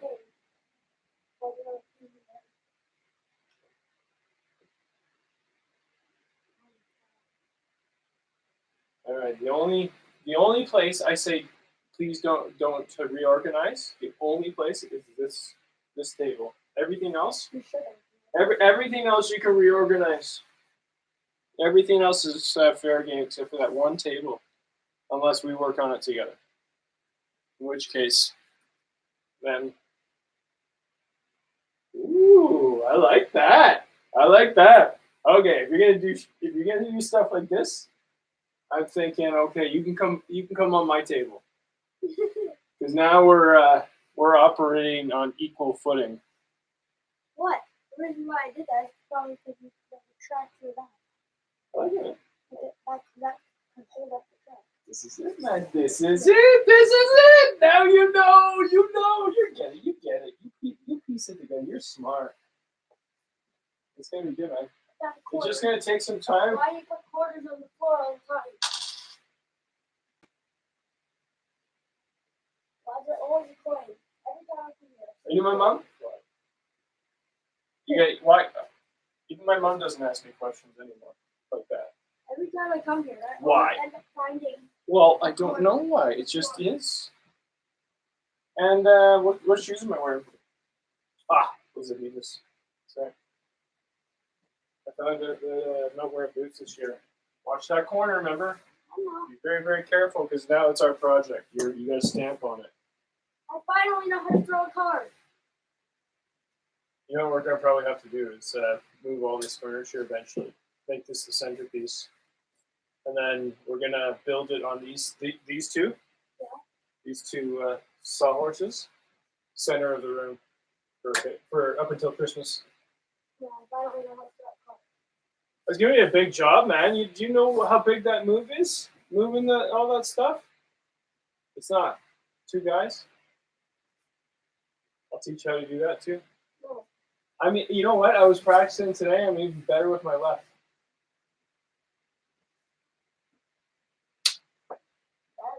There you go. Try your left. And then try your right again. Go back and forth. Right, left, right, left, right, left. The glass right here. I hit this glass right here. This water. Nice job. See, this over here I was using as a practice, but now I don't want to lose cards as much. So if you find a spot, and you get a group of cards like this, dude, Yeah. and you want to just whip them at anything, pick a spot. But not the kitchen, like this, not the kitchen, but anywhere in here. I'm gonna pick this back area. I'm gonna try to hit that picture in the back with the musicians. So that was sideways, right?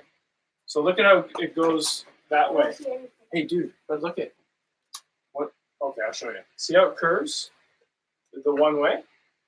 But if you go with your left hand, it curves the other way, so you can get at it a little bit better. Just by. But I'm going like that. Oh yeah, that's what I'm doing right there. Yeah, that's right. Use your now. Where's the motion? Yeah. Watch that corner. Where's the motion? Where's the motion? It's in your wrist. In the wrist. So it's a flick of the wrist. Just like a good. Okay, that did something. Yeah, that did something. See the power? So now you have to get the card rotating like this. Now you have to get the rotation. So that's all you have to do. Yeah. Less arm. Less arm now. More wrist. And just flick. Well, Flick. You got it.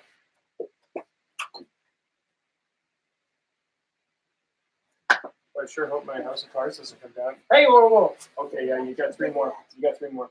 Oh, what's that one there? That's a special one. Go ahead. Those two. No. You're hooked. Then you set up targets for yourself and you try to knock them down.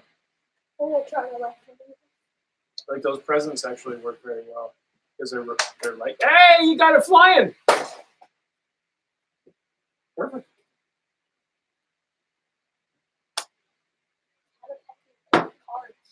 What?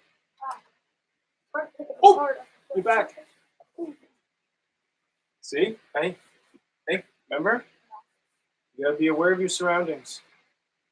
Remember I told you the one thing. I know, and you can use that. But hey, whoa. Remember that you almost knocked this. Yes. Can't get close. Okay. I've knocked it several times. I don't want you knocking it. I knocked it so you wouldn't have to.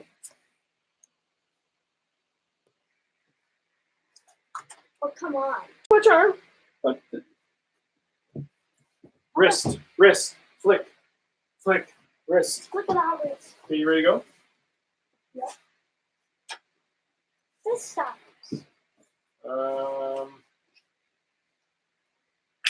Yeah, that's not Okay, hold on. I'm gonna bring this computer back. Plug her in.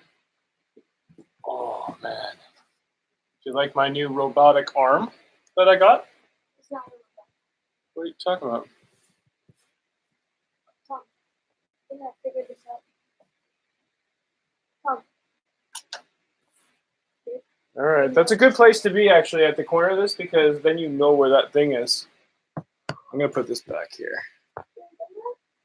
This is where it was when you Hey, Tom. came here, right? Hey, Tom. Yeah. You know this thing right here?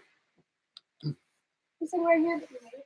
I found the top piece of it. That I made. That thing. That little thing. No, the top piece of it there. Oh, there it is. Okay, yeah, that Cooper made it. I didn't make that. Cooper made that. I gotta get some good lights in here too. I want this to be lit. That should be pretty easy. Always starts with a good base, eh? Let's go outside. Ah! Outside. Okay, well, I need my coat. I like your enthusiasm.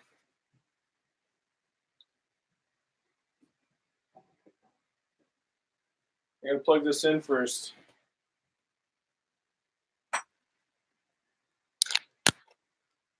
Certain things that need to be done before exiting the premises. Like, put maybe a hat on. That would be nice. A toque of some sort. Yeah, I'm getting my toque on. Is that allowed? Okay, now I'm gonna put my coat on. Do I have time for that? What? Oh, I thought you said I had to rush it. So I don't have to rush it? Okay. Because if I rush it, I'm gonna take down the whole house of cards.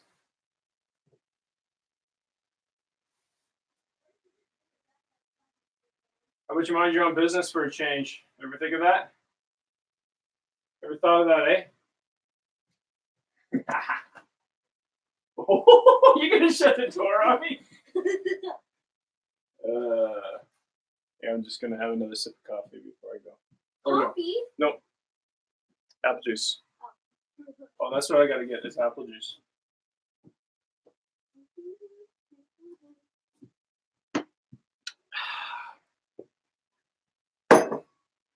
Apple juice.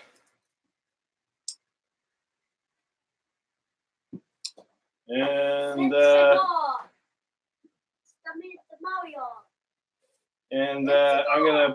gonna heat up the best chocolate milk for the best hot chocolate we've ever had. Oh, and hold on here. I need money. Where the heck did I put my money now? Here it is.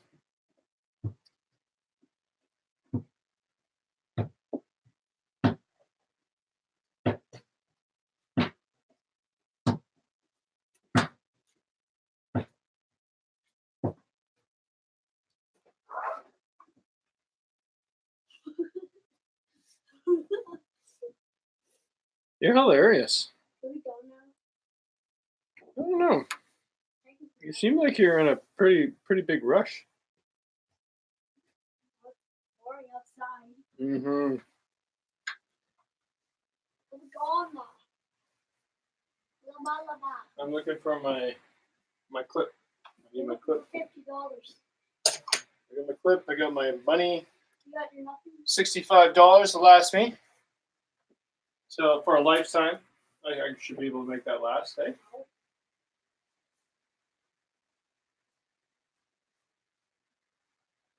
Buy an apple for 60 cents. I know. That's what I'm gonna get. Should I bring the camera? Do I need to take pictures of you? I think I'll take pictures of you. Let's take videos. Video? Who would want to see you? Okay, I'll take the video camera. Yeah.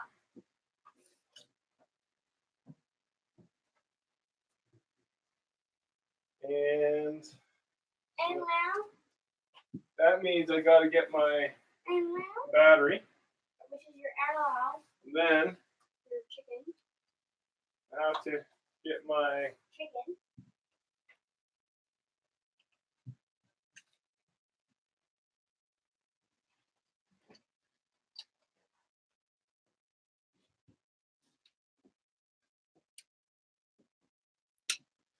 I need to get a memory card.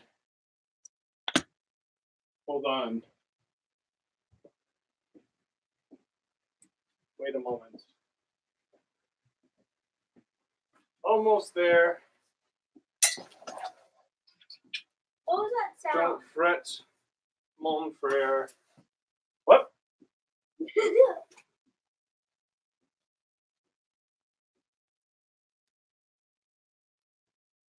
Hello.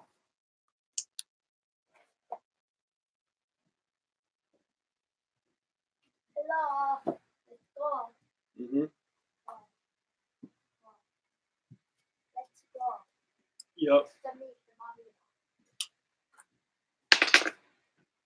The more you say that, the more time I'm going to take. Do you realize this? What's happening? I'm not. Yeah. So. But I also need my tripod. It's me, Mario. I wish you knew about technology, or dude. You could fix my camera. Maybe I should just take my iPhone. Just take the iPhone. That'd be better. It's charged, yeah.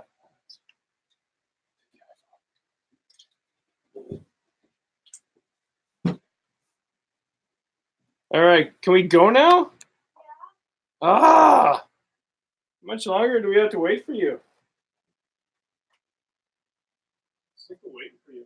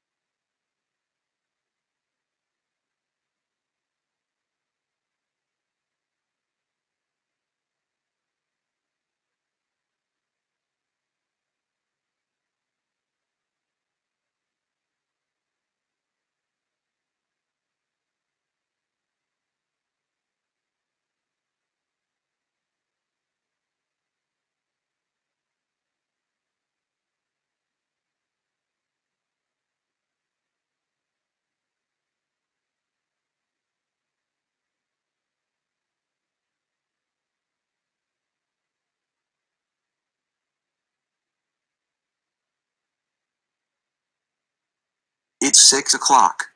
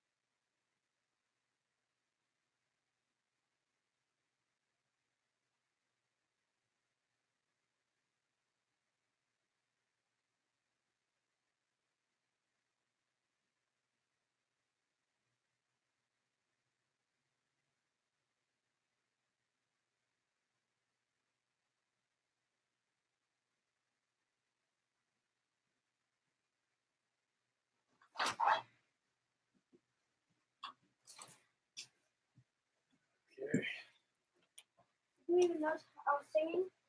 Yes, you have a very nice voice. Well done. That was just a new song I found out about. You want to work on that one? I don't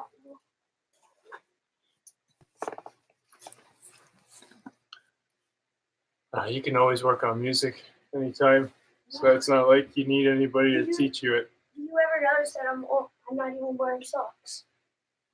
I didn't notice. Are your feet cold? No. You survived it. I'm amazed that we survived. I'm not cold right now. No, it's not that cold out there, is it? All right. So I'm gonna do my thing in the kitchen here. Yeah. Keep yourself busy. You know all about that. Throw a treehouse on if you want. How the heck did this thing not turn on? Well, first of all, you point in the right direction. There you go.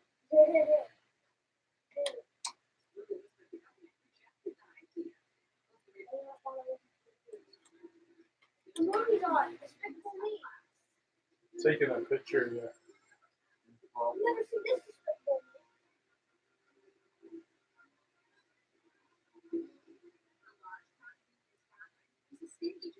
Me.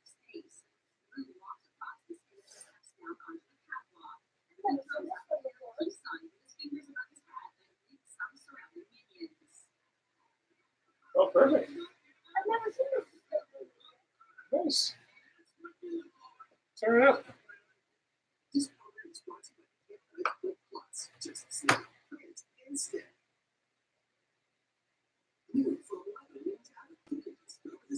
See that Lego snake right there?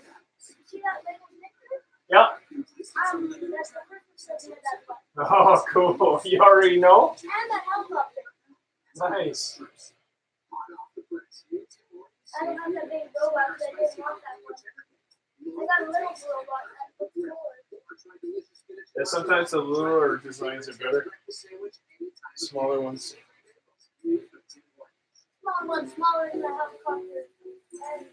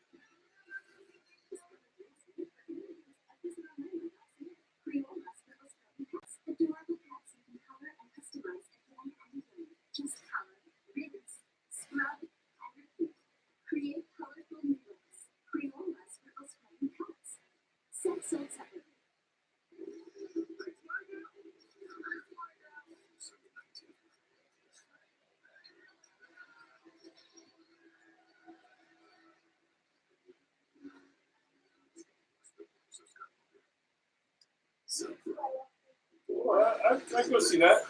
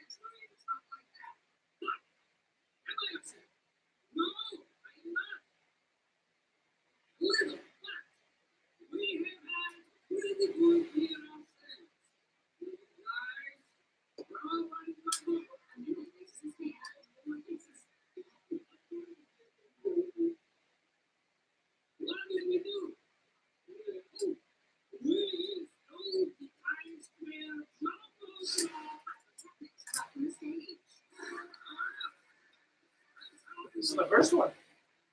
It's the first one. Isn't it? Oh, it's the second one. I don't even know this one. I watched this in Ah, third, baby. Maybe this is the third. Second. I guess the second.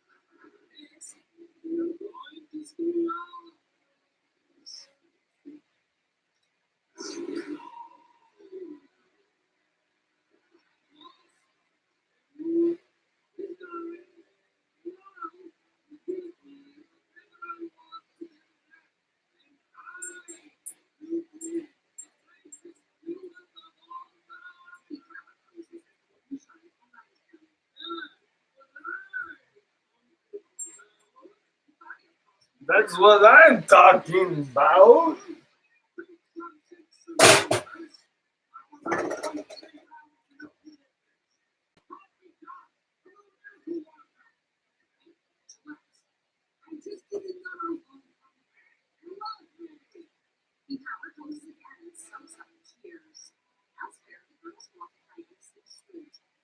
That's another reason why we need the remote to turn that commentation off.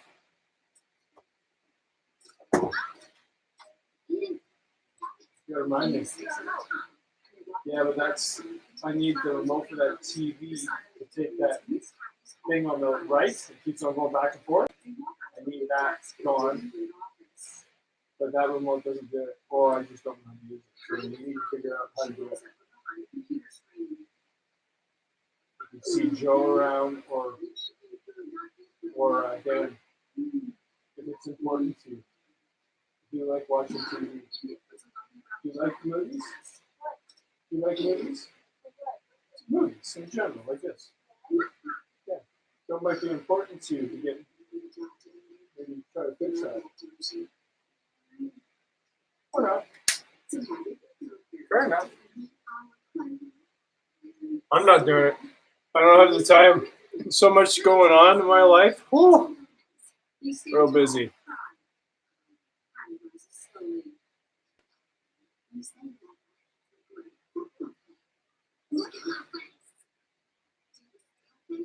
It's a great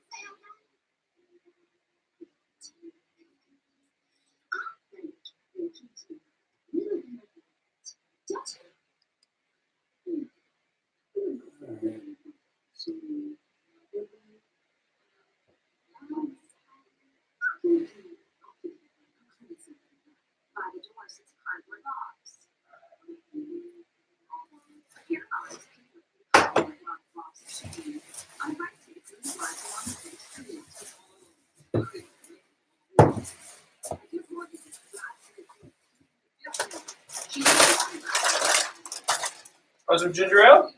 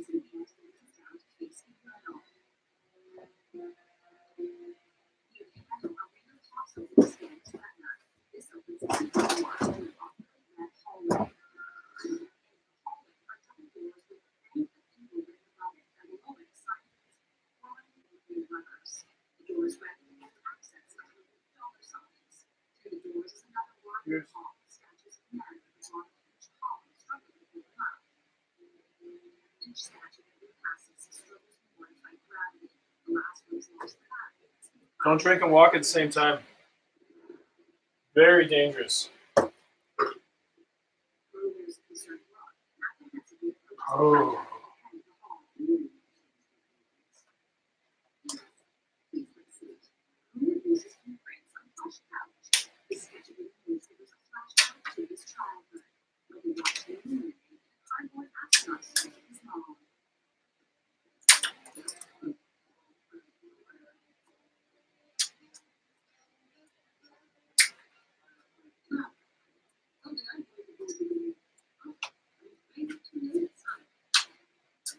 Sorry, buddy. It's part of my process.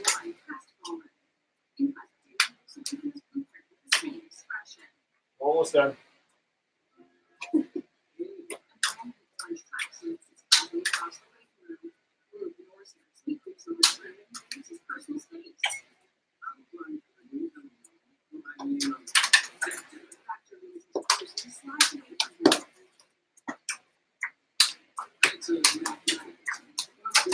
Done. Done. What happened?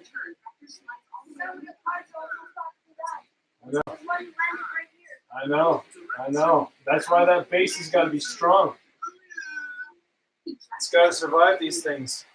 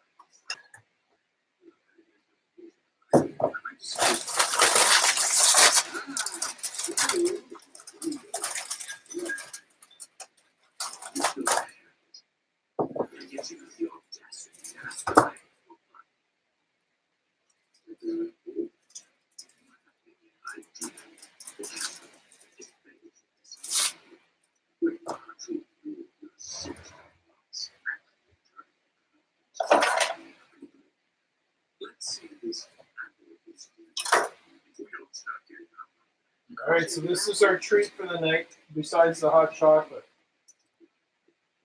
At last.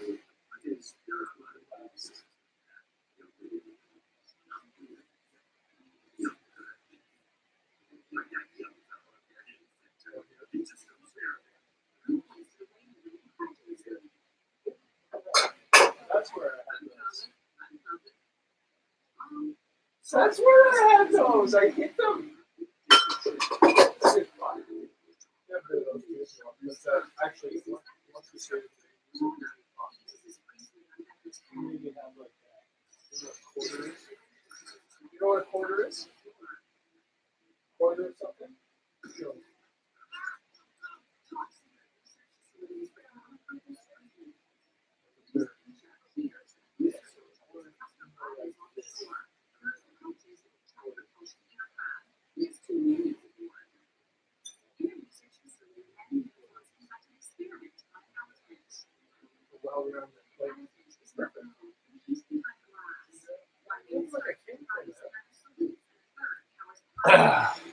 Does it get any better than that?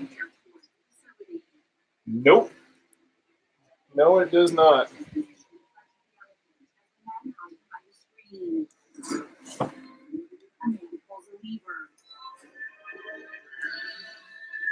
The elephant is behind the ray as it crackles with electricity. The button is pushed and a blue ray blasts the elephant. Section by section, the animal shrinks. The men in uniform celebrate.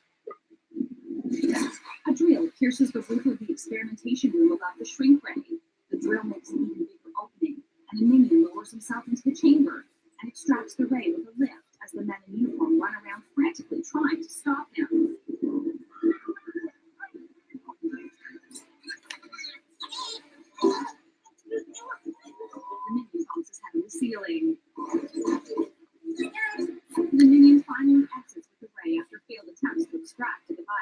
He is lifted directly onto Gru's aircraft. Quick getaway.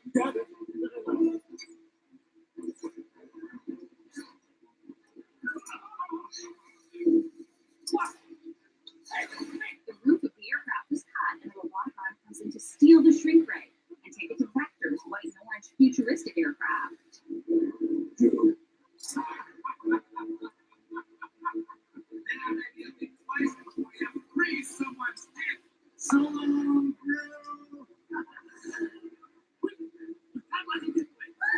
Gru follows the white exhaust from Vector's aircraft with black smoke spewing from his.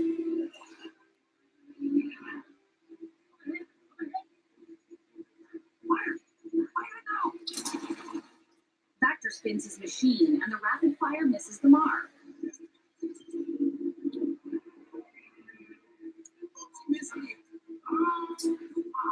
Gru opens a latch on either side of the craft and brings out the big guns. Large missiles simultaneously head towards Vector. He returns fire and takes out each missile one by one.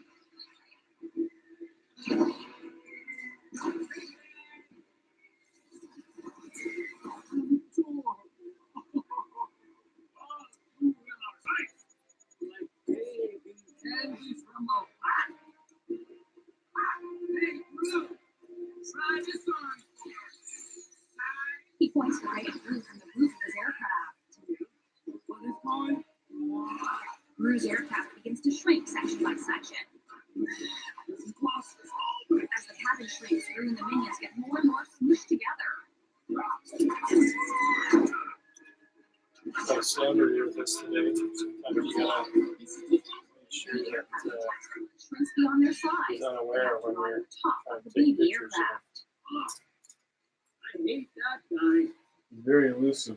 Breaking This news. animal. One of the greatest spies the world has ever seen is about to gain a Sometimes new he'll look up. perspective on life. Most times he's just watching TV.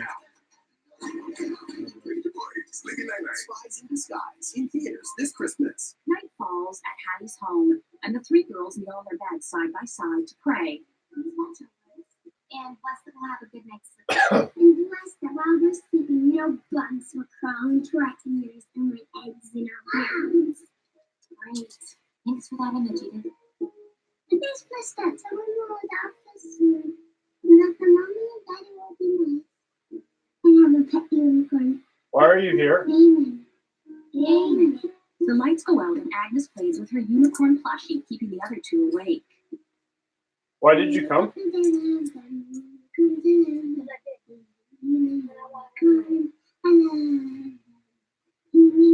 It's fair.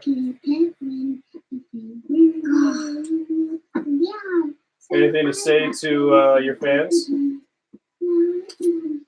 Hi. At Vector's You look like a fortress, king there. along Windowless building, Gru pretends to walk a black You pretty dog. much have it all, He is don't wearing you? dreadlocks and tie-dye as he tries to scope it out undetected. Behind the fortress is a pyramid-shaped structure painted to look at the sky. I'll work on that. A shark swims in a large water tank revealed to be the floor in Vector's living 8 room. seconds left. Vector snaps What on else you chips want while lazily playing video to say? games on a wide curved screen. Outside, Gru's fake dog and leash are turned into binoculars. While he tries to gather intel, Vector interrupts his game for a security alert. His screen shows him and the fake dog telescope. Got this With a huge push of a button, a I gun is got released this like that shoots the fake thing dog. go down my screen. It's like my camera's busted. Now he uses other spy gear, but is detected each It looks kind of time. cool. Vector Same time. controls all the booby traps around his home on a keyboard from the comfort of his couch. Do you even care? Yeah, care to do it. Just care about this. Done. They're talking to your kid. You good man, Wendell. Gru jetpacks in Keep and up is the good ejected. work. He tries underground, but the shark stops Solid. him. Vector uses his thumb to push the buttons on the keyboard and activates heavy artillery, all pointed at Gru.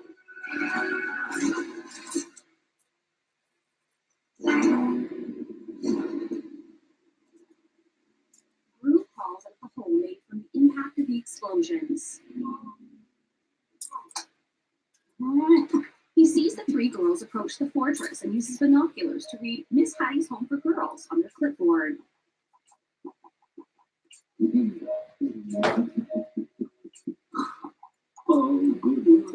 The security camera detects them, and the big guns come back out. Hi,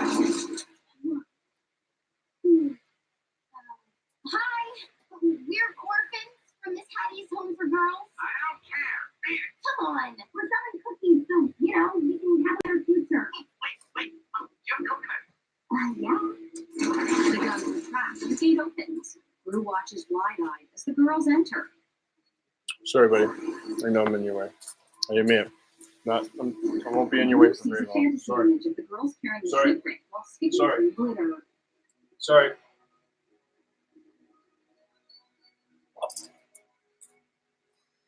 Merry Christmas. Not having a party. I'm going to need a dozen tiny robots disguised as cookies. Cookie robots. At Hattie's home, Gru is dressed like a dentist.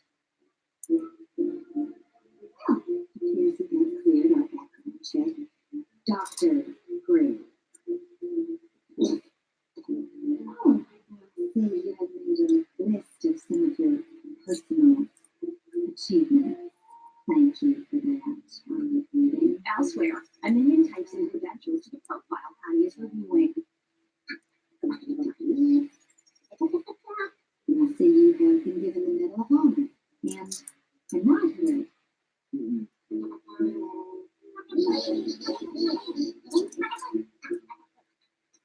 You had your own cooking show, and you can hold your breath for 30 seconds. A shorter minion takes over the typing by force, and they fight. The minion whacks the shorter minion's head onto the keyboard. Well, here's the deal. Things have been so lonely since my wife, Debbie, passed on. It's like my heart is a tooth.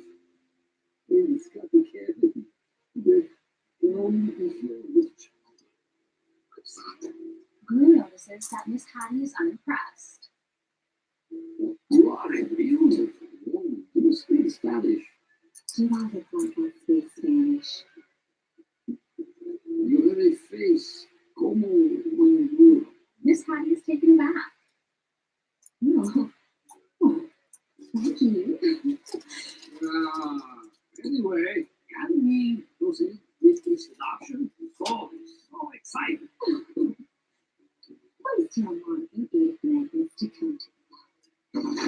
They run into their rooms to pack.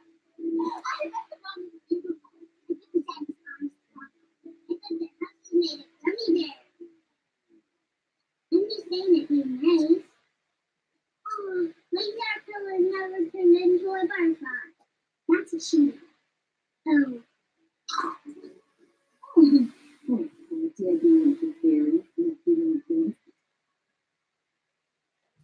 Who's Debbie? Your wife. Oh, you know. Gru looks down on them with an awkward smile and a mouth staying open. I'm not doing the dishes. Girl, I want you to meet Mr. Gru. He's going to adopt you. He's the dentist.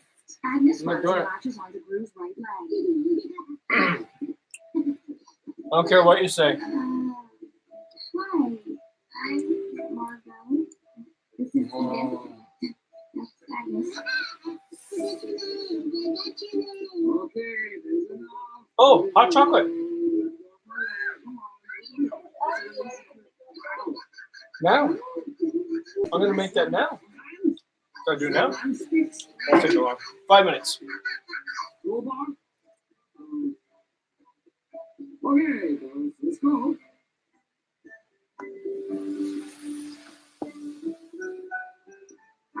Gru's jet propulsion vehicle burns a little boy's red balloon as they pull away. Margot and Eve still wear their frowns as Gru drives recklessly through the city. At the fortress, Vector poses with the shrink ray in front of a bathroom mirror.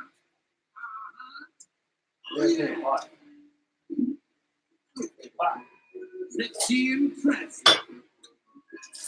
What are you looking at?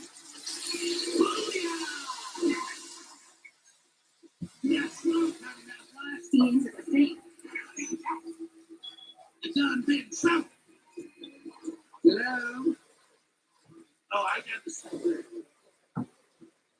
No, I'm not. Named it. Brew Cook. Don't make me laugh. No.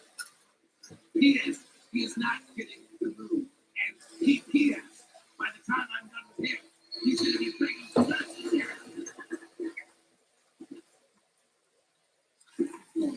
Look at you, tiny toe.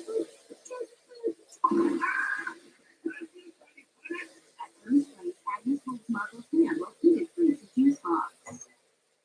Okay, there we are. Home sweet home. So, this is like your house? Wait a sec. You're the guy who pretended he was a recorded message. No, that was someone else. Come on, how I stop. Nothing but thing, baby. Nothing but soup. Baby, you know I'm still drinking that drink, right? Apple and onion. New episodes return Sunday at 7:30 on Tattoo. This program is brought to you by the Canon Ivy Clip Plus. Just snap, print, and stick. Let the beat drop. I was the world's greatest spy. Look at the boy. Sleepy night night. And then you turning into the pigeon. What did you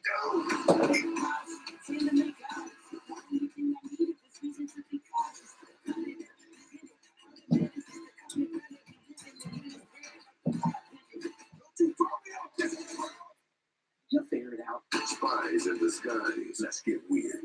Boom. Christmas pizza, Boston pizza. This is an app for a pizza. And there is sauce waiting on top. Turkey is nuts and those with cheese. Cheese curry, let's do turkey. Cheese ball, cheese. I'm tired of Christmas pizza. This commercial's the Boston pizza. It's a turkey dinner on a pizza. Pizza underneath the turkey dinner. Christmas pizza, free for the month. It's the pizza. Get it today. Boston pizza. A gentle way to care for newborns. Johnson's Cotton Touch Wash and Lotion. Made with real cotton and enhances your gentle touch. Free from parabens, phthalates, sulfates, and dyes. Johnson's Cotton Touch. Very dry, unmanageable hair needs our richest blend. New Whole Blends with almond cream and sustainably sourced argan oils from Morocco. Whole Blends nourishes and tames unmanageable hair without weight. Irresistibly soft. Whole Blends almond and argan wishes by Gagne. Naturally. Whoa. Yeah. How long? Long time. 7 hours. Well, you can never have too much holiday cheer. These and other sets available at Walmart. Each sold separately.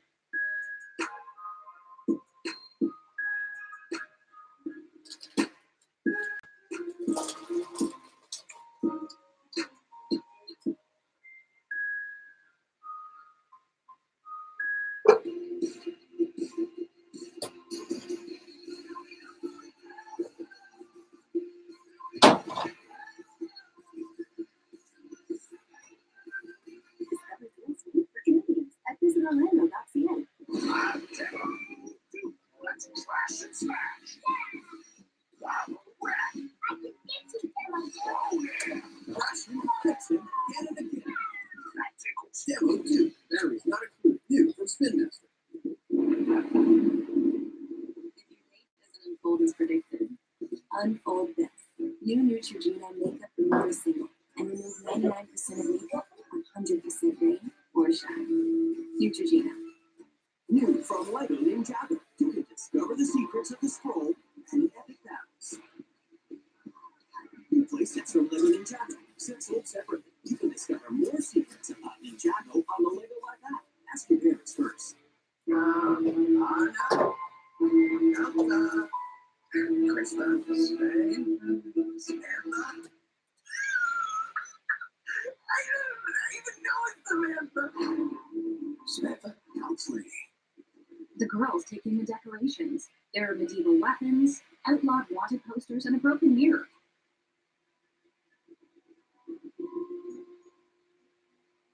Can I hold your hand? As they move further in, they see a taxidermy on the wall of a cat, in the mouth of a dog, in the mouth of a lion. We gotta talk to that bald guy. I thought this would be more like me.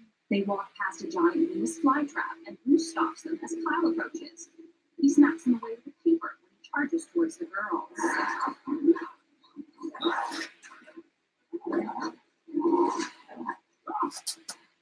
Kyle, these are not treats. These are gifts.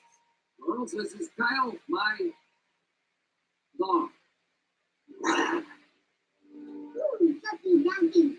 Agnes runs towards Kyle, who retreats in fear. What kind of dog is that? These Do you really think you can hurt me? Edith hops into a spiked coffin, and it closes.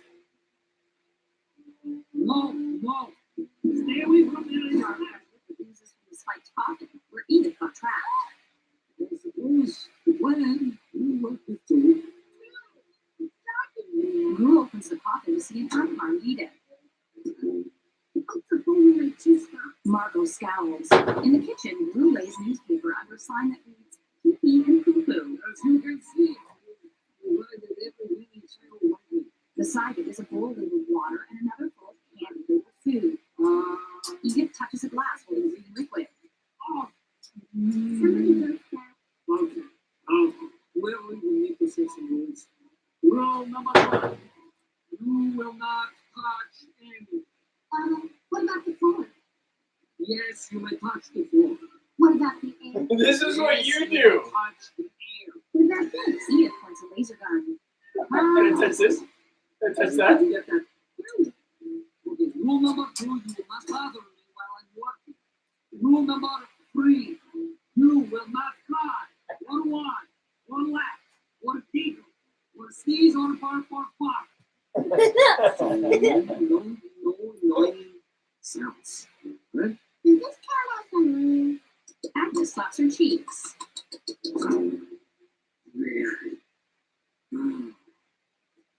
I will see you in 6 hours.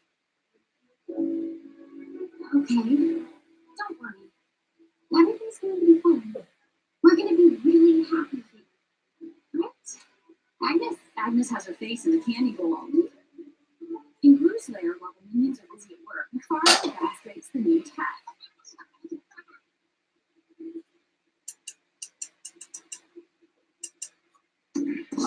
Disco lights come on as a dozen tiny robots do a choreographed dance. A minion joins the curly-haired bots on a multicolored dance floor.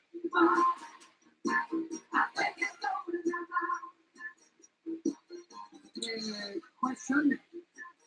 What are these? A dozen cookie robots.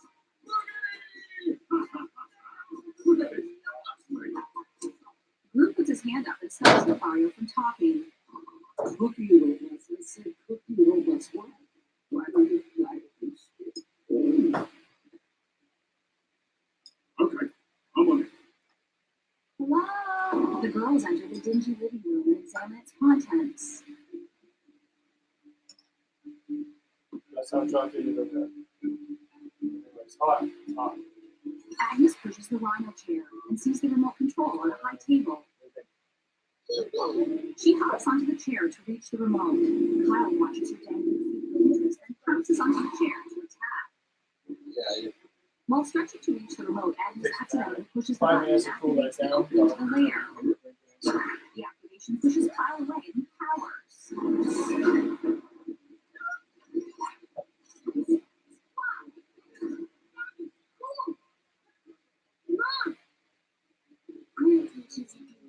Agnes holds Margot's hand while Edith confidently enters the vessel, and they begin their descent. In the lair, a minion drinks a pink liquid and begins to float up. We've been working on this for a while, so anti-gravity shield. The minion keeps rising and exits from an open hatch. Let's close that. It'll be alright. Do the effects wear off? So far, no, they don't. And here, of course, is the new weapon you will. A puff of stinky brown smoke is shot at a minion and knocks him out. No, say dark cloud, not cloud. Oh, yes. I was wondering under what circumstances would we use this? But well, anyway. A one-eyed robotic head and a hat pops up from a cookie sporting 6 spindly legs. Now those are cookie robots. They spot a hand holding a unicorn. What are you doing? You just leave the kitchen. You got what is it? Can I drink this?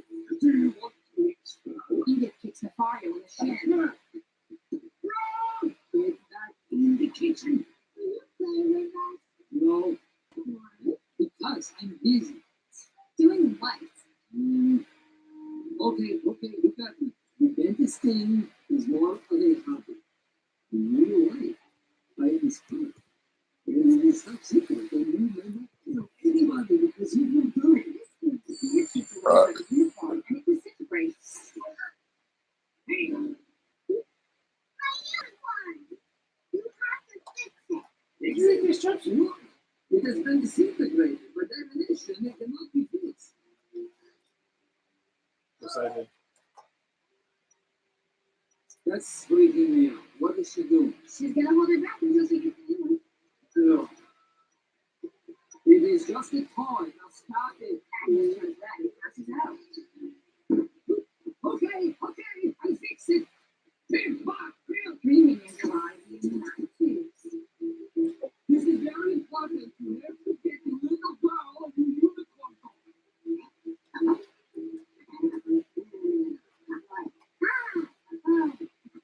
Hey, more. Stop. And hurry. What are those? They are my palisades. Daddy, Stuart. Watch them and keep them away from me. The minions go undercover and dress up like humans. Tim's the mom, Mark is the dad, and Phil is the baby. They drive along a country road. A little girl in another car notices them and waves. They arrive at a big box store and park in accessible parking. The undercover minions are in awe of the massive aisles and the magnitude of the products. The minion Phil shakes a cola bottle and causes the cap to pop off. He uses his mouth to stop the fizzy cola from spewing everywhere, but he balloons and the bottle flies out of his mouth. The bottle returns and takes Phil for a ride. Mark, the dad minion, sees a comfy recliner and climbs. The relaxed baby minion is thrown against the shelf behind him. Tim, the mom minion, discovers a camera that projects her image to all the TVs on display.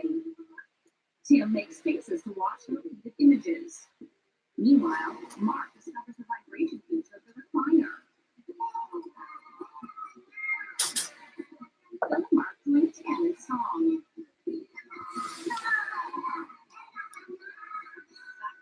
Jerry, Stewart, and the girls jump on top of the furniture and throw toilet paper all over. They freeze when Gru arrives. It was a carpet lady. What? Okay, this time. Not you two. Yay! Okay, dokie, very bye. Okay, sweet dreams. Just so you know, you're never in danger. I think I do. A weaver hoists their beds up the wall. Police can't see any bombs. Yes, but they are very old and unlikely to blow up. I try not to cause some trouble. Cool. Will you read us a bedtime story? But we can't go to sleep without a bedtime story. Well, then it's going to be a long night for you, isn't it? So good night, sleep tight, don't let the bed bugs bite. Because they are little houses.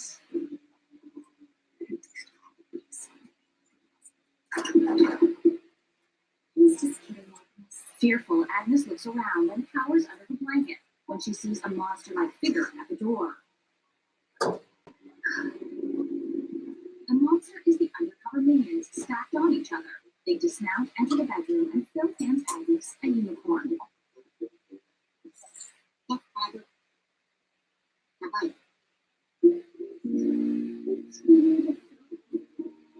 is made out of a toilet bowl brush and ice cream cone and googly eyes. Agnes touch the toy and the minions leave. They fall asleep in a bedroom full of weapons. This program is brought to you by the Penny Arty Quick Plus. Just snap, print, and snip.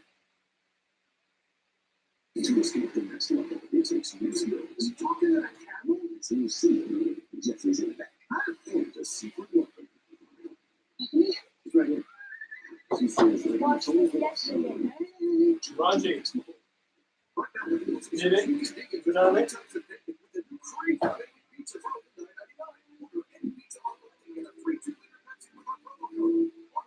Skip the rest. Dig in.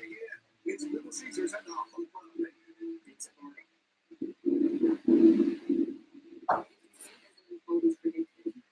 Unfold this. New Neutrogena makeup remover serum and remove 99% of makeup, 100% rain or shine. Neutrogena. Dinner's ready. Eggs? Dinner? I thought we would try something new. That's weird. It's not weird. Your pants are weird. Eggs for dinner isn't weird. You're weird for thinking it's weird. That's what critters for your holiday meal. Let's bring your fans on this cute favorite furniture's decorated and always share a wonderful time with your friends. Make your treasure on gift set. Friends are shiny. Every man can get other people and drink yourself separately. Available online. Wow. Yeah. How long? It's on. Alex. Wow. You can never put up too much holiday here. These and other sets are available at Walmart. Leave sold separately. Let's crash and smash.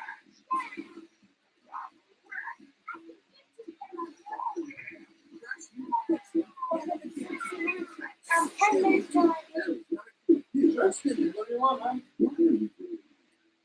You're in control all the time. I don't know. I don't have a clock, so. Or do I? Over there. Yeah, I'm planning on rubbing that up too.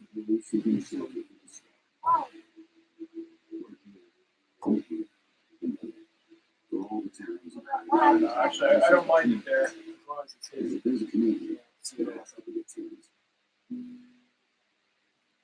I don't need to know what the time is all the time. Why? Where do you need to go? What makes you so important? Okay, everything makes you important.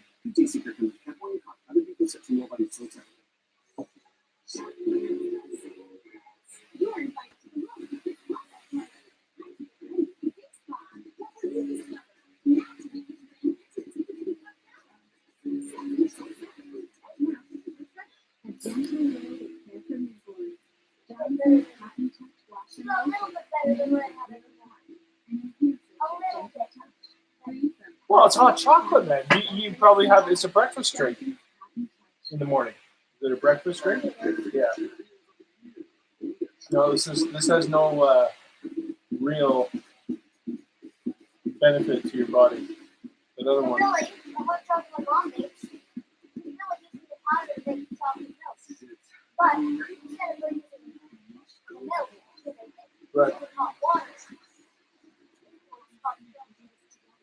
Does it? Yes. Powder and hot water. That looks like I guess if you just take a chocolate bar and you heat it up, that's hot chocolate too. Right? It's also hot though, right? Yeah, hot chocolate. I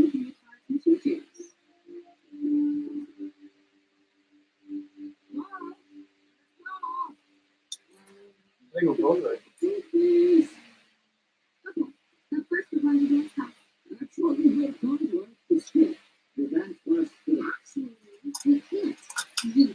The dance live today. We have a big recital coming. We're doing an exit from Swami. Yeah, we're on late. That's fantastic. Wonderful. But we are going to do a cookie. Come on. Yeah. No. We're not going to deliver cookies until we do dance class. Yeah. I am not driving you to dance class, so you really want.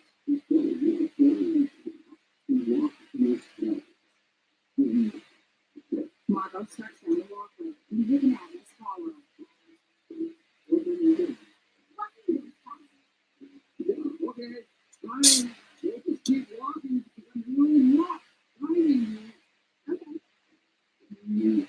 boy and suffer the wrath of God. Here is the animal count to three. You better be his heart. Here we go. 1, 2, 3. Bruce sits all of the next to disinterested dance moms. Agnes faces over to him and holds up a big ticket. What is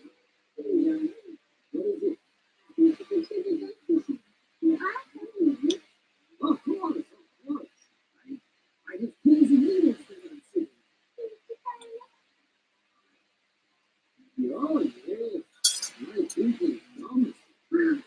The dance moms perk up and smile sweetly at Drew. Pull up to Becker's fortress.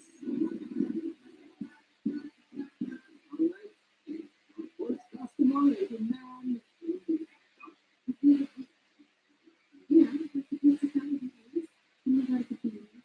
Yes, yes, I like to think about it. I know how the alphabet works. It's just me.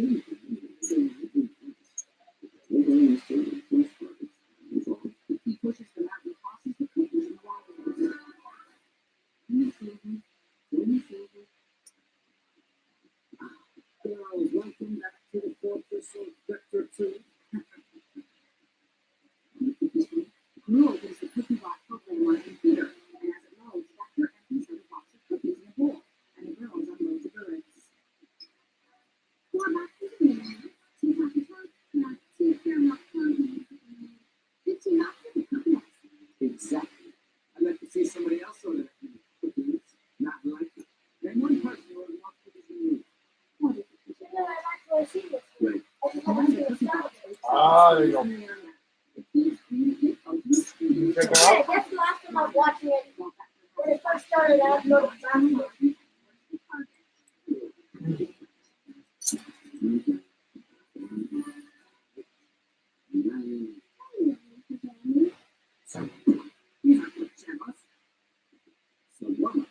The cookie box was at a vault door. They climbed the vault to the inside and disabled the security for the entry. The fence was closed. The vault door. The vault opened. Take off?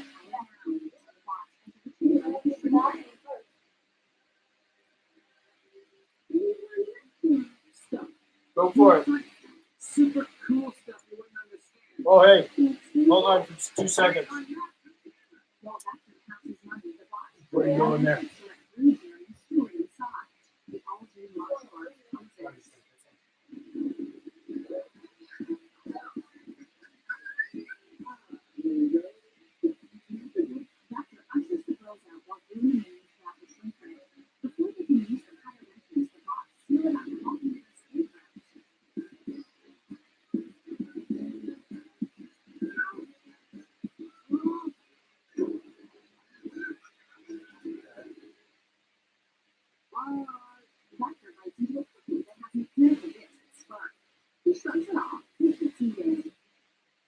Meanwhile, the only man hesitantly exits from the vault door with a shrink ray.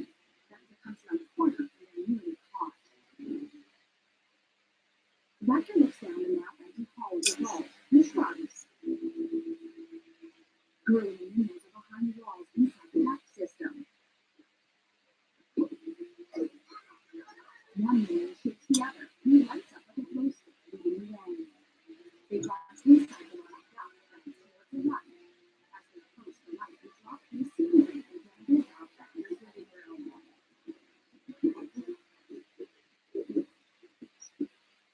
Bruce straddles the shrink ray, gripping it precariously between his legs. Below them, Vector puts popcorn to a bucket. The minions help Bruce bring it back up to the bench. Green loses his grip and slips. Emily grabs his pants and he rips like he grabs somebody off the shorts that are drawn with smiling faces.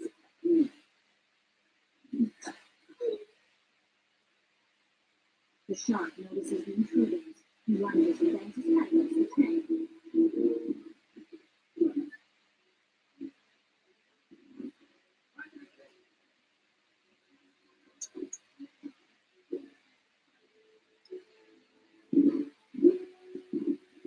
The body causes the intruders to fall and the popcorn bucket lands on Vector's head. Hey, see you later, bud.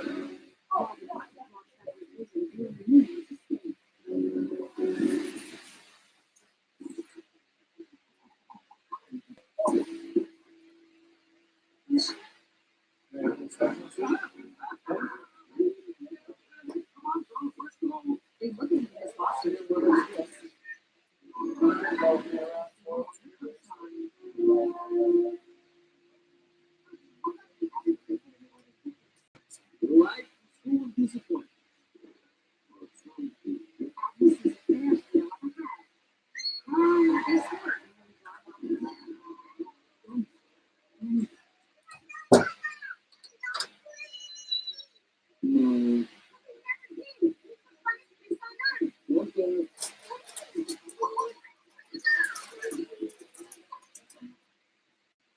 You I can say goodbye to birds by sending them on an endless path to the sky.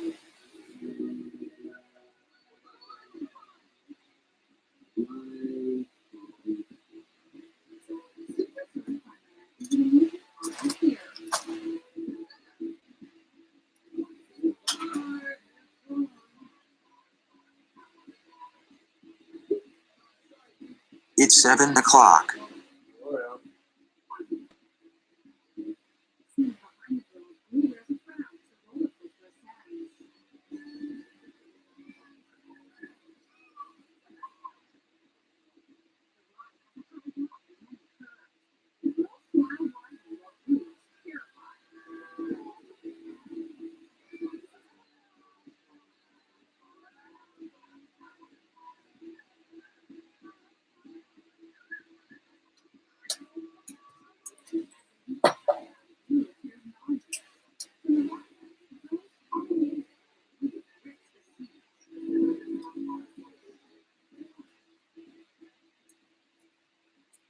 When a bird rises, he struggles to stay straight.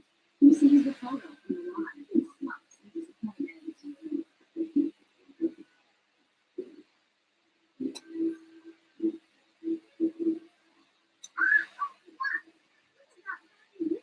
And he stops in the park and invites portable danger.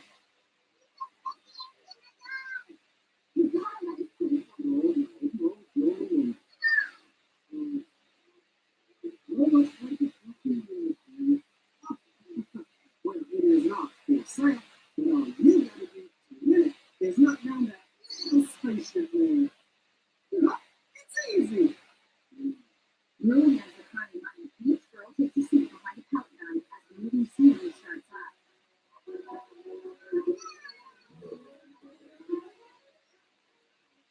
They keep the scenery full of other spaceships and aliens. They keep missing the prize spaceship when the game stops.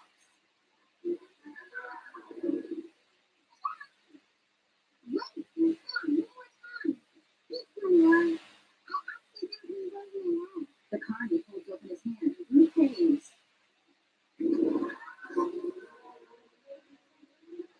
They miss again, but Agnes hits the prize spaceship just before the game stops.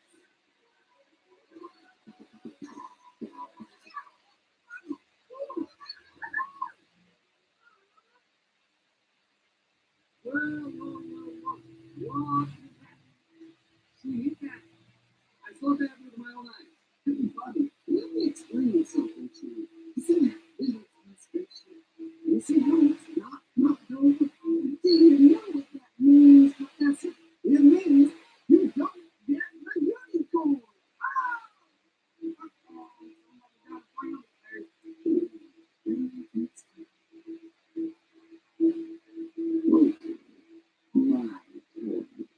Blue has the money again, but pulls out his own gun. The gun grows to have multiple heads that create a giant fireball. He takes it and blasts the whole room.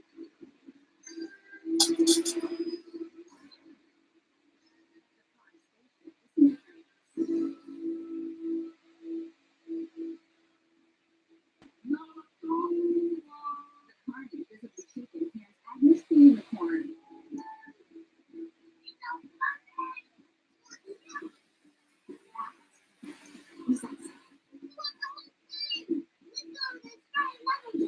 A smile grows on Blue's face. Later, when they return home, they sport face paint and carry cotton candy.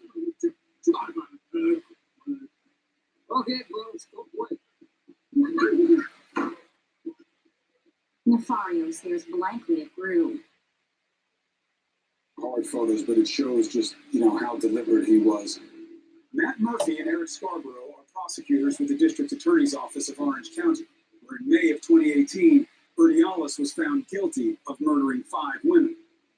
23-year-old Robin Brandon at Saddleback College in Mission Viejo, Marianne Wells in San Diego, and in the Palm Springs area, Julie McGee and Denise Maney, and the youngest, 18-year-old Tammy Irwin. One of the things that the detectives really wanted to do is they wanted to make sure that they had the right guy.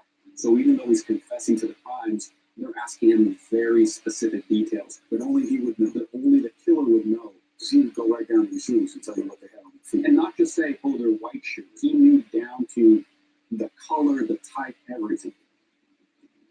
You think he wanted to remember? Absolutely. He's reliving the murders when he's describing them. In an effort to unveil Urdiales' MO, they take me to the beginning, to the murder of college student Robin Brandon. Robin Brandon? That's everybody's sister, everybody's girlfriend, everybody's friend. She's just walking to a car, and he stabbed her so many times, it was so awful. Listen to this confession tape. It's from Chicago, describing Robin's murder. It would be his first when he was a Marine stationed at Camp Pendleton. So I don't have medical care for a little running night. And I was doing my other thing just that was at 17. He gets in an argument with some fellow Marines at Camp Pendleton and decides tonight's the night. So he goes out with this gigantic hunting knife that he's got.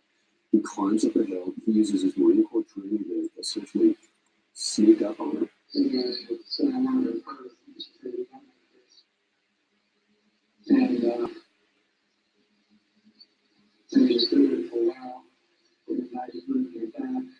He brutally attacks her, stabs her 41 times. And she's on her back, and she dies with her eyes open.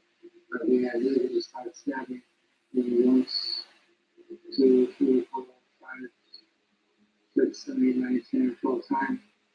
Give or take. He's staring at this monster who's stabbing her for absolutely no reason. Investigator Helen Moreno, who flew from Orange County to interview the newly discovered serial killer, remembers asking him, why? Why did he do it? He said if we walked up to it, was that single women? How long after you leave? I was looking there. This was like, stop. Would you agree that somebody stabbing somebody else 41 times speaks to a degree of violence and hostility? That's correct. That's a good assessment. So if somebody stabs somebody else 41 times, they must have some kind of reason and some kind of emotion fueling them, right? No, I'm not going to answer that. You think you can stab someone 41 times for no reason? I don't know. How did he get this way when we come back?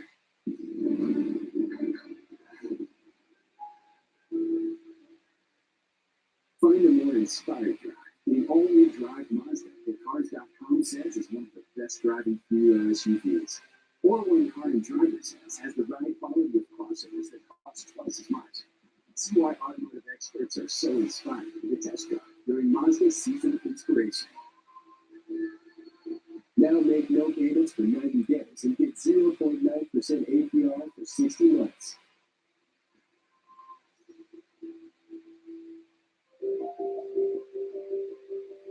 Sufficient to be.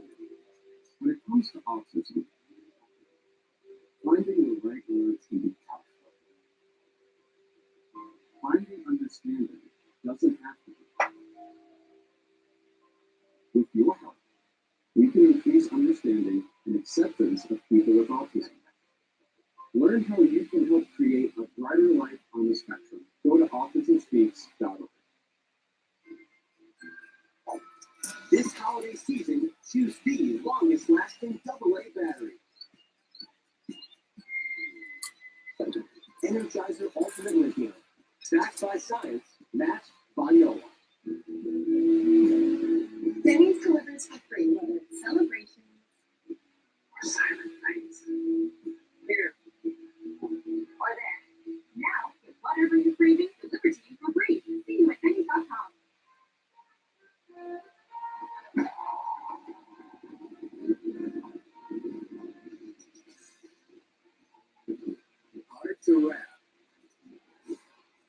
things you could give.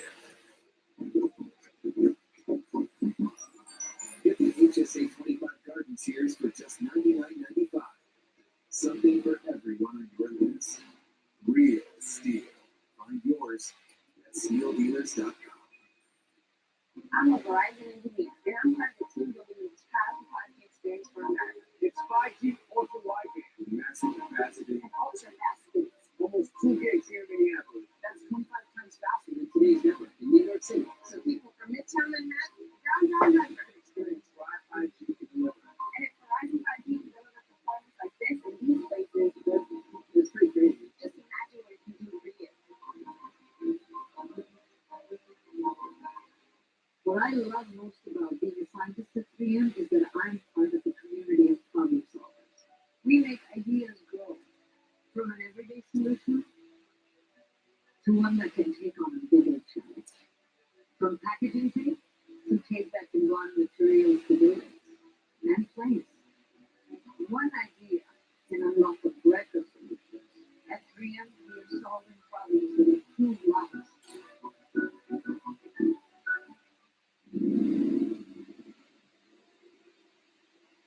If you look down to the end of the row near the windmills, you'll see where the location of Denise Navy was. That's where he raped and sodomized her, and that's where he ended up slitting her throat and killing her.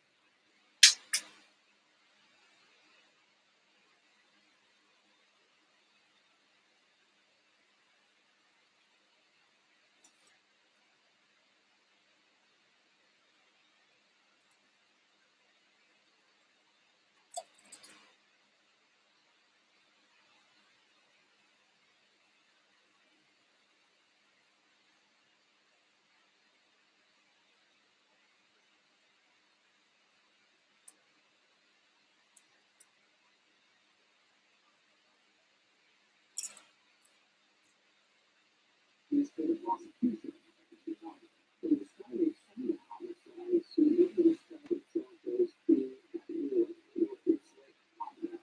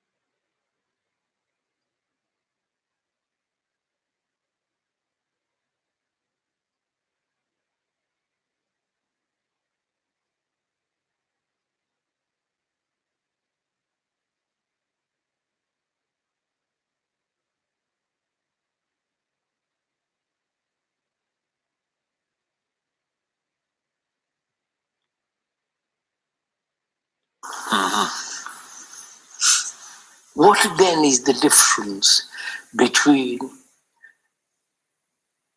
a religious mind and a philosophic mind? You understand what I'm trying to convey? Perhaps I'm not doing properly.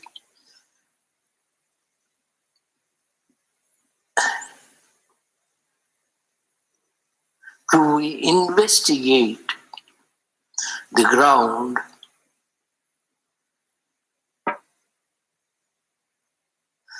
from a mind that is disciplined in knowledge? Yes, well, fundamentally, we say that the ground is unknown inherently. So that's what I want. And Yes. therefore, knowledge, we cannot begin with knowledge. Many years ago, we had a discussion in London suggesting to start from the unknown. You know, Yes, yes. Now, I say, for instance, X says there is such a ground. Mm-hmm. And all of us, X, Y, Z, and ABC, say, what is that ground? Prove it. Show it. Let it manifest itself. And when we ask such questions, is it a mind that is seeking, or rather, that has this passion for truth, the love of truth? You follow what I mean? Yes, or merely say, let's talk about it. Well, I think that in that mind, there's the demand for certainty, which, it says, show itself, I want to be sure. So, therefore, there's not inquiry. Right? Now, suppose you state that there is such thing. Mm-hmm. There is the ground, immovable, and so on. And X, like, I take the part of X. X says, I want to find out. Show it to me. Prove it to me.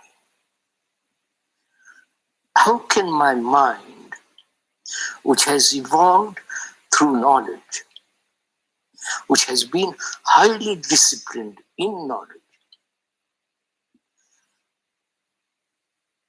even touch that? Because that's not knowledge. That's not put together by thought. Yes, as soon as you say prove it, you want to turn it into knowledge. That's it. That's yes. Prove it to me. Show it to me. To be absolutely certain knowledge is what you want. That's it. So that there could be no doubt. And yet, of course, there's also the danger of self-deception and delusion on the other side. We've been through all that very carefully. Right from the beginning. We say the ground cannot be touched or whatever it is, as long as there is any form of illusion, which is the projection of desire, pleasure, fear, and all that. I really meant to say that the person who says prove it is also trying to be to protect this against those illusions. Yes. But it's a vain hope. So how do I, as an X, perceive that thing?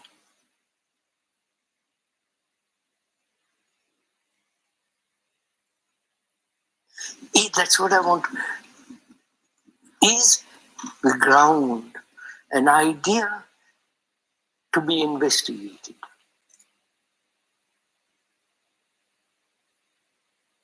Or is it something that cannot be investigated? You, Right. because my mind is trained, disciplined by experience and knowledge. And it can only function there, in that area. And you come along and tell me that this ground is not an idea, is not a philosophic concept. It is not something that can be put together by thought or perceived by thought. Yes, or understood by thought. Right? Yes, understood by thought. Then what am I? I think you're even adding more in some sense, because the person says, I want to find it by experience. Okay, and the same, not only thought, but also of course. Saying it cannot be experienced, it cannot be conceived, you're saying, or understood through thought. Yes. So then what have I? I've only this mind that has been conditioned by knowledge. How am I, as an X, to move away from it?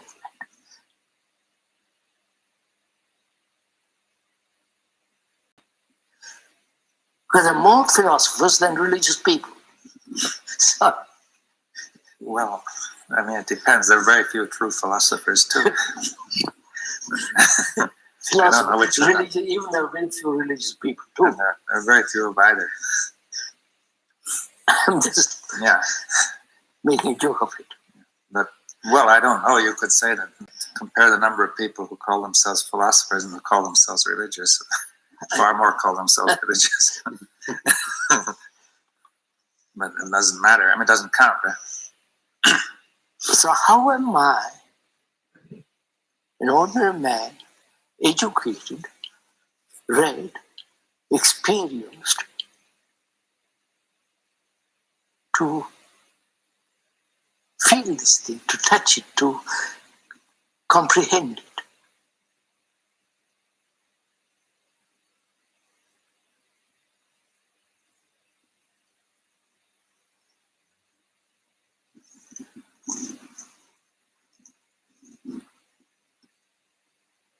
You tell me words will not convey that. Mm-hmm.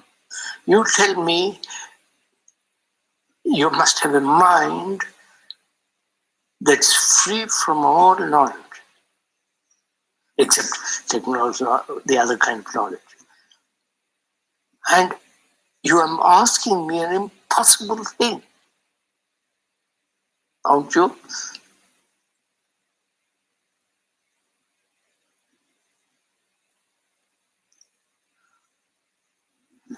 And if I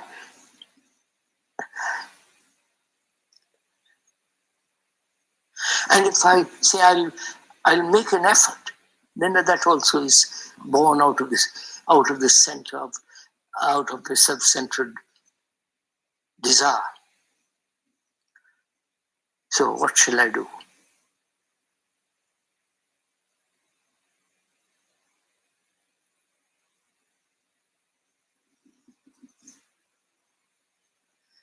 I think this is not a spurious question. It is a very serious question. This is what everybody asks. Everybody in the sense, I must use this general term, serious people ask. Implicitly. Hmm? At least implicitly. Yes. You may not say it. Yes, implicitly. So,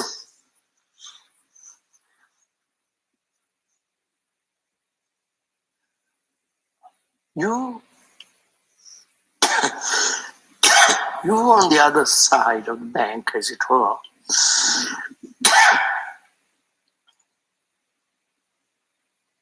tell me that there is no boat to cross.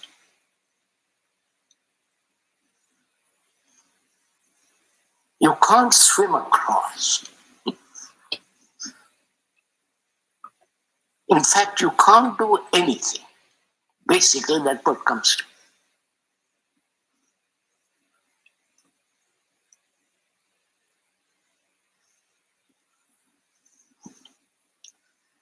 So what should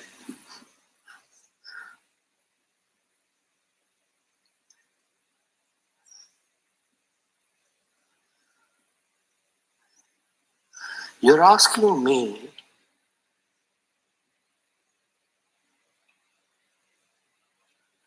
to free my freedom. You're asking the mind, not the general mind, but this mind, particular mind. You're asking this particular mind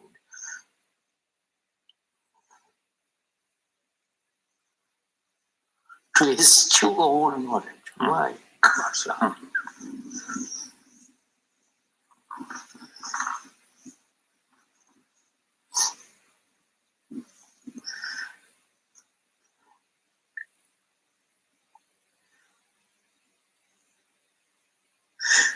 Has this been said in the Christian world or in the Jewish world? Well, I don't know about the Jewish world. They would have said exactly that, but in some sense, the Christians tell you to give your faith to God. You say to give up all your personal,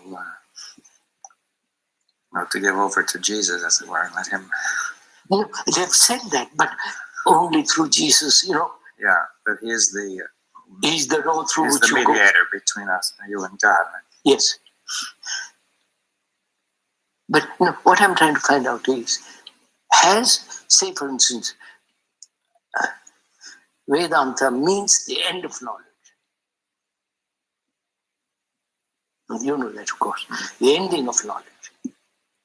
Well, I mean, it could mean that, I suppose. I don't know Sanskrit that well. I mean, yes, Vedanta Veda means knowledge by itself. What? Veda by itself means knowledge. Knowledge. Yeah. That means end of that. The end that means the end of it. Mm.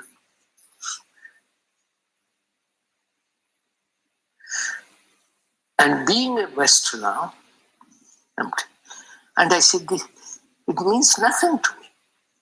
Because from the Greeks and all that, this culture in which I have lived is emphasizing knowledge. I don't know, last night, Bronowski was talking again about. You mean they showed it? Yes. About evolution of man and all that.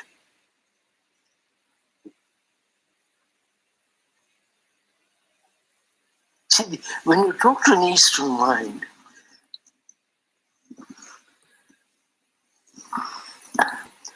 I'm talking of the minds who have studied, not just the usual. They know, they acknowledge in their religious life, a time must come when knowledge must end. The Vedantism, that is their whole way of looking. They would immediately understand that the mind must be free from knowledge. But it's only be a conceptual, a theoretical understanding.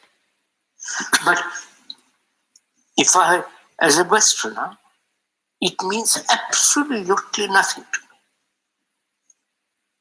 Well, in the beginning, I mean, I think that there has been a Western tradition which is similar, but not as common. Like in the Middle Ages, there was a book written called The Cloud of Unknowing. Cloud of Unknowing, yes. Which is on that line. But it's not the main line of Western thought. No, that's what I'm saying. It's not the main line of Western thought, no. So what shall I do?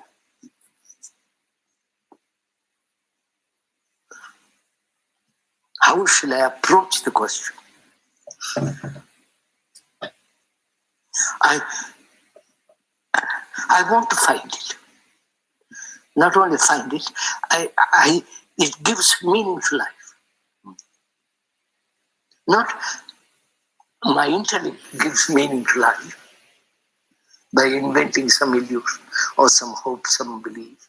But I see vaguely that this understanding or coming upon this ground gives an immense significance to life. Yes, well, that would be what people have used that notion of God to give significance to life. No, God is merely an idea. Yes, but the idea contains something similar to the Eastern idea that God is beyond knowing. At least most people accept it that way. Yes. Though some may not. But so there's some sort of similar notion. No, but this, you tell me, this is not created by thought. Yes. So you cannot, under any circumstances, come upon it through any form of manipulation of thought. Yes, I understand what you're saying. I'm trying to say that there's this problem, this danger of delusion, in the sense that in the West people say, yes, that's quite true. It's through the direct experience of Jesus that we come upon it, not through thought, you see. But that is, direct experience of Jesus. Well, that's my words. I mean, they might not even talk that way. I'm not able to express their views accurately. Well, the grace of God, yes. Grace of God, yes. Something beyond thought, you see. I reject, as a fairly educated man, fairly thoughtful man, I reject all that. Yes, why do you reject it? Because it has become common, first of all. Common in the sense it's everybody says that. And also, there may be, or perhaps there is in it, a great sense of illusion created by desire, hope, fear. Yes, I mean, but some people do seem to find this meaning that may be an illusion. But no, but if they never heard of Jesus, never heard of Jesus, they wouldn't experience Jesus. That seems reasonable. They would experience what they have been taught. Yes. In India, they would, Jesus, I mean, well, that seems to be the weak point, that the particular form of Jesus must be due to their having heard that idea, those words. Of course, oh yes. And the pictures and so on. When are daily pounded that Jesus is your savior, I mean, naturally, yeah, it would be interesting if somebody who had never heard of Jesus would ever have this experience. Then that would be some sort of proof there was more to it, right? But wouldn't you also say that there are some more serious people in all the religions who would say that essentially what they want to say is that also God, or whatever that is, the absolute or the ground, is something that cannot be experienced through thinking, or also that they might even go so far as to say it cannot be experienced at all. Oh yes, I said cannot be experienced. Yeah. Yes, but it says it cannot be experienced. But there are many religions, I think the essence of some religions would say that too. I don't know what that, all right, I don't know. Mm-hmm. Here is a person who says there is such thing. And I listen to him. And I say, not only does he convey it by his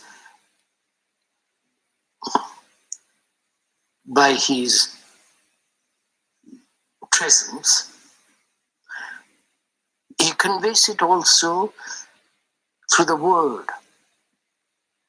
And he said, tells me, be careful, the word is not the thing.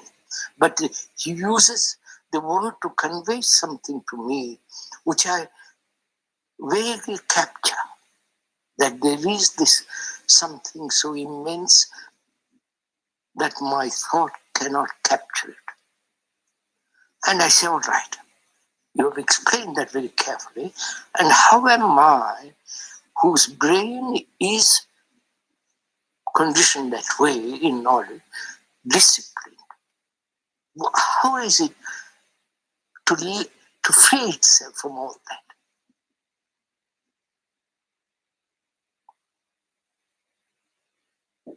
Could it free itself by understanding its own limitation? Understanding what? That itself, that whatever thought, that could thought itself understand, that whatever it is doing, it is bound by some natural limitation. So you are telling me thought is limited. Yes. Show it to me. Not by saying memory, experience, knowledge, or knowledge. I understand all that, but I don't capture the feeling that it's limited.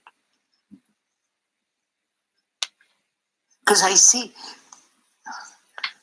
the beauty of the earth, I see the beauty of a building, of a person or nature. I see all that. But when you say thought is limited, I don't feel it. It's just a lot of words which you have told me. Well, it would require a serious investigation. No, I've investigated. I've investigated that thought is limited, obviously. So you don't need the investigation. It's so clear. Oh, I see. You're saying it is thought sees it normally indirectly. No. I'm saying I see that. Intellectually, I understand it. It's so obvious. Well, that's different. But I have no feeling for it. Yeah. You know, so there is no perfume in it. That's what I would say is indirect understanding. It's not even understanding. It means nothing. Just more knowledge. Yes, it means nothing. How will you show me? Not show. How will you help me, or not help, aid me to have this feeling that thought itself has, brittle. It has no. It's such a small affair. So that it's in my blood. You know, sir?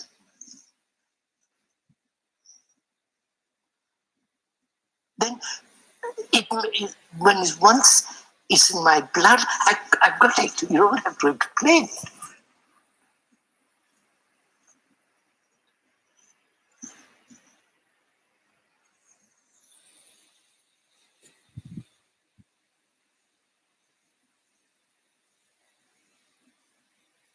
But isn't that the possible approach? Not to talk about the ground. That is at the moment far removed. That's far away. Yeah. But rather look directly at what the mind can. Which is thinking. That's right. The mind is thinking. That's all I have. Right. Thinking, feeling, hating, loving, all that. Yeah. What the activity of the mind. Well, I know that very well. You don't have to tell me. Well, I would say you don't know it. You only think you know it. Oh, no. That you think so. I know it.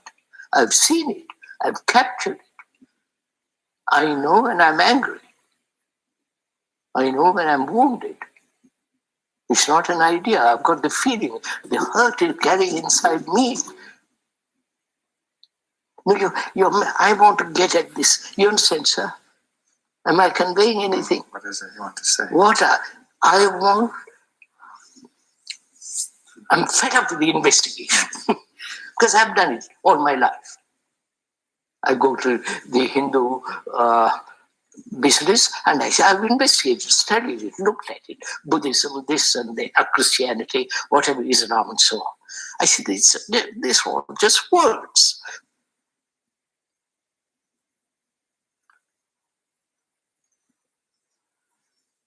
How do I, as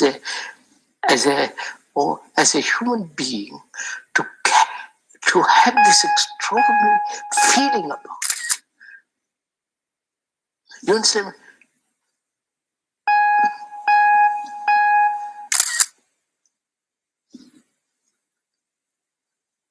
I wonder if I'm conveying anything. Am I? Well, Because if I have no passion behind it, it doesn't matter. What does the feeling spring from? I'm not investigating. I want to have this passion that will explode me out of this little enclosure. You understand anything?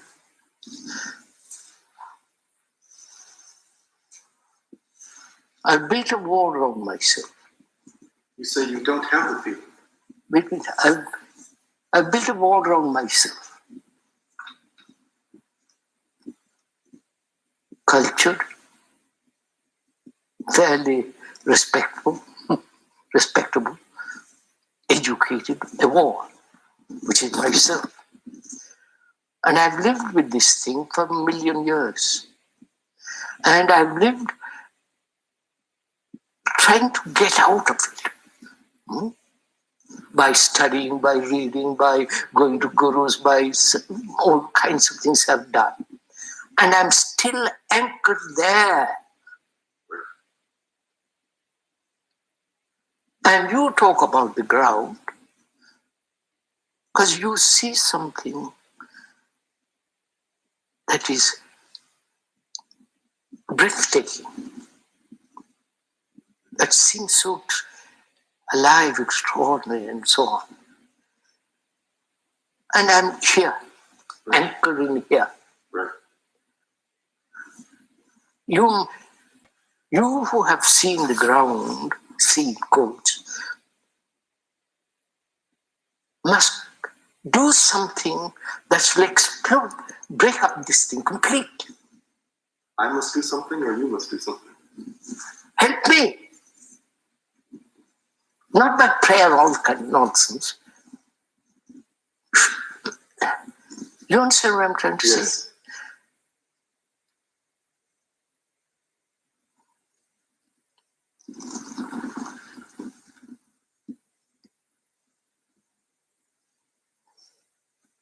I've fasted, I've meditated, I have given up, I have taken a vow of this and vow. I've done all those things because I've had 1,000,000 years of life. And at the end of the 1,000,000 years, I'm still where I was at the beginning, which is a great discovery for me, you understand? I thought I had moved from the beginning, at the beginning, by going through all this. But I suddenly discover I'm back at the same point where I started. I'm more experienced. I've seen the world. I've painted. I've played music. I have danced. I will follow, but come back to the original starting point. Which is me and not me. Me. Right. And I say to myself, what am I to do? And what is the human mind's relationship to the ground? That's what you're saying. Perhaps if I could establish a relationship, it might break up this center totally. It's not a motive, it's not a desire, it's not a reward. I see if the mind could establish a relationship with that, my mind has become that. Right? But hasn't that mind then already become that? Oh, no. But Krishnji, I think you just have wiped away the greatest difficulties, in saying there's no desire, there's no... I wiped because I said to have lived 1,000,000 years. But that is an insight. No, I won't easily accept insight so easily as that. Or let me put it that way, that is something much more than knowledge. No, you're missing my point. My brain has lived for a million years. It has experienced everything.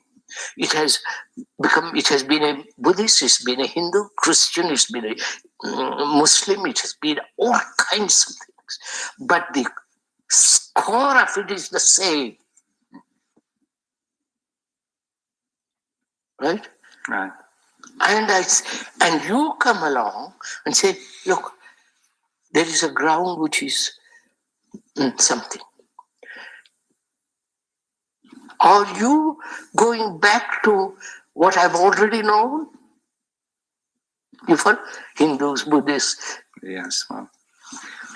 If you do, I reject all that. Because I say, I've been through all that. They're like, to me, they're like ashes at the end of it. Well, all of those things were attempts to create an apparent ground by thought. I mean, I think that through knowledge and thought, through all these Buddhism and various other ways, people created what they regarded was the ground. And it wasn't, right? It wasn't. Because I've spent a million years at it. So as long as knowledge enters the ground, that will be false, right? Of course. So can I? I'm just asking, is there a relationship between that and the human mind? Yes.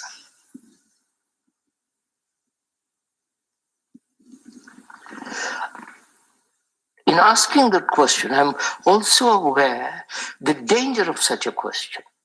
Yes. Well, you may create a delusion because of the same kind that we have already gone through. Yes. I played that before, that song.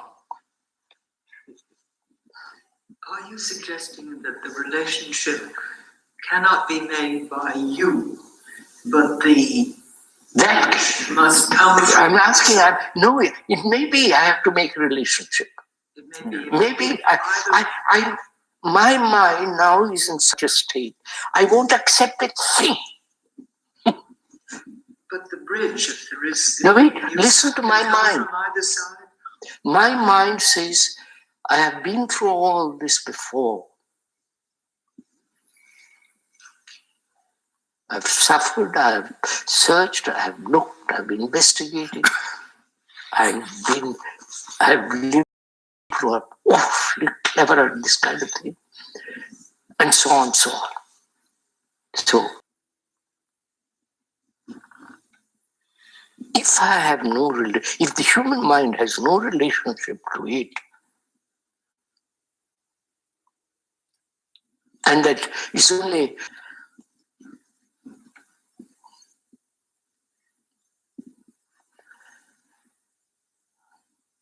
well, that's like the grace of God then. Yeah, that's you see, I'm captured.